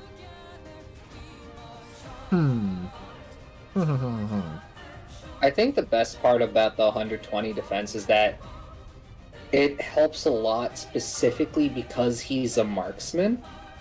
If he was any other archetype, it's just like, it doesn't really need to be ignore 120 defense, it can just be attack up, you know? But ignore 120 defense for marksman is just really, really good. Because their attack is usually pretty low. So, again, we're kind of just stalling for a little bit until Zui gets back to weigh in on his opinion. In the meantime, if y'all want to do a quick stretch... I'm back. Never mind, Zui is back. Welcome back. Wait, was caster enemies like? I know there's like part of the name. What was the description? So what Mystic is defining them as is enemies that do arts damage. Okay. So No stretching allowed. yeah, so prioritizes arts. So basically, it arts enemies that do arts damage, which I think is totally fine. I don't really see anything too wrong with that. It's fine. Yeah, that's pretty cool. And nothing really crazy with the pots. Pretty standard across the board. Skills. Skill 1, Originium Tipped Arrows. Jesus Christ, we're just throwing Originium on everything, huh? Everyone gets affected and dies. Activation is manual. Offensive recovery. SP cost of 10. I'm going to assume it starts as 0. So it's an ammo-based skill. Interesting. Ammo-based skill on a marksman. That's going to go really quickly with how quickly marksmen attack. Slightly increased attack. Okay, so it's really going to go quick. Deals 110% physical damage. Arrows detonate after 1 second, dealing 50 or 65%. So, okay, so you can hit 2 arrows. Okay, so you can stack 2 arrows on 1 person. Damages arts damage to all nearby enemies, 4 adjacent tiles. When manually deactivated, Diego shoot the remaining arrows at random enemies in his range. I'm a little bit miffed about the manually deactivation because you can activate it, immediately manually deactivate it, and just have that burst, right? And then he'll just charge it up back in 10 seconds because he's a marksman. I like a little mix of toddy. Like, the ammo's gonna go quick. So, question. I'm assuming then that, like, if the first person, like, if the person being targeted doesn't die, like, extra arrow explosions are wasted, right? Because they could only stack. Well, I guess, like, actually, no, if they attack your middle, I think it works out. So you can always just have, like, constant arrow deaths on them. It's gonna shred caster. It's gonna shred arts enemies. I'll say that. Which is the point, right? Yeah. Like, it's definitely gonna shred caster enemies. Which is... Yeah, Why does the explosion do arts damage if the character ignores physical? I know this is one of those like lore / gameplay like integration issues, but it just feels kind of. Oh, I didn't even notice. I'm not gonna take off points for that because like I think that's part of the like lore aspect. It feels kind of weird. Why would the defense ignore specifically rather than like a damage buff? Oh. I'm assuming with the arrows, when you lob them at someone, if you just burst them all, like you only get 2 arrows worth of explosions. If you just lob all 10, just be like, You don't get 650% arts. Yeah, you don't get like a billion arrow damage. I'm assuming, just based on like the wording here, it's only 1 or 2. So at the most you could get is 2 arrows worth of kaboom if you decide to burst it at someone. It's still 110% physical damage 10 times though, if assuming you deactivate it immediately. Which is a lot of burst. It's 5,000 damage in terms of burst with 0 defense, yeah. Like it Which will is a lot. Yeah. I think it may. Although I think this is more just like we can tone the numbers down a little bit. I like the skill concept. I like the concept. I think just numbers maybe could go a little bit down, not by too much, because you kind of want to stick with like what their job is, right? But yeah, what do you guys think? Just more of like a numbers thing, or what y'all thinking? Sorry, I was drinking water. I think it's fine. For skill 1, I think skill 1 is fine. I'm only really concerned about the manually deactivation thing with the burst, right? Yeah, maybe just. No, this just reminds me of Horn skill 2. It's not like it's not that egregious, I don't think, because it's just like you're just doing all of your like attacks are like in one thing. And remember, it's like at most you have like 1,000 physical damage on a marksman. That's like 600 to 700 attack. That's not that much, and each one has to go through defense. So like, I don't think it actually comes out to be that much damage. And a reminder that the burst only works on arts enemies. So if you're hitting something that's like, if you killed all the arts enemies and you're just like bopping something. No, like, it doesn't work on only arts enemies. It just it increases. It. Oh no, I'm saying. I'm saying the defense ignore only works when attacking arts enemies. Oh. So I'm saying like you're not even getting the defense ignore, so you have to chunk through all of their burst. Yeah. Yeah, then he doesn't have that much he doesn't give an attack buff either. This is just an attack scale, so it's really not that much damage. I'm leaning as okay. Maybe a slight adjustment here, like maybe a slight adjustment, but I want to say it's mostly It fine. needs more. I think it would need more power, but it's not like it's. This is like. It's not like it's fine. Mhm. It's like maybe a little bit of a numbers adjustment, I would say at most. But yeah. All right, move on to skill 2. Schutz. I think I'm pronouncing that correctly. I don't speak German. Activation is manual. Recovery is auto. 40-second duration. SP cost of 30. Again, I'm just going to assume that this starts at 0 initial SP then. Expands attack range to Deadeye range. Oh, would you look at that? A marksman expanding to Deadeye range instead of a Deadeye expanding to Deadeye range. Decreased attack speed. However, attack plus 40, increased talent effect to 2 times, and inflicts slow for 0.2 seconds. So for reference, with the minus 40 attack speed, it's like a 1.67 attack interval, which is what 20. It's like 25 or 26 attacks, right? And considering that marksmen have very low attack, the plus 40% attack doesn't really do much. Granted, talent effect to 2 times, it's ignoring 320 defense, but that's again 2 only arts enemies, right? And the slow is very minimalistic as well, because there's 1.4 seconds of downtime where they're moving at normal speed. I'm kind of with Skami here with skill 2 feels like feels like it could be a skill 1, and skill 1 could have been the skill 2. It was a little flipped. I can see that. Yeah, it's like I think S2 should have been S1 and S1. Yeah, I'm kind of with Skami on that one. Like, it's still fine. Like, it doesn't really affect the operator any. Like, the overall power level doesn't change. It's more just like, it's like skill 1 is usually a more simpler skill. From my like, we don't really see complicated skill 1s, right? Honestly, I just wouldn't decrease the attack speed. I think just having a plus 40% attack is fine. Yeah. But I mean, I don't really see anything I dislike here, outside of just I like just think the numbers need to be changed. It's alright. concept. Fine, I don't see anything wrong with the concept. I like it. Yeah, well, I like the concept. I just think numbers. Because the thing is, the only thing that we have similar to like a caster killer is on Nakiel, who is a 3-star. Anything else is just like not really. I mean, we have Firewatch, but that's Firewatch not kills really like a everything. thing. Yeah, exactly. Firewatch's Not arrows exclusive. are rated E for everyone. So let's see. So it looks like he did a lot of fighting in. So he's a mercenary. Did a lot of anti-arts fighting. Oh, he was in a crime syndicate. Okay, so he's running around hunting down arts users. Okay. Let's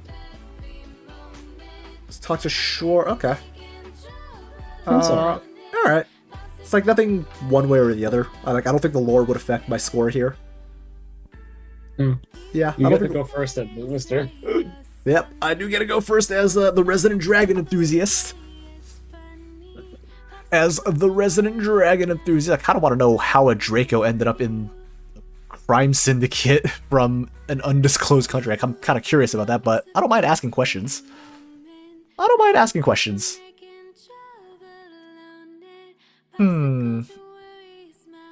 my neck. Oh, fuck, I'm dying. What am I thinking here? I think like a 4.5 for me is fine. I want to say 4.5. Like, everything kind of works. It's just a little bit of numbers adjustment.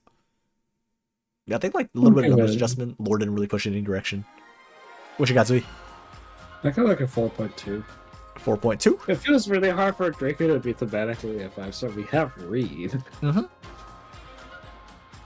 Reed still kind of got shafted by the whole module thing. You know, 6-star version. That's fair. 4.2. 3 years though. Yeah, again, reminder for everyone here that we are grading it out of 1 to 6 stars, or 0 to 6 stars. Thanks, me for that one. Instead of going on 10-point scale, we're doing a 0 to 6 stars for giggles here. What you got for us, Spoop? I'll give it a 4.5 as well. like we are like Dragon, like it would fit in. Jaeger would fit in, just slight number tweaks. What does that put us at? 13.2. 13.2. Doing some mental math there. Good news, guys. We only have 3 more operators. We are actually moving at a good pace. Wait, 3 more operators as in the judges, or No, 3 more non-judges. Oh boy. Look, we're making good time. We're at 4 hours. Thank God we're not going to 6. But We're only at 4 hours. Nice. yeah, we're doing okay. We're doing okay. Like Amber's with Draco. Sometimes Dracos make wrong life decisions. This is true. Alright, so this was a 13.2, which on the leaderboard would put them just above Lesot. Pogger's 4th place. For a moment, I thought you were about to write Mustard Man. And Mustard. I'm just like, why? Oh, Kiwi. Oh, it's Kiwi. Yeah, now it's Kiwi, our current defending champion. We're gonna see if Kiwi can defend their title. We got another fighter. Oh my god. Another 6-star fighter, Mr. Oh, I think I remember this one from typing this one in. Also, mild jumping ahead to judges a little bit, but we have 2 operators that have Mr. in their name now. Just a little. Mine is MR. I didn't spell it out. All right. So suspecting with Libery from Colombia, 6-star fighter. Do we have like John Cena or something? That's my first thought. All right, Boop, take away the numbers for us. 2400, 722. I believe everything is more or less on par. His HP is a lot lower. But his attack is a lot higher and his defense is a lot lower. So, more glass cannon. Zuik, any thoughts? Is Zuik alive? Mike is muted. I'm sorry. I will withhold any like point losses or changes associated with skills, but like this is potentially difficult because brawlers have. Not that I agree with like this design, but brawlers have lower attack because their attack is so low. So if the attack gets too high, that might be mildly problematic. But it's probably fine. You have to be really, really egregious. Let's see what we got here. So, talent and potentials. Talent 1, Magnanimous Presence. When deployed, all currently deployed operators on the field gain 50% attack for 5 seconds. When Mr. Free leaves the field, retreated or defeated, all operators get minus 75% attack for 10 seconds. I almost spit out my imaginary water and then I swallowed it back after I saw the. You know what? I'm okay with this. This is kind of funny. I'm okay with this. I would say turn the 75% into minus 50% just for the consistency. Wait, I just thought the other stuff. What actually the fuck is this? Wait, DP cost +6? What the hell? Wait. Savior of the Free DP class +6 when in squad enables all other operators potential upgrades. What in the hell's name did you make, Kiwi? What am I looking at? Wait, that sounds awesome. This is the best operator that you can put over his guns on pots instead of Texas, so they completely ignore them. This is exactly like Bagpipe. You don't even need to deploy him. Wait, that's not a good thing. Wait, that is not a good thing. That is bad. It's really funny, but this is kind of a big deal. It's like DP class +6, but it's like you get all the pot upgrades. Like that's don't need. This is just like the ultimate pot sim. I need the pot sim. Yeah, it's okay. Arkrek wouldn't accept it anyway. No one tells I. She might murder someone. Like the pots are all just DP -1. Honestly, this sounds like an April Fool's operator. This sounds like a shit post. I love the shit posting done, but okay, we have problems with balance here. What are our skills? This is arguably Fucking more Christ, fun we than just- the answer. We just so we have like John Cena, but it feels like President of Colombia. 50%, including aerial enemies. So instant SP or instant duration, activation man, my fist will protect the sky we live on. Jesus Christ.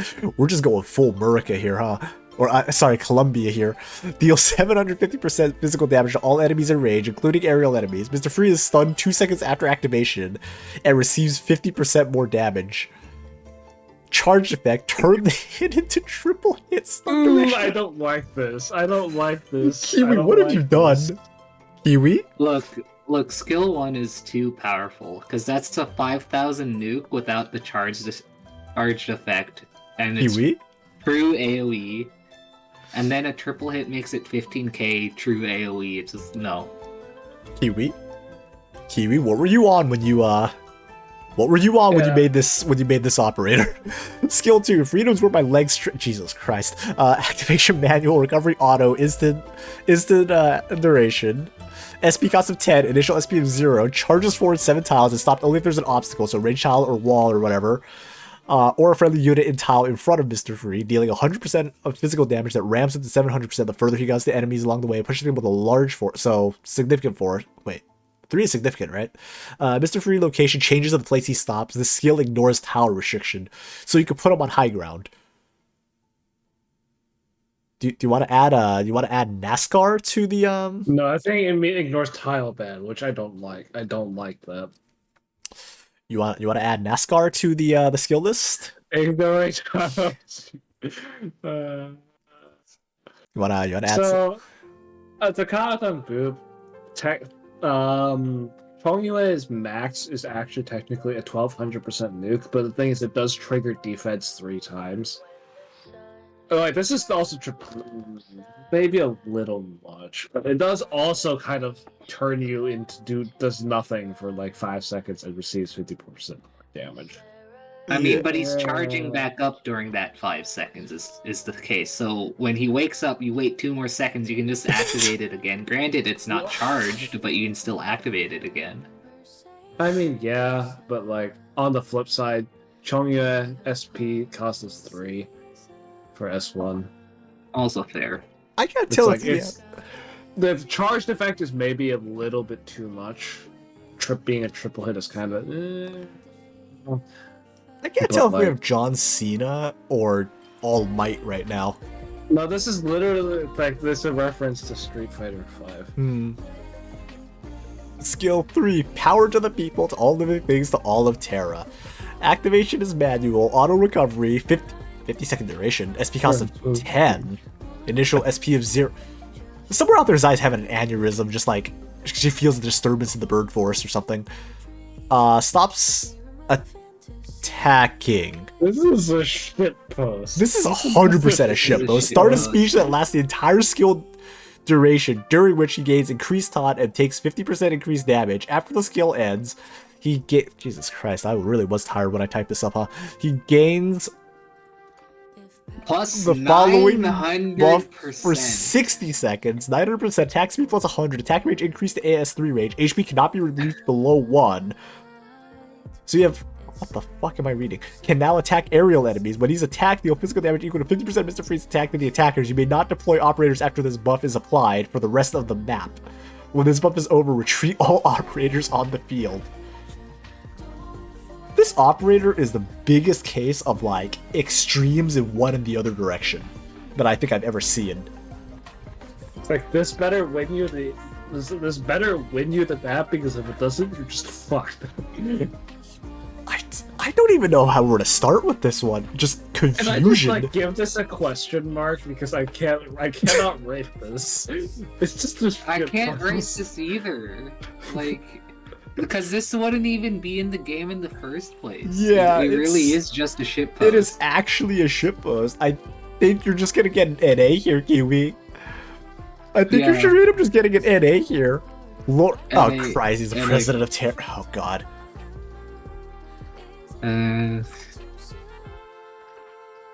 Let's This is see. 100% a shitpost. This is just a shit Oh, yeah. post. We're We're not even gonna have a judging phase for this one executive decision because none of us can judge here. You are going right at the bottom with NA. Just not applicable. Well, we're gonna have a new champion, that's for sure. Read the lore. No, we just move fine. on. No, we're moving on. This is too much of a shit post. Like, I'm moving on from this. Just what the hell did I read? I'm just gonna put this here for a quick second so I can swap out the slides here.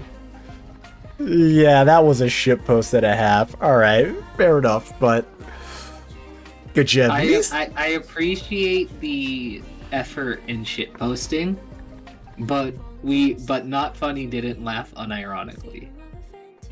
Just actual confusion. How many more do we have left? 2, including the one that we're currently on. Oh, We're and then the judges. And then judges. Forecast. Oh, I remember this. I saw it in Contest General. It's our first NA score that we had to give. Interesting. So forecast, there is Sancta from Maturano, 6-star Sentinel Protector. Okay, the last time we saw a Sentinel Protector, it was the helicopter.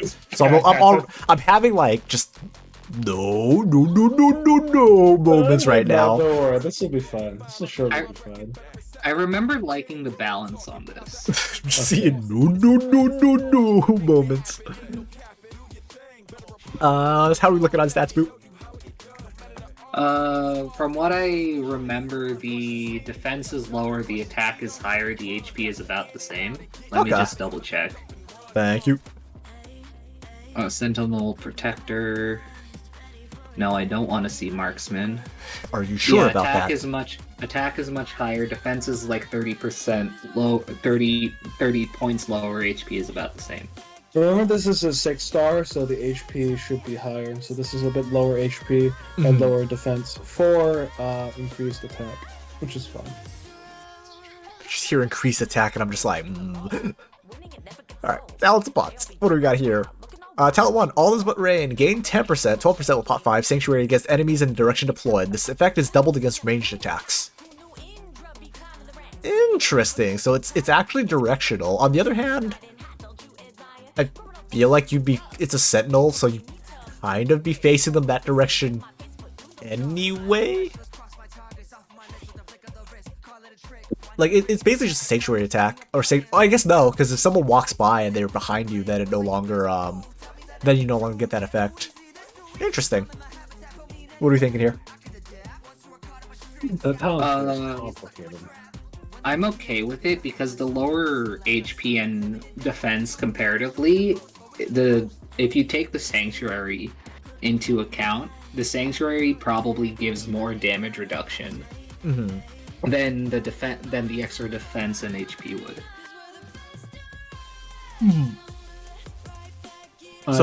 I'm not. It's hard to talk about this without CN spoilers. I think it's fine. The only thing I think is just my 2 a.m. 3 a.m. brain is having trouble parsing talent 2.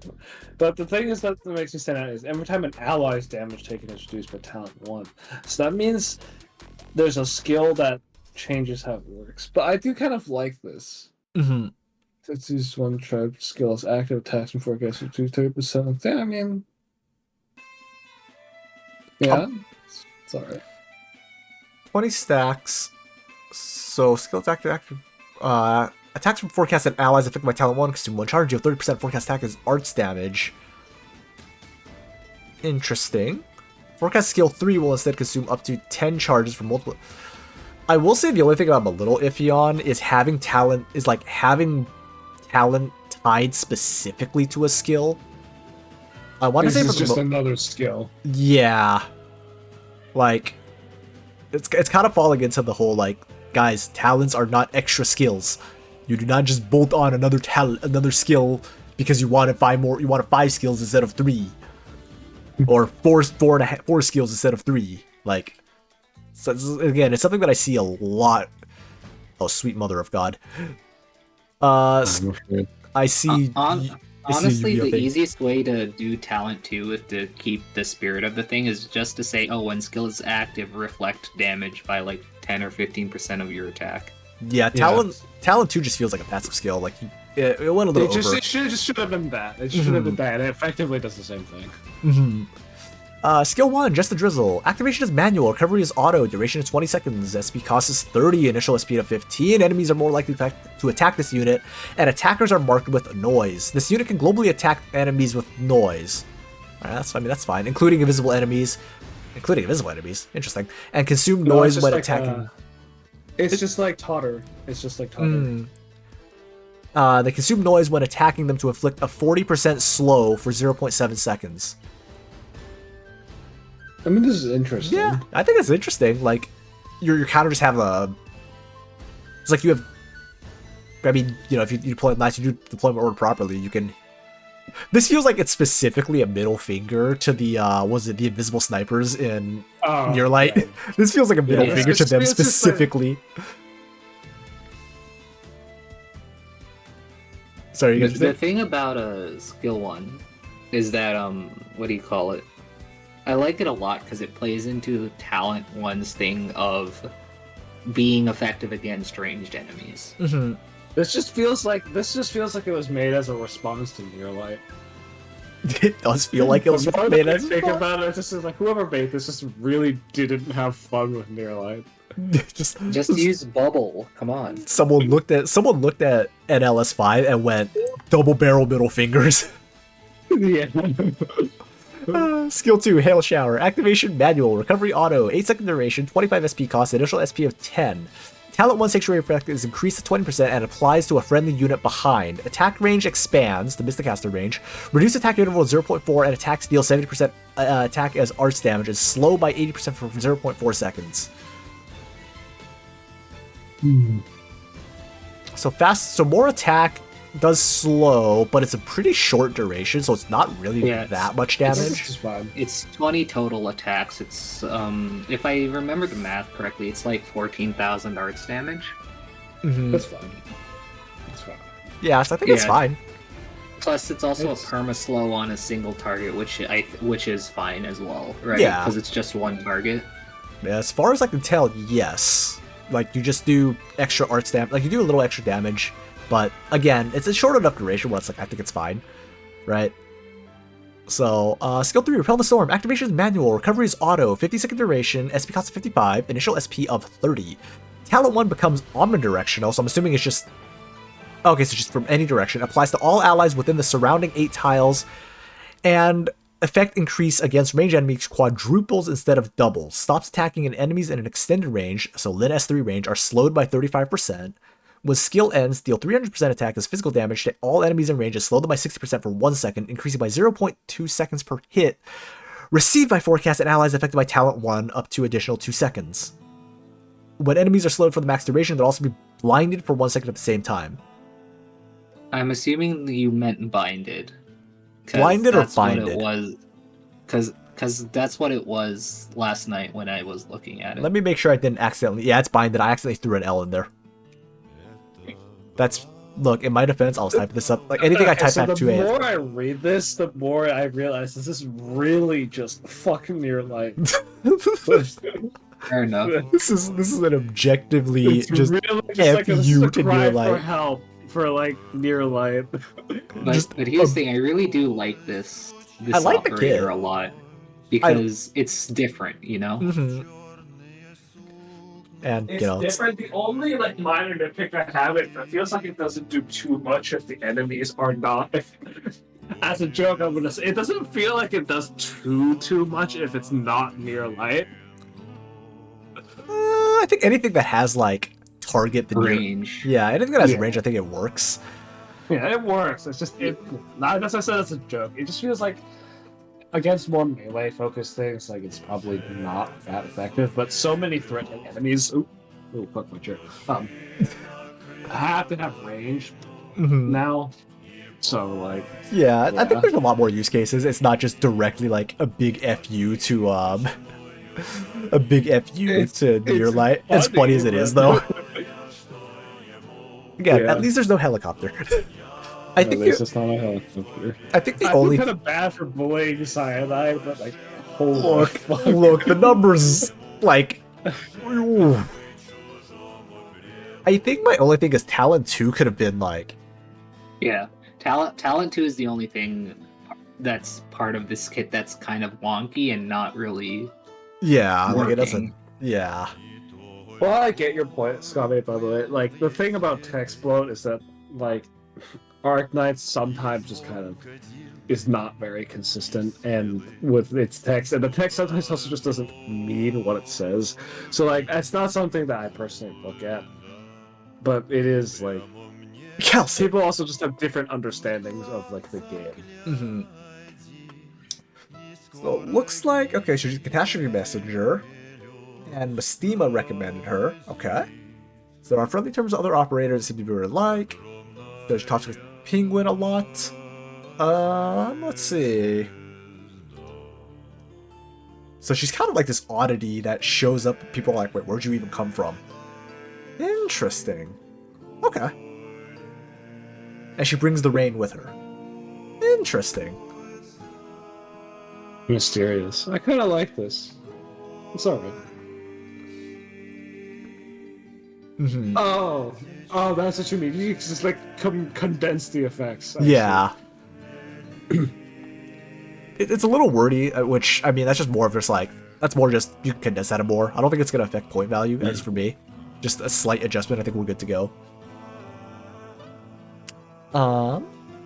We got any thoughts here? Or are we good to go for points? I think I'm good to go for points. Cool. Same here. Alright, Boop, what you got for us? 5.5. I really like it. 5.5. Interesting. Ambrisk might have some competition this time around. What you got for us, V? Yeah, I think I'll give it a 5 just because I really do like the kit. The kit is very interesting. It does definitely need some like compression, which is why I rate it that higher. But like, it's a very fundamentally unique kit and introduces more defensive utility that in a way might actually like see use if this was implemented. Mm-hmm. Versus like, oh, it's more interactive utility that this unit takes less damage, or this unit basically is now immune to arts damage if you're lucky, and for like 60 seconds, and now all arts damage of the game is forever like has to be decided around that one skill. And okay, I'm gonna give it a 5.2. Feelings. Mm-hmm.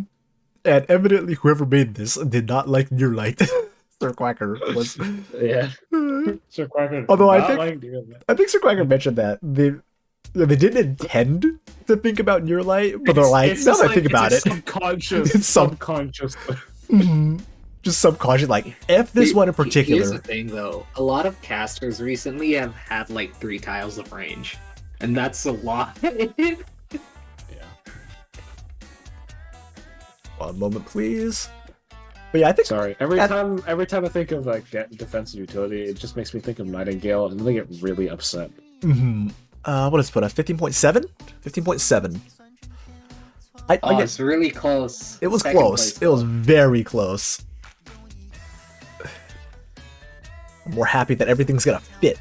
You just realized your score stands for North America? Someone ban Kiwi for like 10 seconds, please. Huh? But no, it's a NA, so they can ruin Kiwi's fun. You're right. I need to do that. Hey guys, good news. We have made it to the last one. We've done it. It's been like 4 hours. It's shorter than I thought we were going to be here for 6 hours, but we did actually manage to speed it up a good bit. But yeah, I think my score would have been a little bit higher for you, Quacker, if the Talent 2 wasn't as wonky. So, yeah. Man. Okay. Yeah, Yeah, what it's a new archetype. Yep, we have the new archetype. I have the explanation later. So, new archetype of 6-star commander. So there's supporter, another Sancta from Laterano. Okay. Stats, we don't really have anything to base this off of, so we'll just kind of play by ear. No defense and no res is interesting. No defense. Is this high ground or low ground? What's the yeah, high ground, low ground. I believe it's a melee class because Varshio came to me for advice on this. Mm-hmm. So I can explain a Both. little bit. The reason why defense and res are 0 is because it's to sort of like show the fact that it's a commander, right? It's not supposed to be like this frontliner type of operator who can take hits. No, they're supposed to be in the back commanding. Mm-hmm. So like a summoner, but different. Yeah, in a sense. Interesting. All right, let's take a look. Interesting. So the trait You is this. You have my curiosity. ECH. I'm just seeing Zui do like the Gendo Ikari, like laces the fingers like glasses flash. The trait is the operator can be deployed on low tiles. So low ground tiles has reduced redeployment time, but DP cost is not refunded upon retreating. Interesting. When this operator is deployed, the prior application of this operator's skill ends. Talent 1 is a prayer. When this operator is deployed, turns tiles into Sanctum, based on skill applying buffs. When this operator is deployed, prior Sanctum are removed. Sanctum, tiles that apply a benefit to the operator deployed on them. Only the strongest effect of this type applies for each stat. Interesting. So for those who don't understand, basically the operator applies a buff to the tile itself rather than an operator. There is precedent for that. It's how Chen Holiday S3 works. Except now instead of different enemies, it buffs operators. Okay.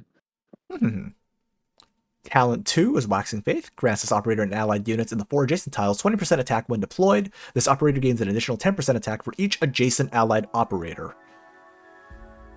Interesting. It's a bit of a hefty buff, but we'll see how this goes.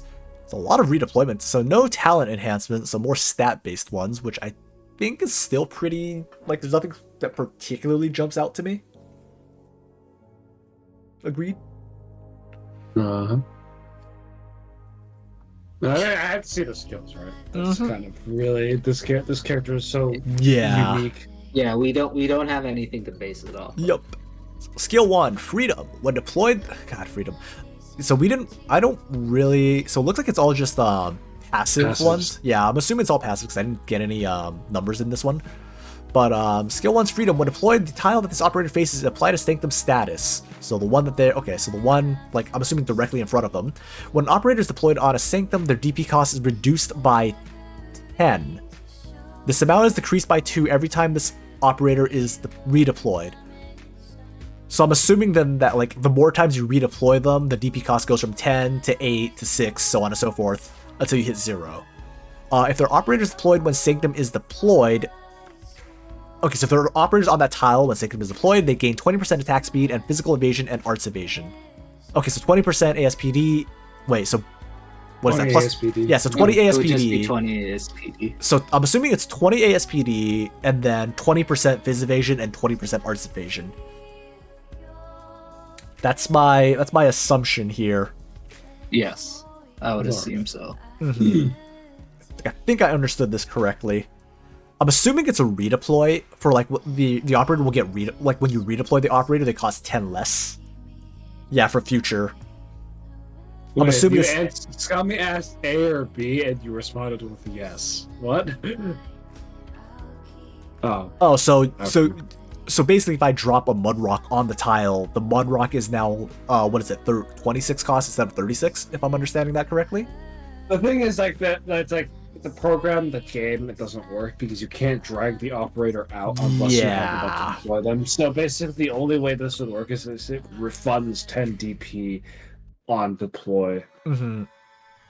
So it's a bit with game mechanics, it's gonna be a little bit finicky.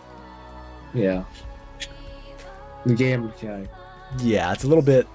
Yeah. Yeah, well, like, it's not too expensive, so you just can't pick things up. Yeah, like you can't even pull them just with the way it's coded. Like you'd have to really like go. Okay, this is kind of a little out of scope, so we'll just assume it works the way it says it does. Like we'll just pretend that it works the way it does, but mechanically, it's like mechanically it doesn't work how just in Arknights in general, but just we'll hand wave it for the purposes of the contest.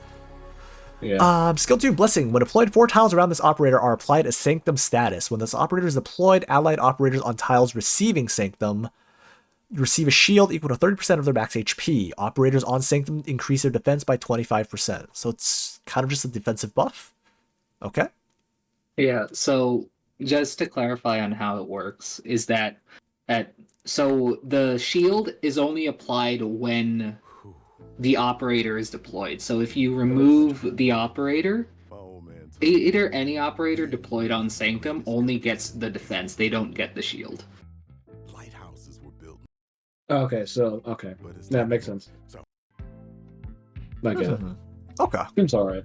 Yeah. But okay, this has been bothering me. I've been reading. I saw skill 3, and I have to ask: is that how often does that true damage happen? Because it's either like a nice nuke or the most broken thing in the game. So skill 3, let's Only on see. deploy? Okay. All 8 tiles around this It's fine. operator, the deployed tile apply to sanctum status. Allied operators inside the sanctum deal 20% bonus damage. Enemies and tiles operator apply sanctum to receive true damage equal to 15% of their current HP, but only as a like on deploy. That's still a good chunk of true damage. Actually, though.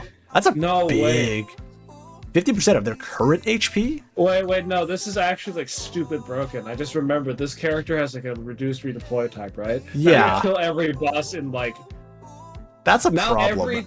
now literally every threatening enemy becomes stall to deploy this operator like 7 times to instantly kill everything in the game, which is current HP. I will say 15% current means they don't die. Like it's you have diminishing returns, but that's still pretty It's significant. Still, I think that's still kind of problematic. Yeah.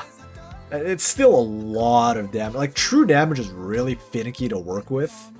True damage, literally, I don't think any boss has any mitigation for true damage. Yeah, It it's bypasses everything, which is percentage health. True damage is like very dangerous. To play. yeah. Again, especially if you're at, that pot 6, right? And you're just constantly dropping them down. What is that? Every 17 seconds? Yeah, that's I can see that's gonna be a problem. It's just like a global, like massive health reduction for every like threatening enemy. Which Did is I suggest 15%? Really? That's on me. I'm so sorry. I made it super busted. I mean, even 10%, I think is still kind of. I think the fact that I think true damage should only be a small bonus. Even Cal's S3, I think, is kind of problematic because it just trivializes so much. Even Neural, a little bit less so, but still kind of, because it's a lot more conditional. But true damage should not be this easily accessible. Mm-hmm. It's just. I mean, even if it was 10%, that's still. Like, percent and true, they just don't mix. It doesn't matter if it's 15 or if it's 10, just conceptually, I just really don't like it. Like, it's a lot. 1, 2. And yeah, anything dies within like 15 to 20 deployments, which is basically. No, right. It is once per deploy. However, basically, you just have to find this is how you do. You stall every boss and just keep deploying it. Now you've literally beaten everything in the game. It trivializes too many things. Yeah, it's scary.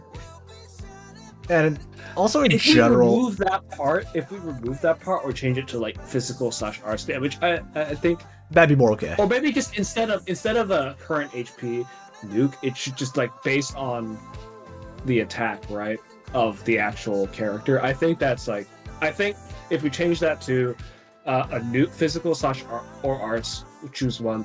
Nuke based on the operator's damage or attack itself. I think I would be perfectly happy with this game. I think it's a very interesting proof of concept. However, the way that this currently works is just you're not going to get what you want out of the character. It's just going to turn into now everything. No, not basically. This is like the best form of damage in the game because it works against literally everything. Like, sure, there's probably gonna niche like scenarios where like, oh, if you do the math, you can use like Linar X, blah blah blah blah blah. But like, this is just like unmitigatable. Unless now the boss basically has to be able to kill everything, so it's unstallable. Yeah, like So you can't do that. It's just. it's like honestly with the skill 3, if it was literally just a true damage, like people would use it if everything else didn't exist and it was just true damage because they will end up being a true damage just nuke, which It becomes the meta because it's just too generally applicable. again, It's like it's not the best in the slot, but it doesn't matter if you can just you can stall and deploy 15 times and just kill everything. and again going back to what Zuri and I were saying about fast redeploys, where it's like if you're gonna do big damage on the fast redeploy, there needs to be some kind of like something that deploys really quickly. There needs to be some kind of drawback. You need to have a huge Drawback. just because like being able to constantly drop them in and use their abilities, like you have to have something. Like usually they're pretty squishy or they don't do damage. Like what 4-star Gravel, right? Like she can eat stuff, she can eat damage, she can take a good bit of damage, but she does like jack all, right? Yeah, So it's like stalls. They had no DP for government recall. But yeah, I but so mean- do merchants, and then like you see, merchants are very strong. yeah, the cost does scale, yes, but I mean, It's also only what 16 cost. yeah, like it's not gonna go beyond 16 though. Like it's just a like again the damage is Does this instant not too. take deployment slots? No, it's more of because you're just dropping the damage and then retreating. Oh right, yeah. Like why would you leave them on at this point? Like you drop the nuke and you just disappear. Like you get the boss out. Like basically you get the boss down to you get the boss down like to this matter. Just drop the nuke in and you just win. I don't know. I don't like the true damage. I really don't like percent based true damage. It's unbalanceable. I would also This is like to add. This is vain League of Legends. It's unbalanceable.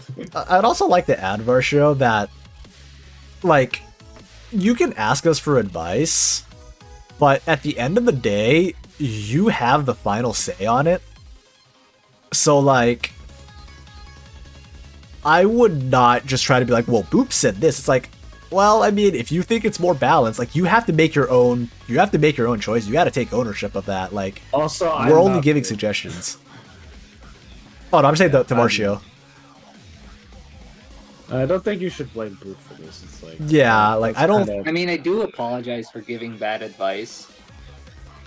it's just I mean, kinda- I'm kind of just of the opinion that like you guys should like if you're making an OC, you should more or less base it off of what you think, like what you believe, what you think is this, and then we judge you.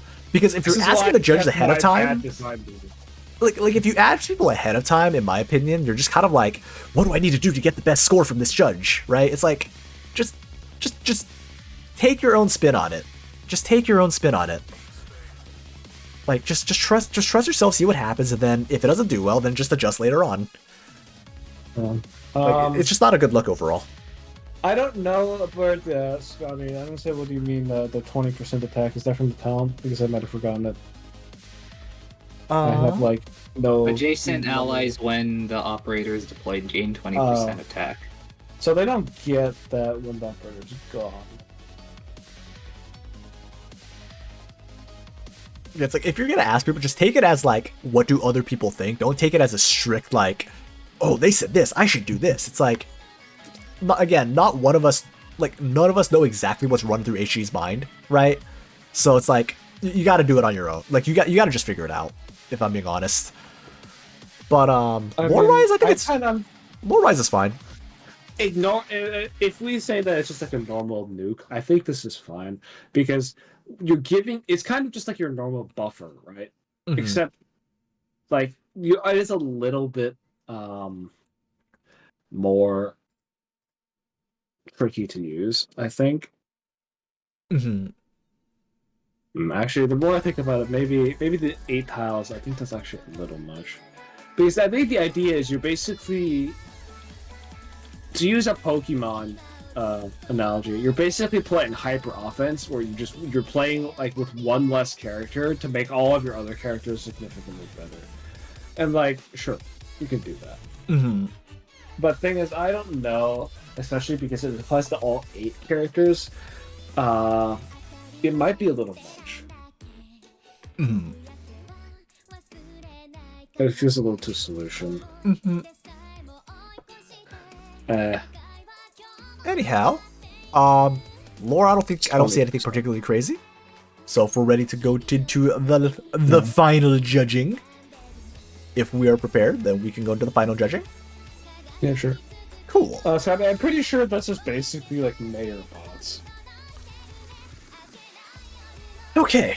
All right. So I what? think it's quite literally a solution. Wait. I was gonna.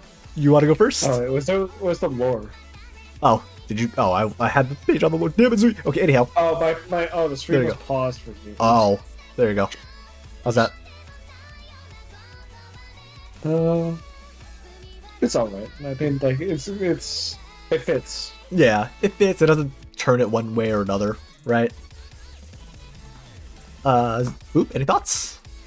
On the lore? Mhm. I think the lore is fine. Okay then, let's go into points. Alright, Zoo, you want to start us off? For our final one of the night? I'll give this one like a 3.5 because while I do like the idea, that true damage is just like so like alarm bells. And you know, fast redeploy, I think I said before, blah blah blah blah blah. It's very I like the concept. I like the concept a lot. But numbers. Not numbers, but true damage is something that it's sacred, like redeployment time. You have to be really careful with both, and putting them both on the same character is kind of dangerous. I am opting to go for a 4.0. Concept? Cool. Like, interesting. I like the idea. But that S3 just tanked. It just tanked it. Tanked your operator way too hard for my liking. Like, just percentage-based true damage should just not be a thing. Like, I'm very firmly against it. Alright, Boop, what you got? I'll say 4.7 because I fucked it up. Understood. Because I don't know what I was on. I think it was like 3 a.m. So the 3 a.m. brain was probably a thing, but I'd rather not make excuses. But from what I remember thinking the concept was really cool at the time. The concept is cool. It's just the number was oh boy. I have a few like sacred things that should be taken very careful. And then Was it those are really redeployment 620? time Yeah. reductions and true damage. It's just, I mean, like, again, either way, it doesn't matter what time it is. It doesn't matter, like, at the end of the day, like, it's your operator. Take ownership of your operator. This is your OC. Like, at most, we're just gonna be like, oh, I don't know about the numbers here, but, like, honestly, just... Own your bad decisions. Well, I did when I was told that my operator did like 100,000 damage. Was like, okay, well, I like this concept. I'm just gonna change the numbers. Like, cannot yeah, stop me. like, just at the end of the day, the only person that makes the operator is you. Like, you know, none of us are going in and going, all right, time to fiddle the numbers here.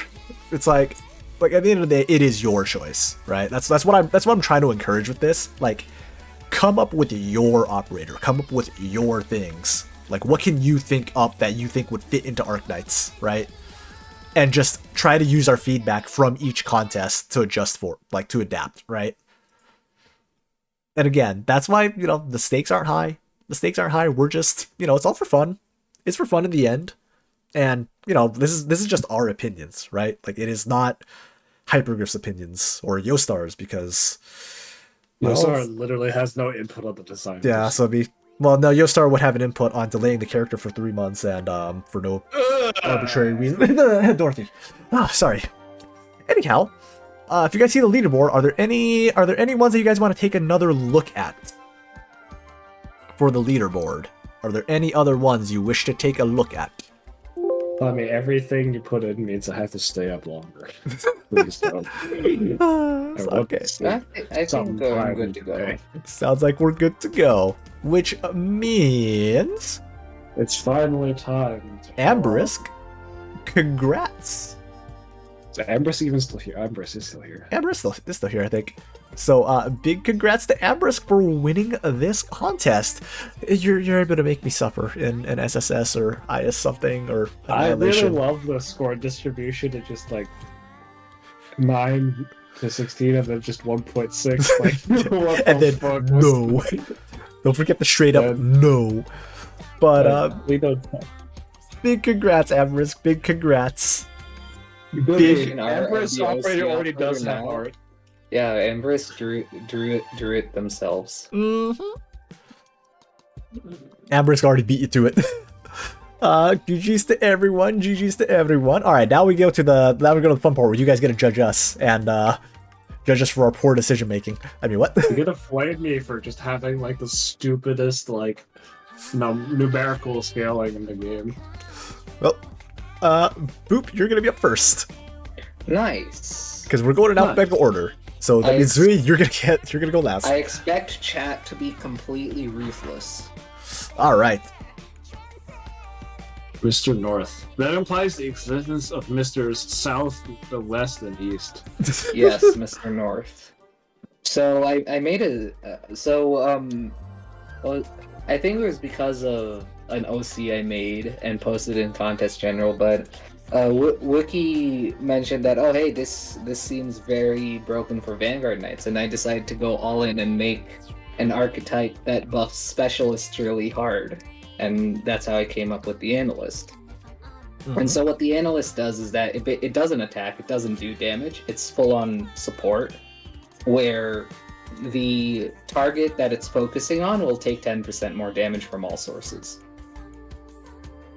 And Mr. North is just he's a Lupo from the middle of nowhere.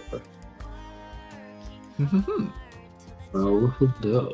Next page. I actually like this archetype. It seems cool.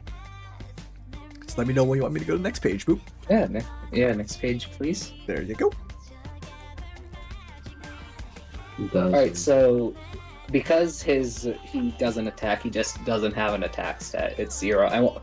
I also wanted to make him somewhat tanky without being too tanky, so he can still get one shot by some of the stuff in the game, but he can still like reasonably tank, especially since he has to be in the middle of combat because his range is relatively small, and he's just has the regular redeployment time, a low DP cost, and regular block count for a ranged unit. I do think I made him a bit too tanky. Maybe 1600 HP would be better, but we'll see. It depends on how like the impactful everything else is. Yeah. I think this is fun. Next page. Next page, please.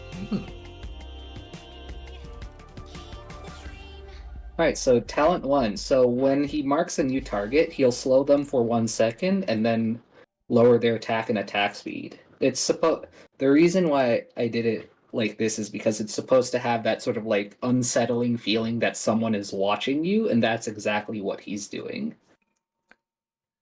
Talent 2, this is the talent that buffs specialists. So when he's deployed, all specialist operators will ignore 10% of the enemy's defense and resistance. So if it's for smaller enemies with low defense, low resistance, it's not too effective. But when it's up against tankier enemies, it's not also negligible.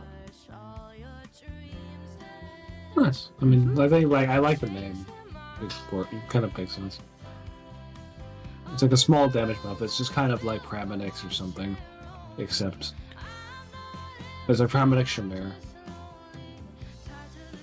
I think having 0 attack instead of NA would probably be better, just in terms of like game. But that's a small nitpick. Anyway, Yeah. I think I like this. Awesome. Next slide, please. You need like one of those little clickers, like a little laser pointer. Yeah. Alright, so skill 1, very simple little thing. It's a passive effect. Instead of marking 1 target, he just marks 2. Very, very simple. Skill 2 is supposed to be one of those more active skills where if you use it right, it'll have a lot of impact. And so he'll throw a chemical, it'll deal very minimal damage, which is 100. It's very minimal. And it's at most 5 enemies, so it's not true AoE, it has a target capped. And enemies hit are marked for 5 seconds. And the trait effect would be doubled, so they would take 20% increased damage for those 5 seconds. Interesting.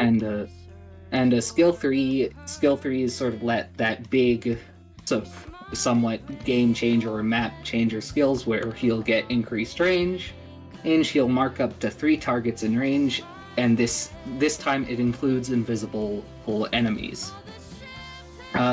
His talent 2 will enhance so that specialist operators can ignore physical and arts dodge, but only of marked targets. So it's not like they'll be in a corner somewhere attacking the boss that's not marked or not in range of Mr. North, and they'll just ignore their dodge. That's not how it works.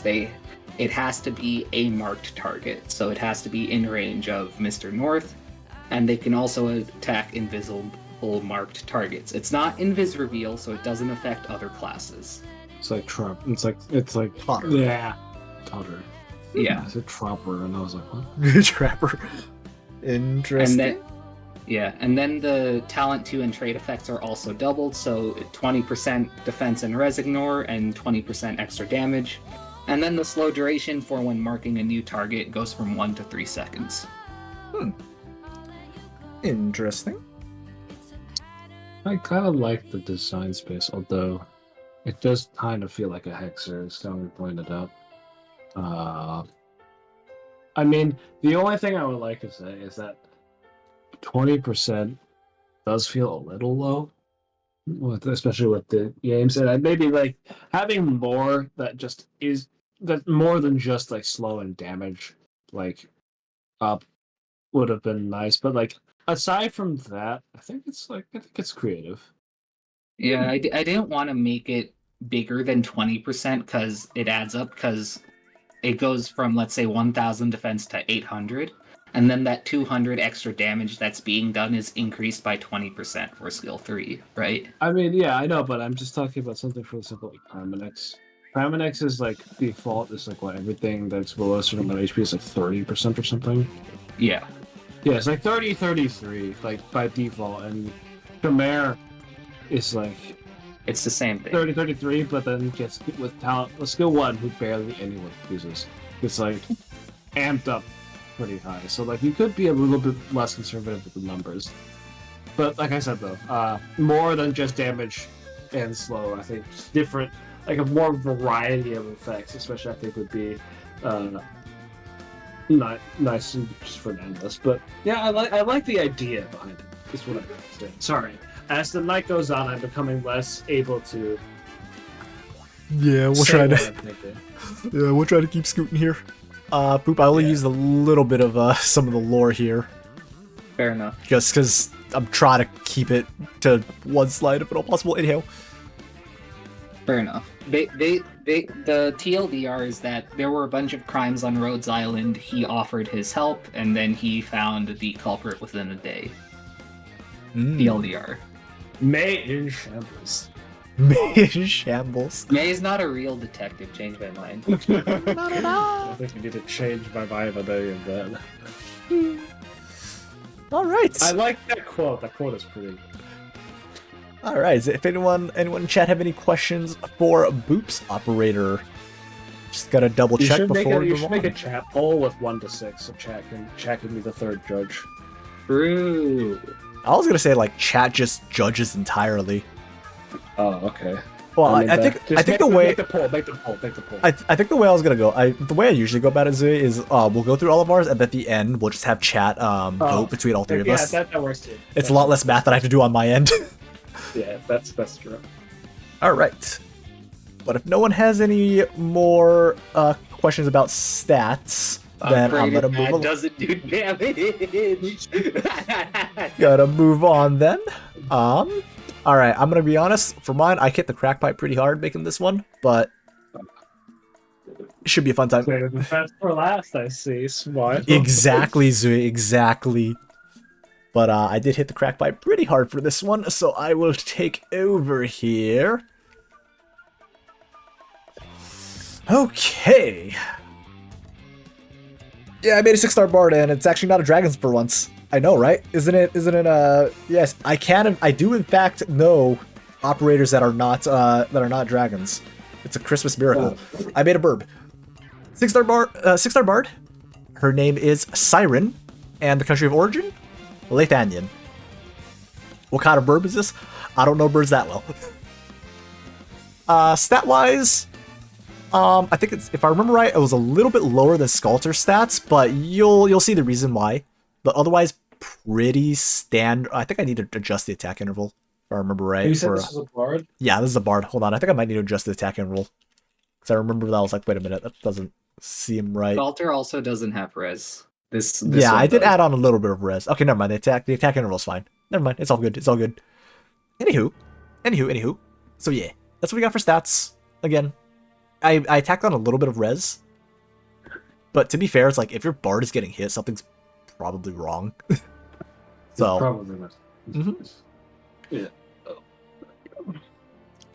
talents and potentials. Okay, here's where it's gonna get talents. I'm kind of sticking still with the talents and potentials are just like a mild like extra little pat as opposed to full on like extra passive skills. Is what I'm trying to roll with.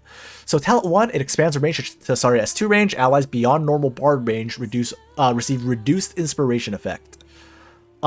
This is both bard and inspiration if you're outside the normal bard range. So you have more range, but if you go outside of that, you don't quite get the full buffs. Talent 2, harmonize. Allies in range receive 5% or 7% extra of the bard and inspiration effect. Like, I'm trying to figure out like how to exactly word it. Allies outside the normal bard range receive half the additional inspiration and bard effect. So it's just a little bit of extra pats here and there. Well, it's like saying on archetype therapists. Kind of, yeah, because the talent 1 and 2, the talent 1 expands your range. So I was like, just a full range expansion seems a bit excessive. I think it's only inspiration effects. Inspiration and whatchamacallit. Yeah, trait. It's trait effect and inspiration. Okay. So again, Skami is asking if 5% means 15% or 10.5%. Let's go with 15. I honestly didn't quite think it through, but I think Additive. Yeah, I want to say additive is usually how it goes in Arknights off the top of my head. Unless I'm horribly mistaken. I could also be horribly mistaken, but I'm gonna go with that. Otherwise, pots, pretty standard pots is kind of what I went with. Nothing too wacky. The crack pipe is hit on the skills. Alright, I'm hitting the crack pipe here. Once you see skill 2 and skill 3, I'm really hitting the crack pipe here. Skill 1 is Accelerando. It's just an extra HP buff, but it's on a relatively low cooldown, so it's like you can just crank it up a little bit more. So that's what I'm rolling with. Just an extra health. Again, very kind of musical theming here. S2 and S3 is where I really hit the crack pipe, if I'm being honest. Ooh, okay. Yeah, I'm hitting the crack pipe on this one. Here. Yeah, I'm hitting the crack pipe on S2 and S3. So S3 or S2, sorry, S2. So both S2 and S3 have a passive of gaining some inspiration, but it is significantly lower compared to Sculptors because Sculptor, you have full skill charge and everything, so that's why it's a good bit lower.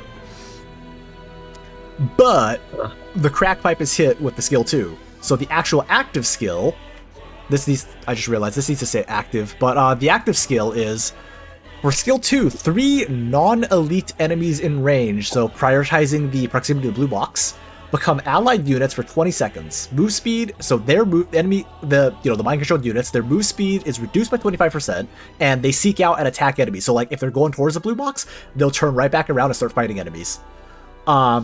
There's also a 5% steal of each enemy's attack and defense, and it is added to Siren stats permanently. However, it will go no more than double Siren stats.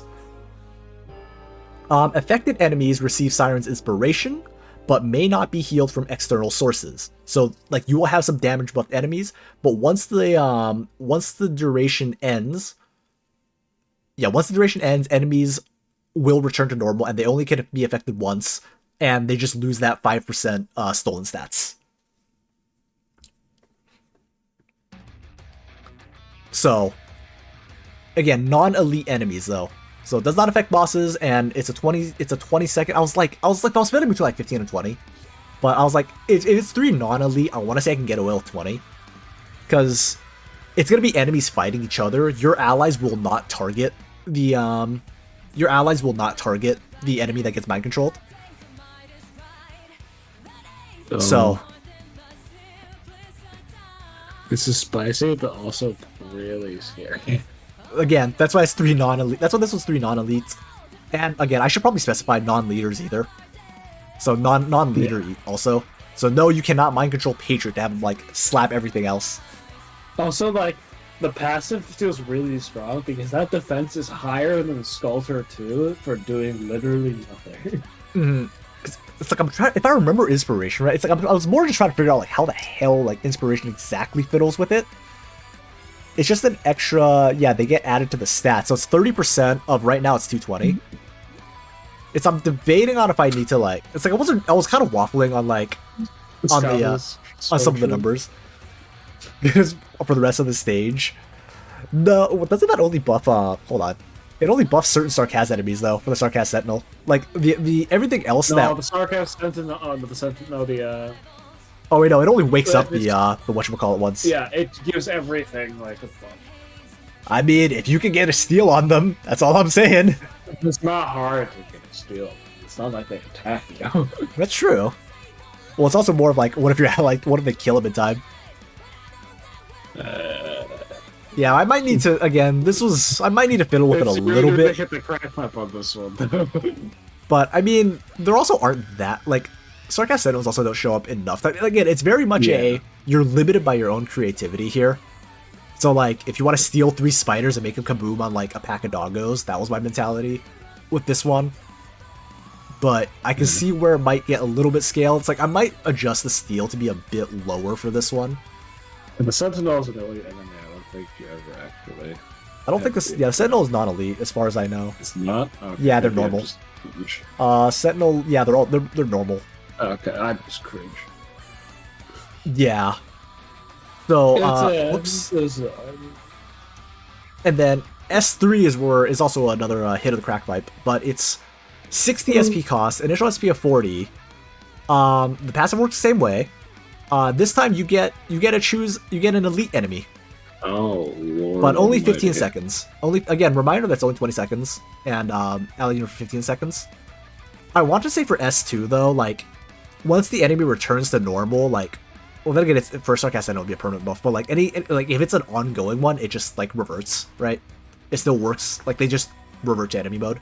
For S3, the enemy move speed is reduced by 25%, still seeks out attacks enemies. There's a 10% steal, which I'm still, like, I wasn't quite sure if I wanted to make it, like, a little less, because elites tend to have a lot of stat.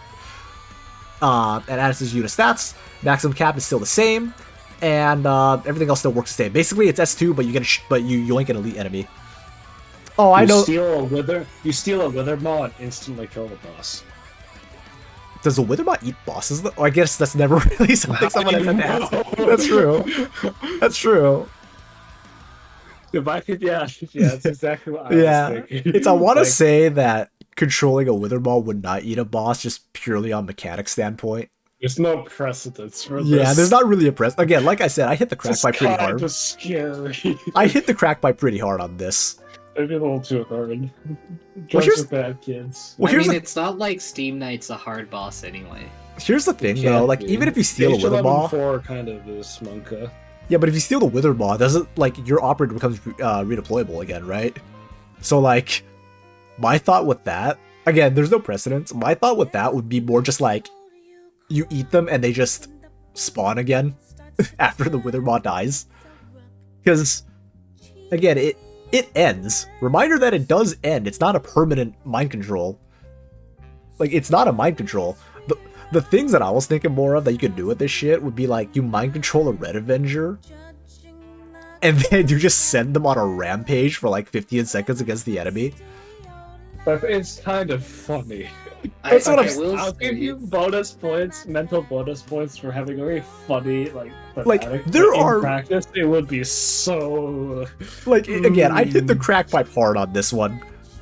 I will say, when we were talking about it, you can use Ak on the mind-controlled enemy. Yeah, like you can buff them if you want to, but like you're buffing an enemy, right? Like you're using your buff to buff the enemy. But it's very much just like, what can you fit? Like, this is just me hitting the sandbox and hitting the crack pipe for giggles. What else? Like, if you're not in chapter 12, you can steal one of the drones that have it shit out wither the little seedlings.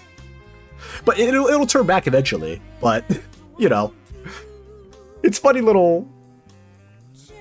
Yeah, it's funny little finaglings. Yeah, I'm debating on maybe reducing the move speed a bit too. Like, I think I had the move speed initially at like 50%. Like, so they don't really move too much. Like, they'll still move, but not that much. But again, there's a bit of tinkering going on with this one. But, yeah, this is just me going, what if you could do this? I'm gonna build a kit around this. Let's see what happens here. Yeah, that means, like, it is a lot for things to consider. Like, I don't think, I'm not sure if they would ever add something like this, because there's so much they need to consider. But it'd be funny as hell. Like, honestly, this is more for, like... funny. It's very funny, but, manga insane. It is manga. It is definitely, like, there are some situations where, like, it's gonna get wild. But again, that's why I kind of tried to set... I tried to tone it, balance it with, like, a duration. Because again, this is not permanent. Like, if you get them, it's only for a certain amount of time. So, like, if you take an elite enemy, like, and the enemies don't kill that elite enemy, well, that elite enemy's coming right back at you. Like, you still have to deal with them one way or another. That's the kind of the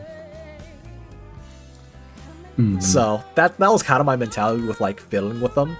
But yeah, I can kind of agree that, like, if you want to adjust with, like, special effects or whatever, like, if you want to tweak it where they just fight each other, I can agree with that. TLDR with the lore, she has vocal-based arts to the point where it's uncontrollable. They're initially born in Colombia, and she decided to the arts was a bit strong, and she asked for a car and just got a car, and they're like, oh shit, we need to get some control over this. Incident with the gramophone, went to Rhode Island. Yes, I incorporated Silac into the lore because of course I would. Of course you did. Of course I would. And otherwise she do singing.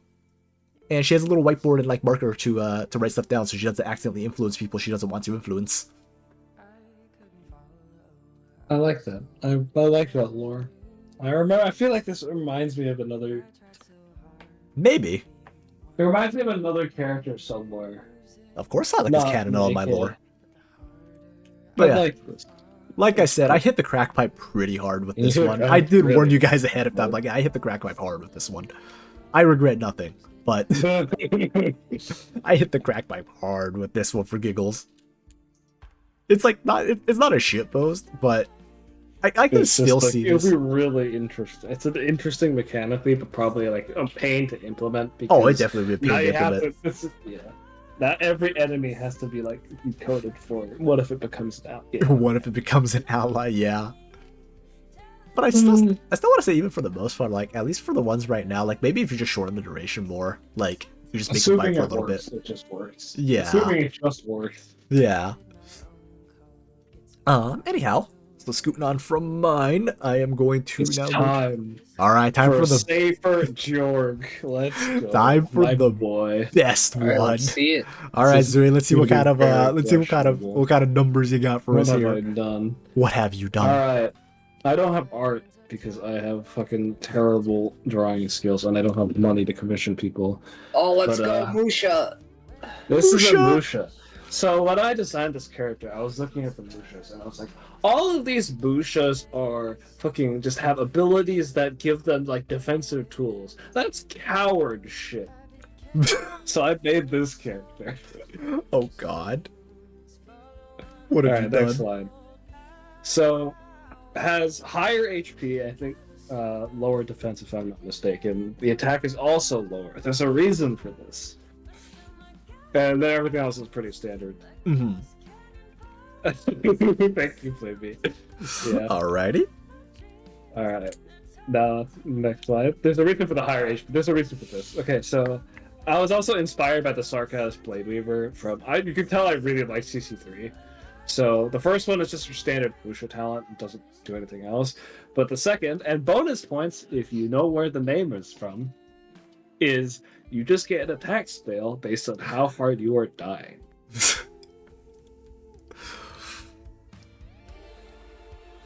Nice. Nice. Yes, it is from Hollow Knight. You are correct. That is where the name came from.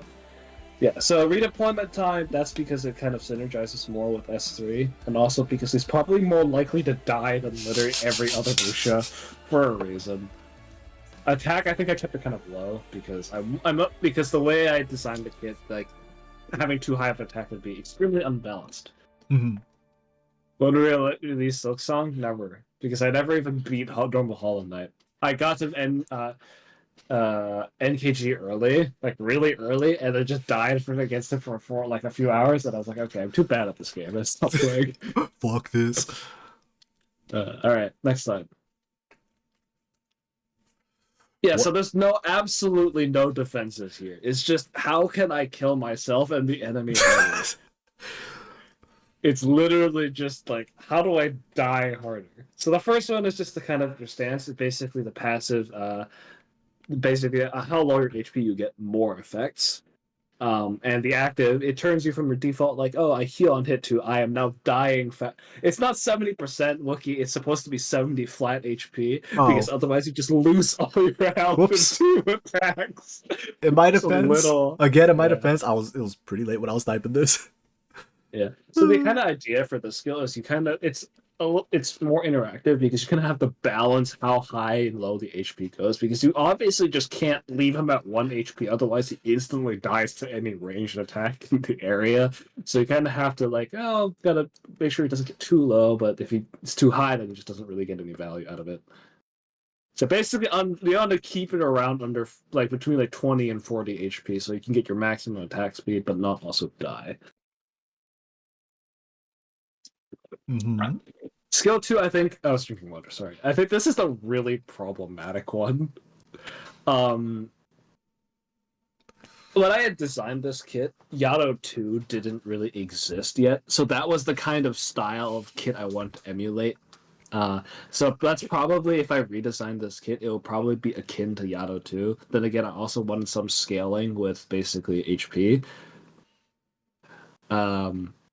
But you do it's basically a nuke of sorts. You lose your HP, so you can get more out of your talent 1.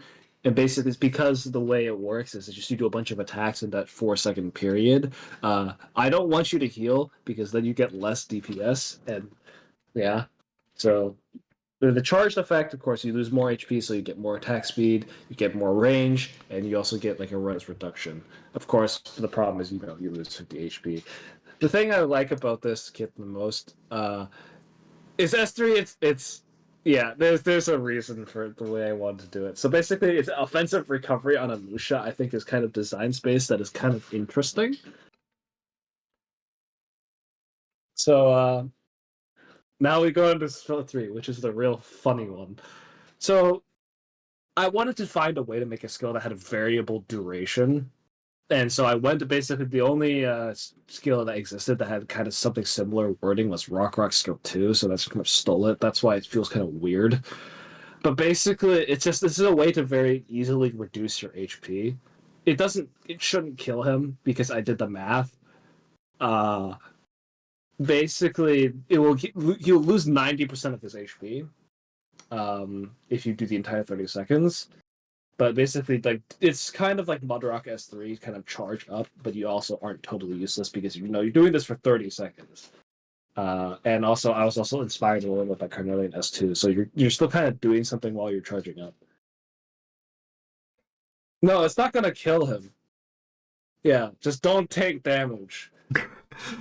Of course, damage. Your payoff for this is 30 seconds. You do a lot of fucking damage.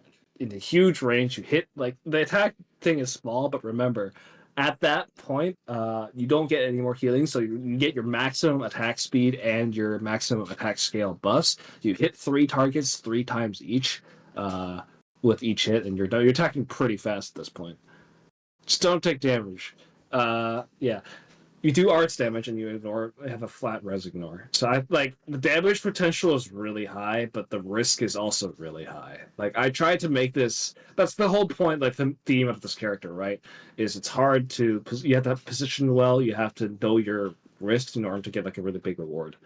And also, basically, in order to make kind of more I like to add more decision making, but also prevent people from just freely spamming this thing with maximum duration, which is already kind of hard, I'm not gonna lie, but you get a big nuke that it multiplicatively stacks with your damage, your talent 2, because that's how attack skill works, and the huge range, and also you basically you reach the operator and you get an extended time period. Basically, you probably maybe more nuke damage, but the idea for this one lore-wise is basically kind of like a more kamikaze style attack, where you just kind of expend all your energy to do some huge finisher, and then like, okay, gotta take a rest now. Yeah, Gotta like, take you're 5 probably chug of not protein gonna shake. bother, but it's just more like I wanted the opportunity to be open. You could use it, but you'd have to like plan it out. And I think that's what the intention going into it was, because I wanted to give skill expression. Quick question, Zoo. Which skill was it? I remember us talking about this beforehand. You're like, yeah, I was doing this, and I very quickly realized one of the skills did absurd numbers that were not okay. It was skill. I think it was skill 2 and skill 3. Skill 3 actually used to have like an actual attack, like normal attack bonus. Someone did the math, and I was like, okay, that's too much. And then Skami looked at skill 2 and was like, this is an insane amount of damage for like a very small cost. And I was like, oh, because I think I remember the numbers just being way higher on skill 2. The module. Oh, yeah, okay. So we can go to the next slide. The module used to be like insane. It used to be way higher. And it also made him tankier, like really, like significantly tankier at that like level. And then like Scotty pointed out how tanky it made him, and then I had second thoughts, and I was like, wait a minute, this kind of goes against the whole design like idea I had from the start, where it's about losing more, like being risk reward. It makes him too safe, so I took it away. So I just think it's a very simple, just increase maximum attack scale. So for talent 1, it's or for the second mod, the Y mod, it's a little bit different from your standard Musha that upgrades that talent, because I didn't want him to have the maximum attack speed at the higher HP. So instead, I just gave him more attack speed at lower HP, which like fundamentally kind of is the same, but it's a bigger risk for a bigger win.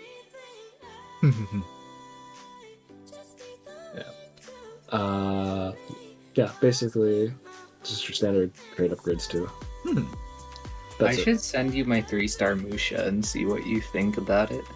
Thanks. So, want to give a quick TLDR for the lore? So TLDR is a prominent fighter in the Sarkaz Civil War, flying under Babel with his sister. Really was attached to his ideal of Teresa, of basically times will change, like Sarkaz. The whole like cycle of hatred can be broken, but as like you can see in the second part, he's infected. He's a Sarkaz. He lives the Sarkaz mercenary lifestyle. He's not going to live to see whatever change will happen. But basically, he knows that while change will happen, it's never going to be free. People will die. Death is completely utterly unavoidable unless you cheat, like Calcit or something.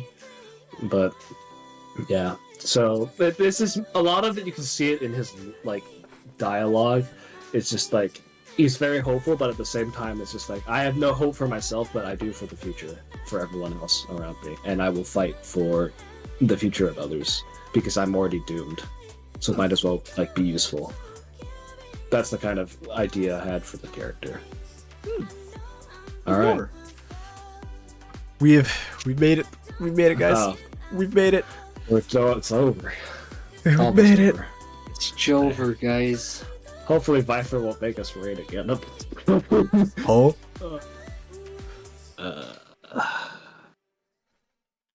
All right. Alright, I'm gonna add on the vote. I'm gonna set this as no additional votes. I'm gonna set on a 2-minute timer so we're not stuck here longer than we need to be because we are all fucking dead tired. And okay, go vote. Go vote for who your favorite is.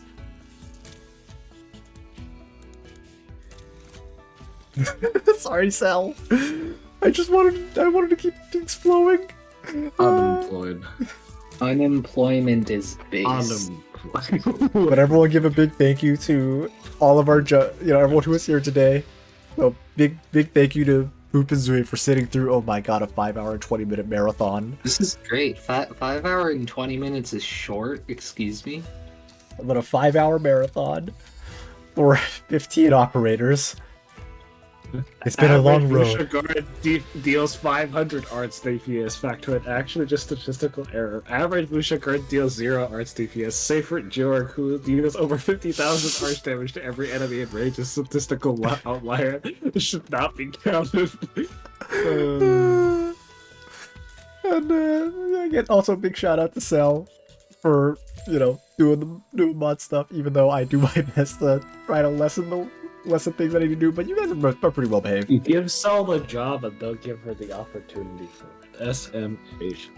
But yeah, again, big thank you to Cell as well for sitting through this entire run.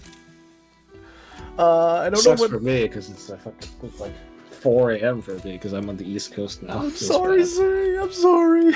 Oh, Pog 4 a.m. bros?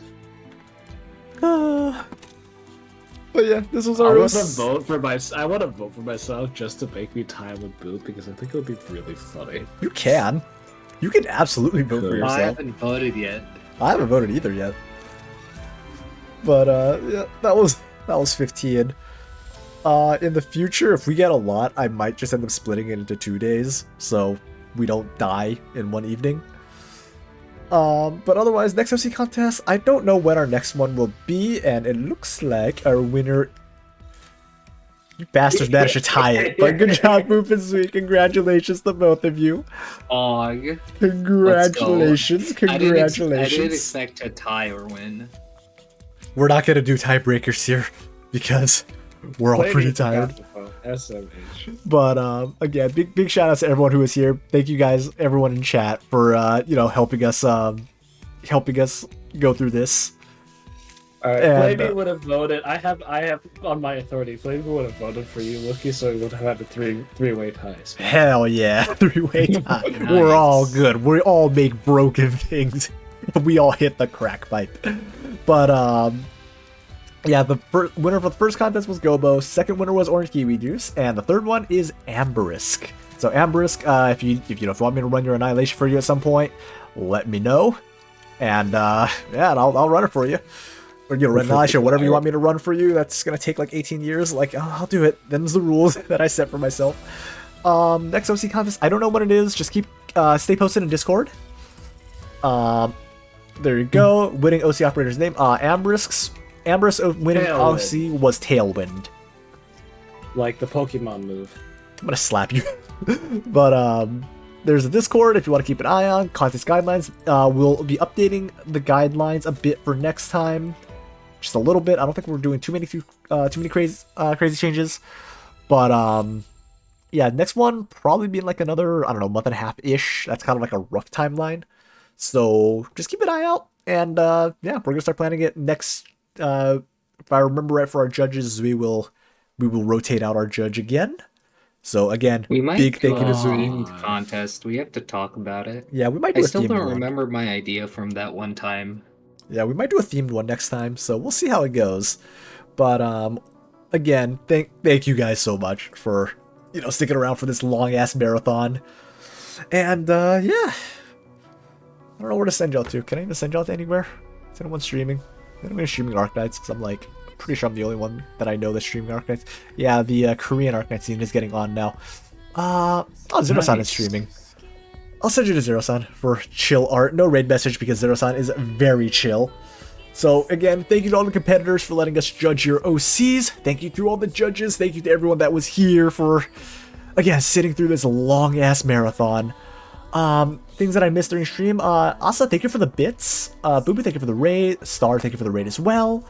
Lays, thank you for the resub. Gobo, thank you for the resub. Boris, thank you for the follow. And alright, I'm gonna send y'all over to Zero-san now. Don't do anything dumb. If you do anything dumb in their stream and get banned, then I'm gonna hunt you down too. So don't do anything stupid. Gonna send y'all off now. I will see you guys on Tuesday. Keep it out for the schedule tomorrow. And yeah, y'all have a good day, good night, good wherever you are.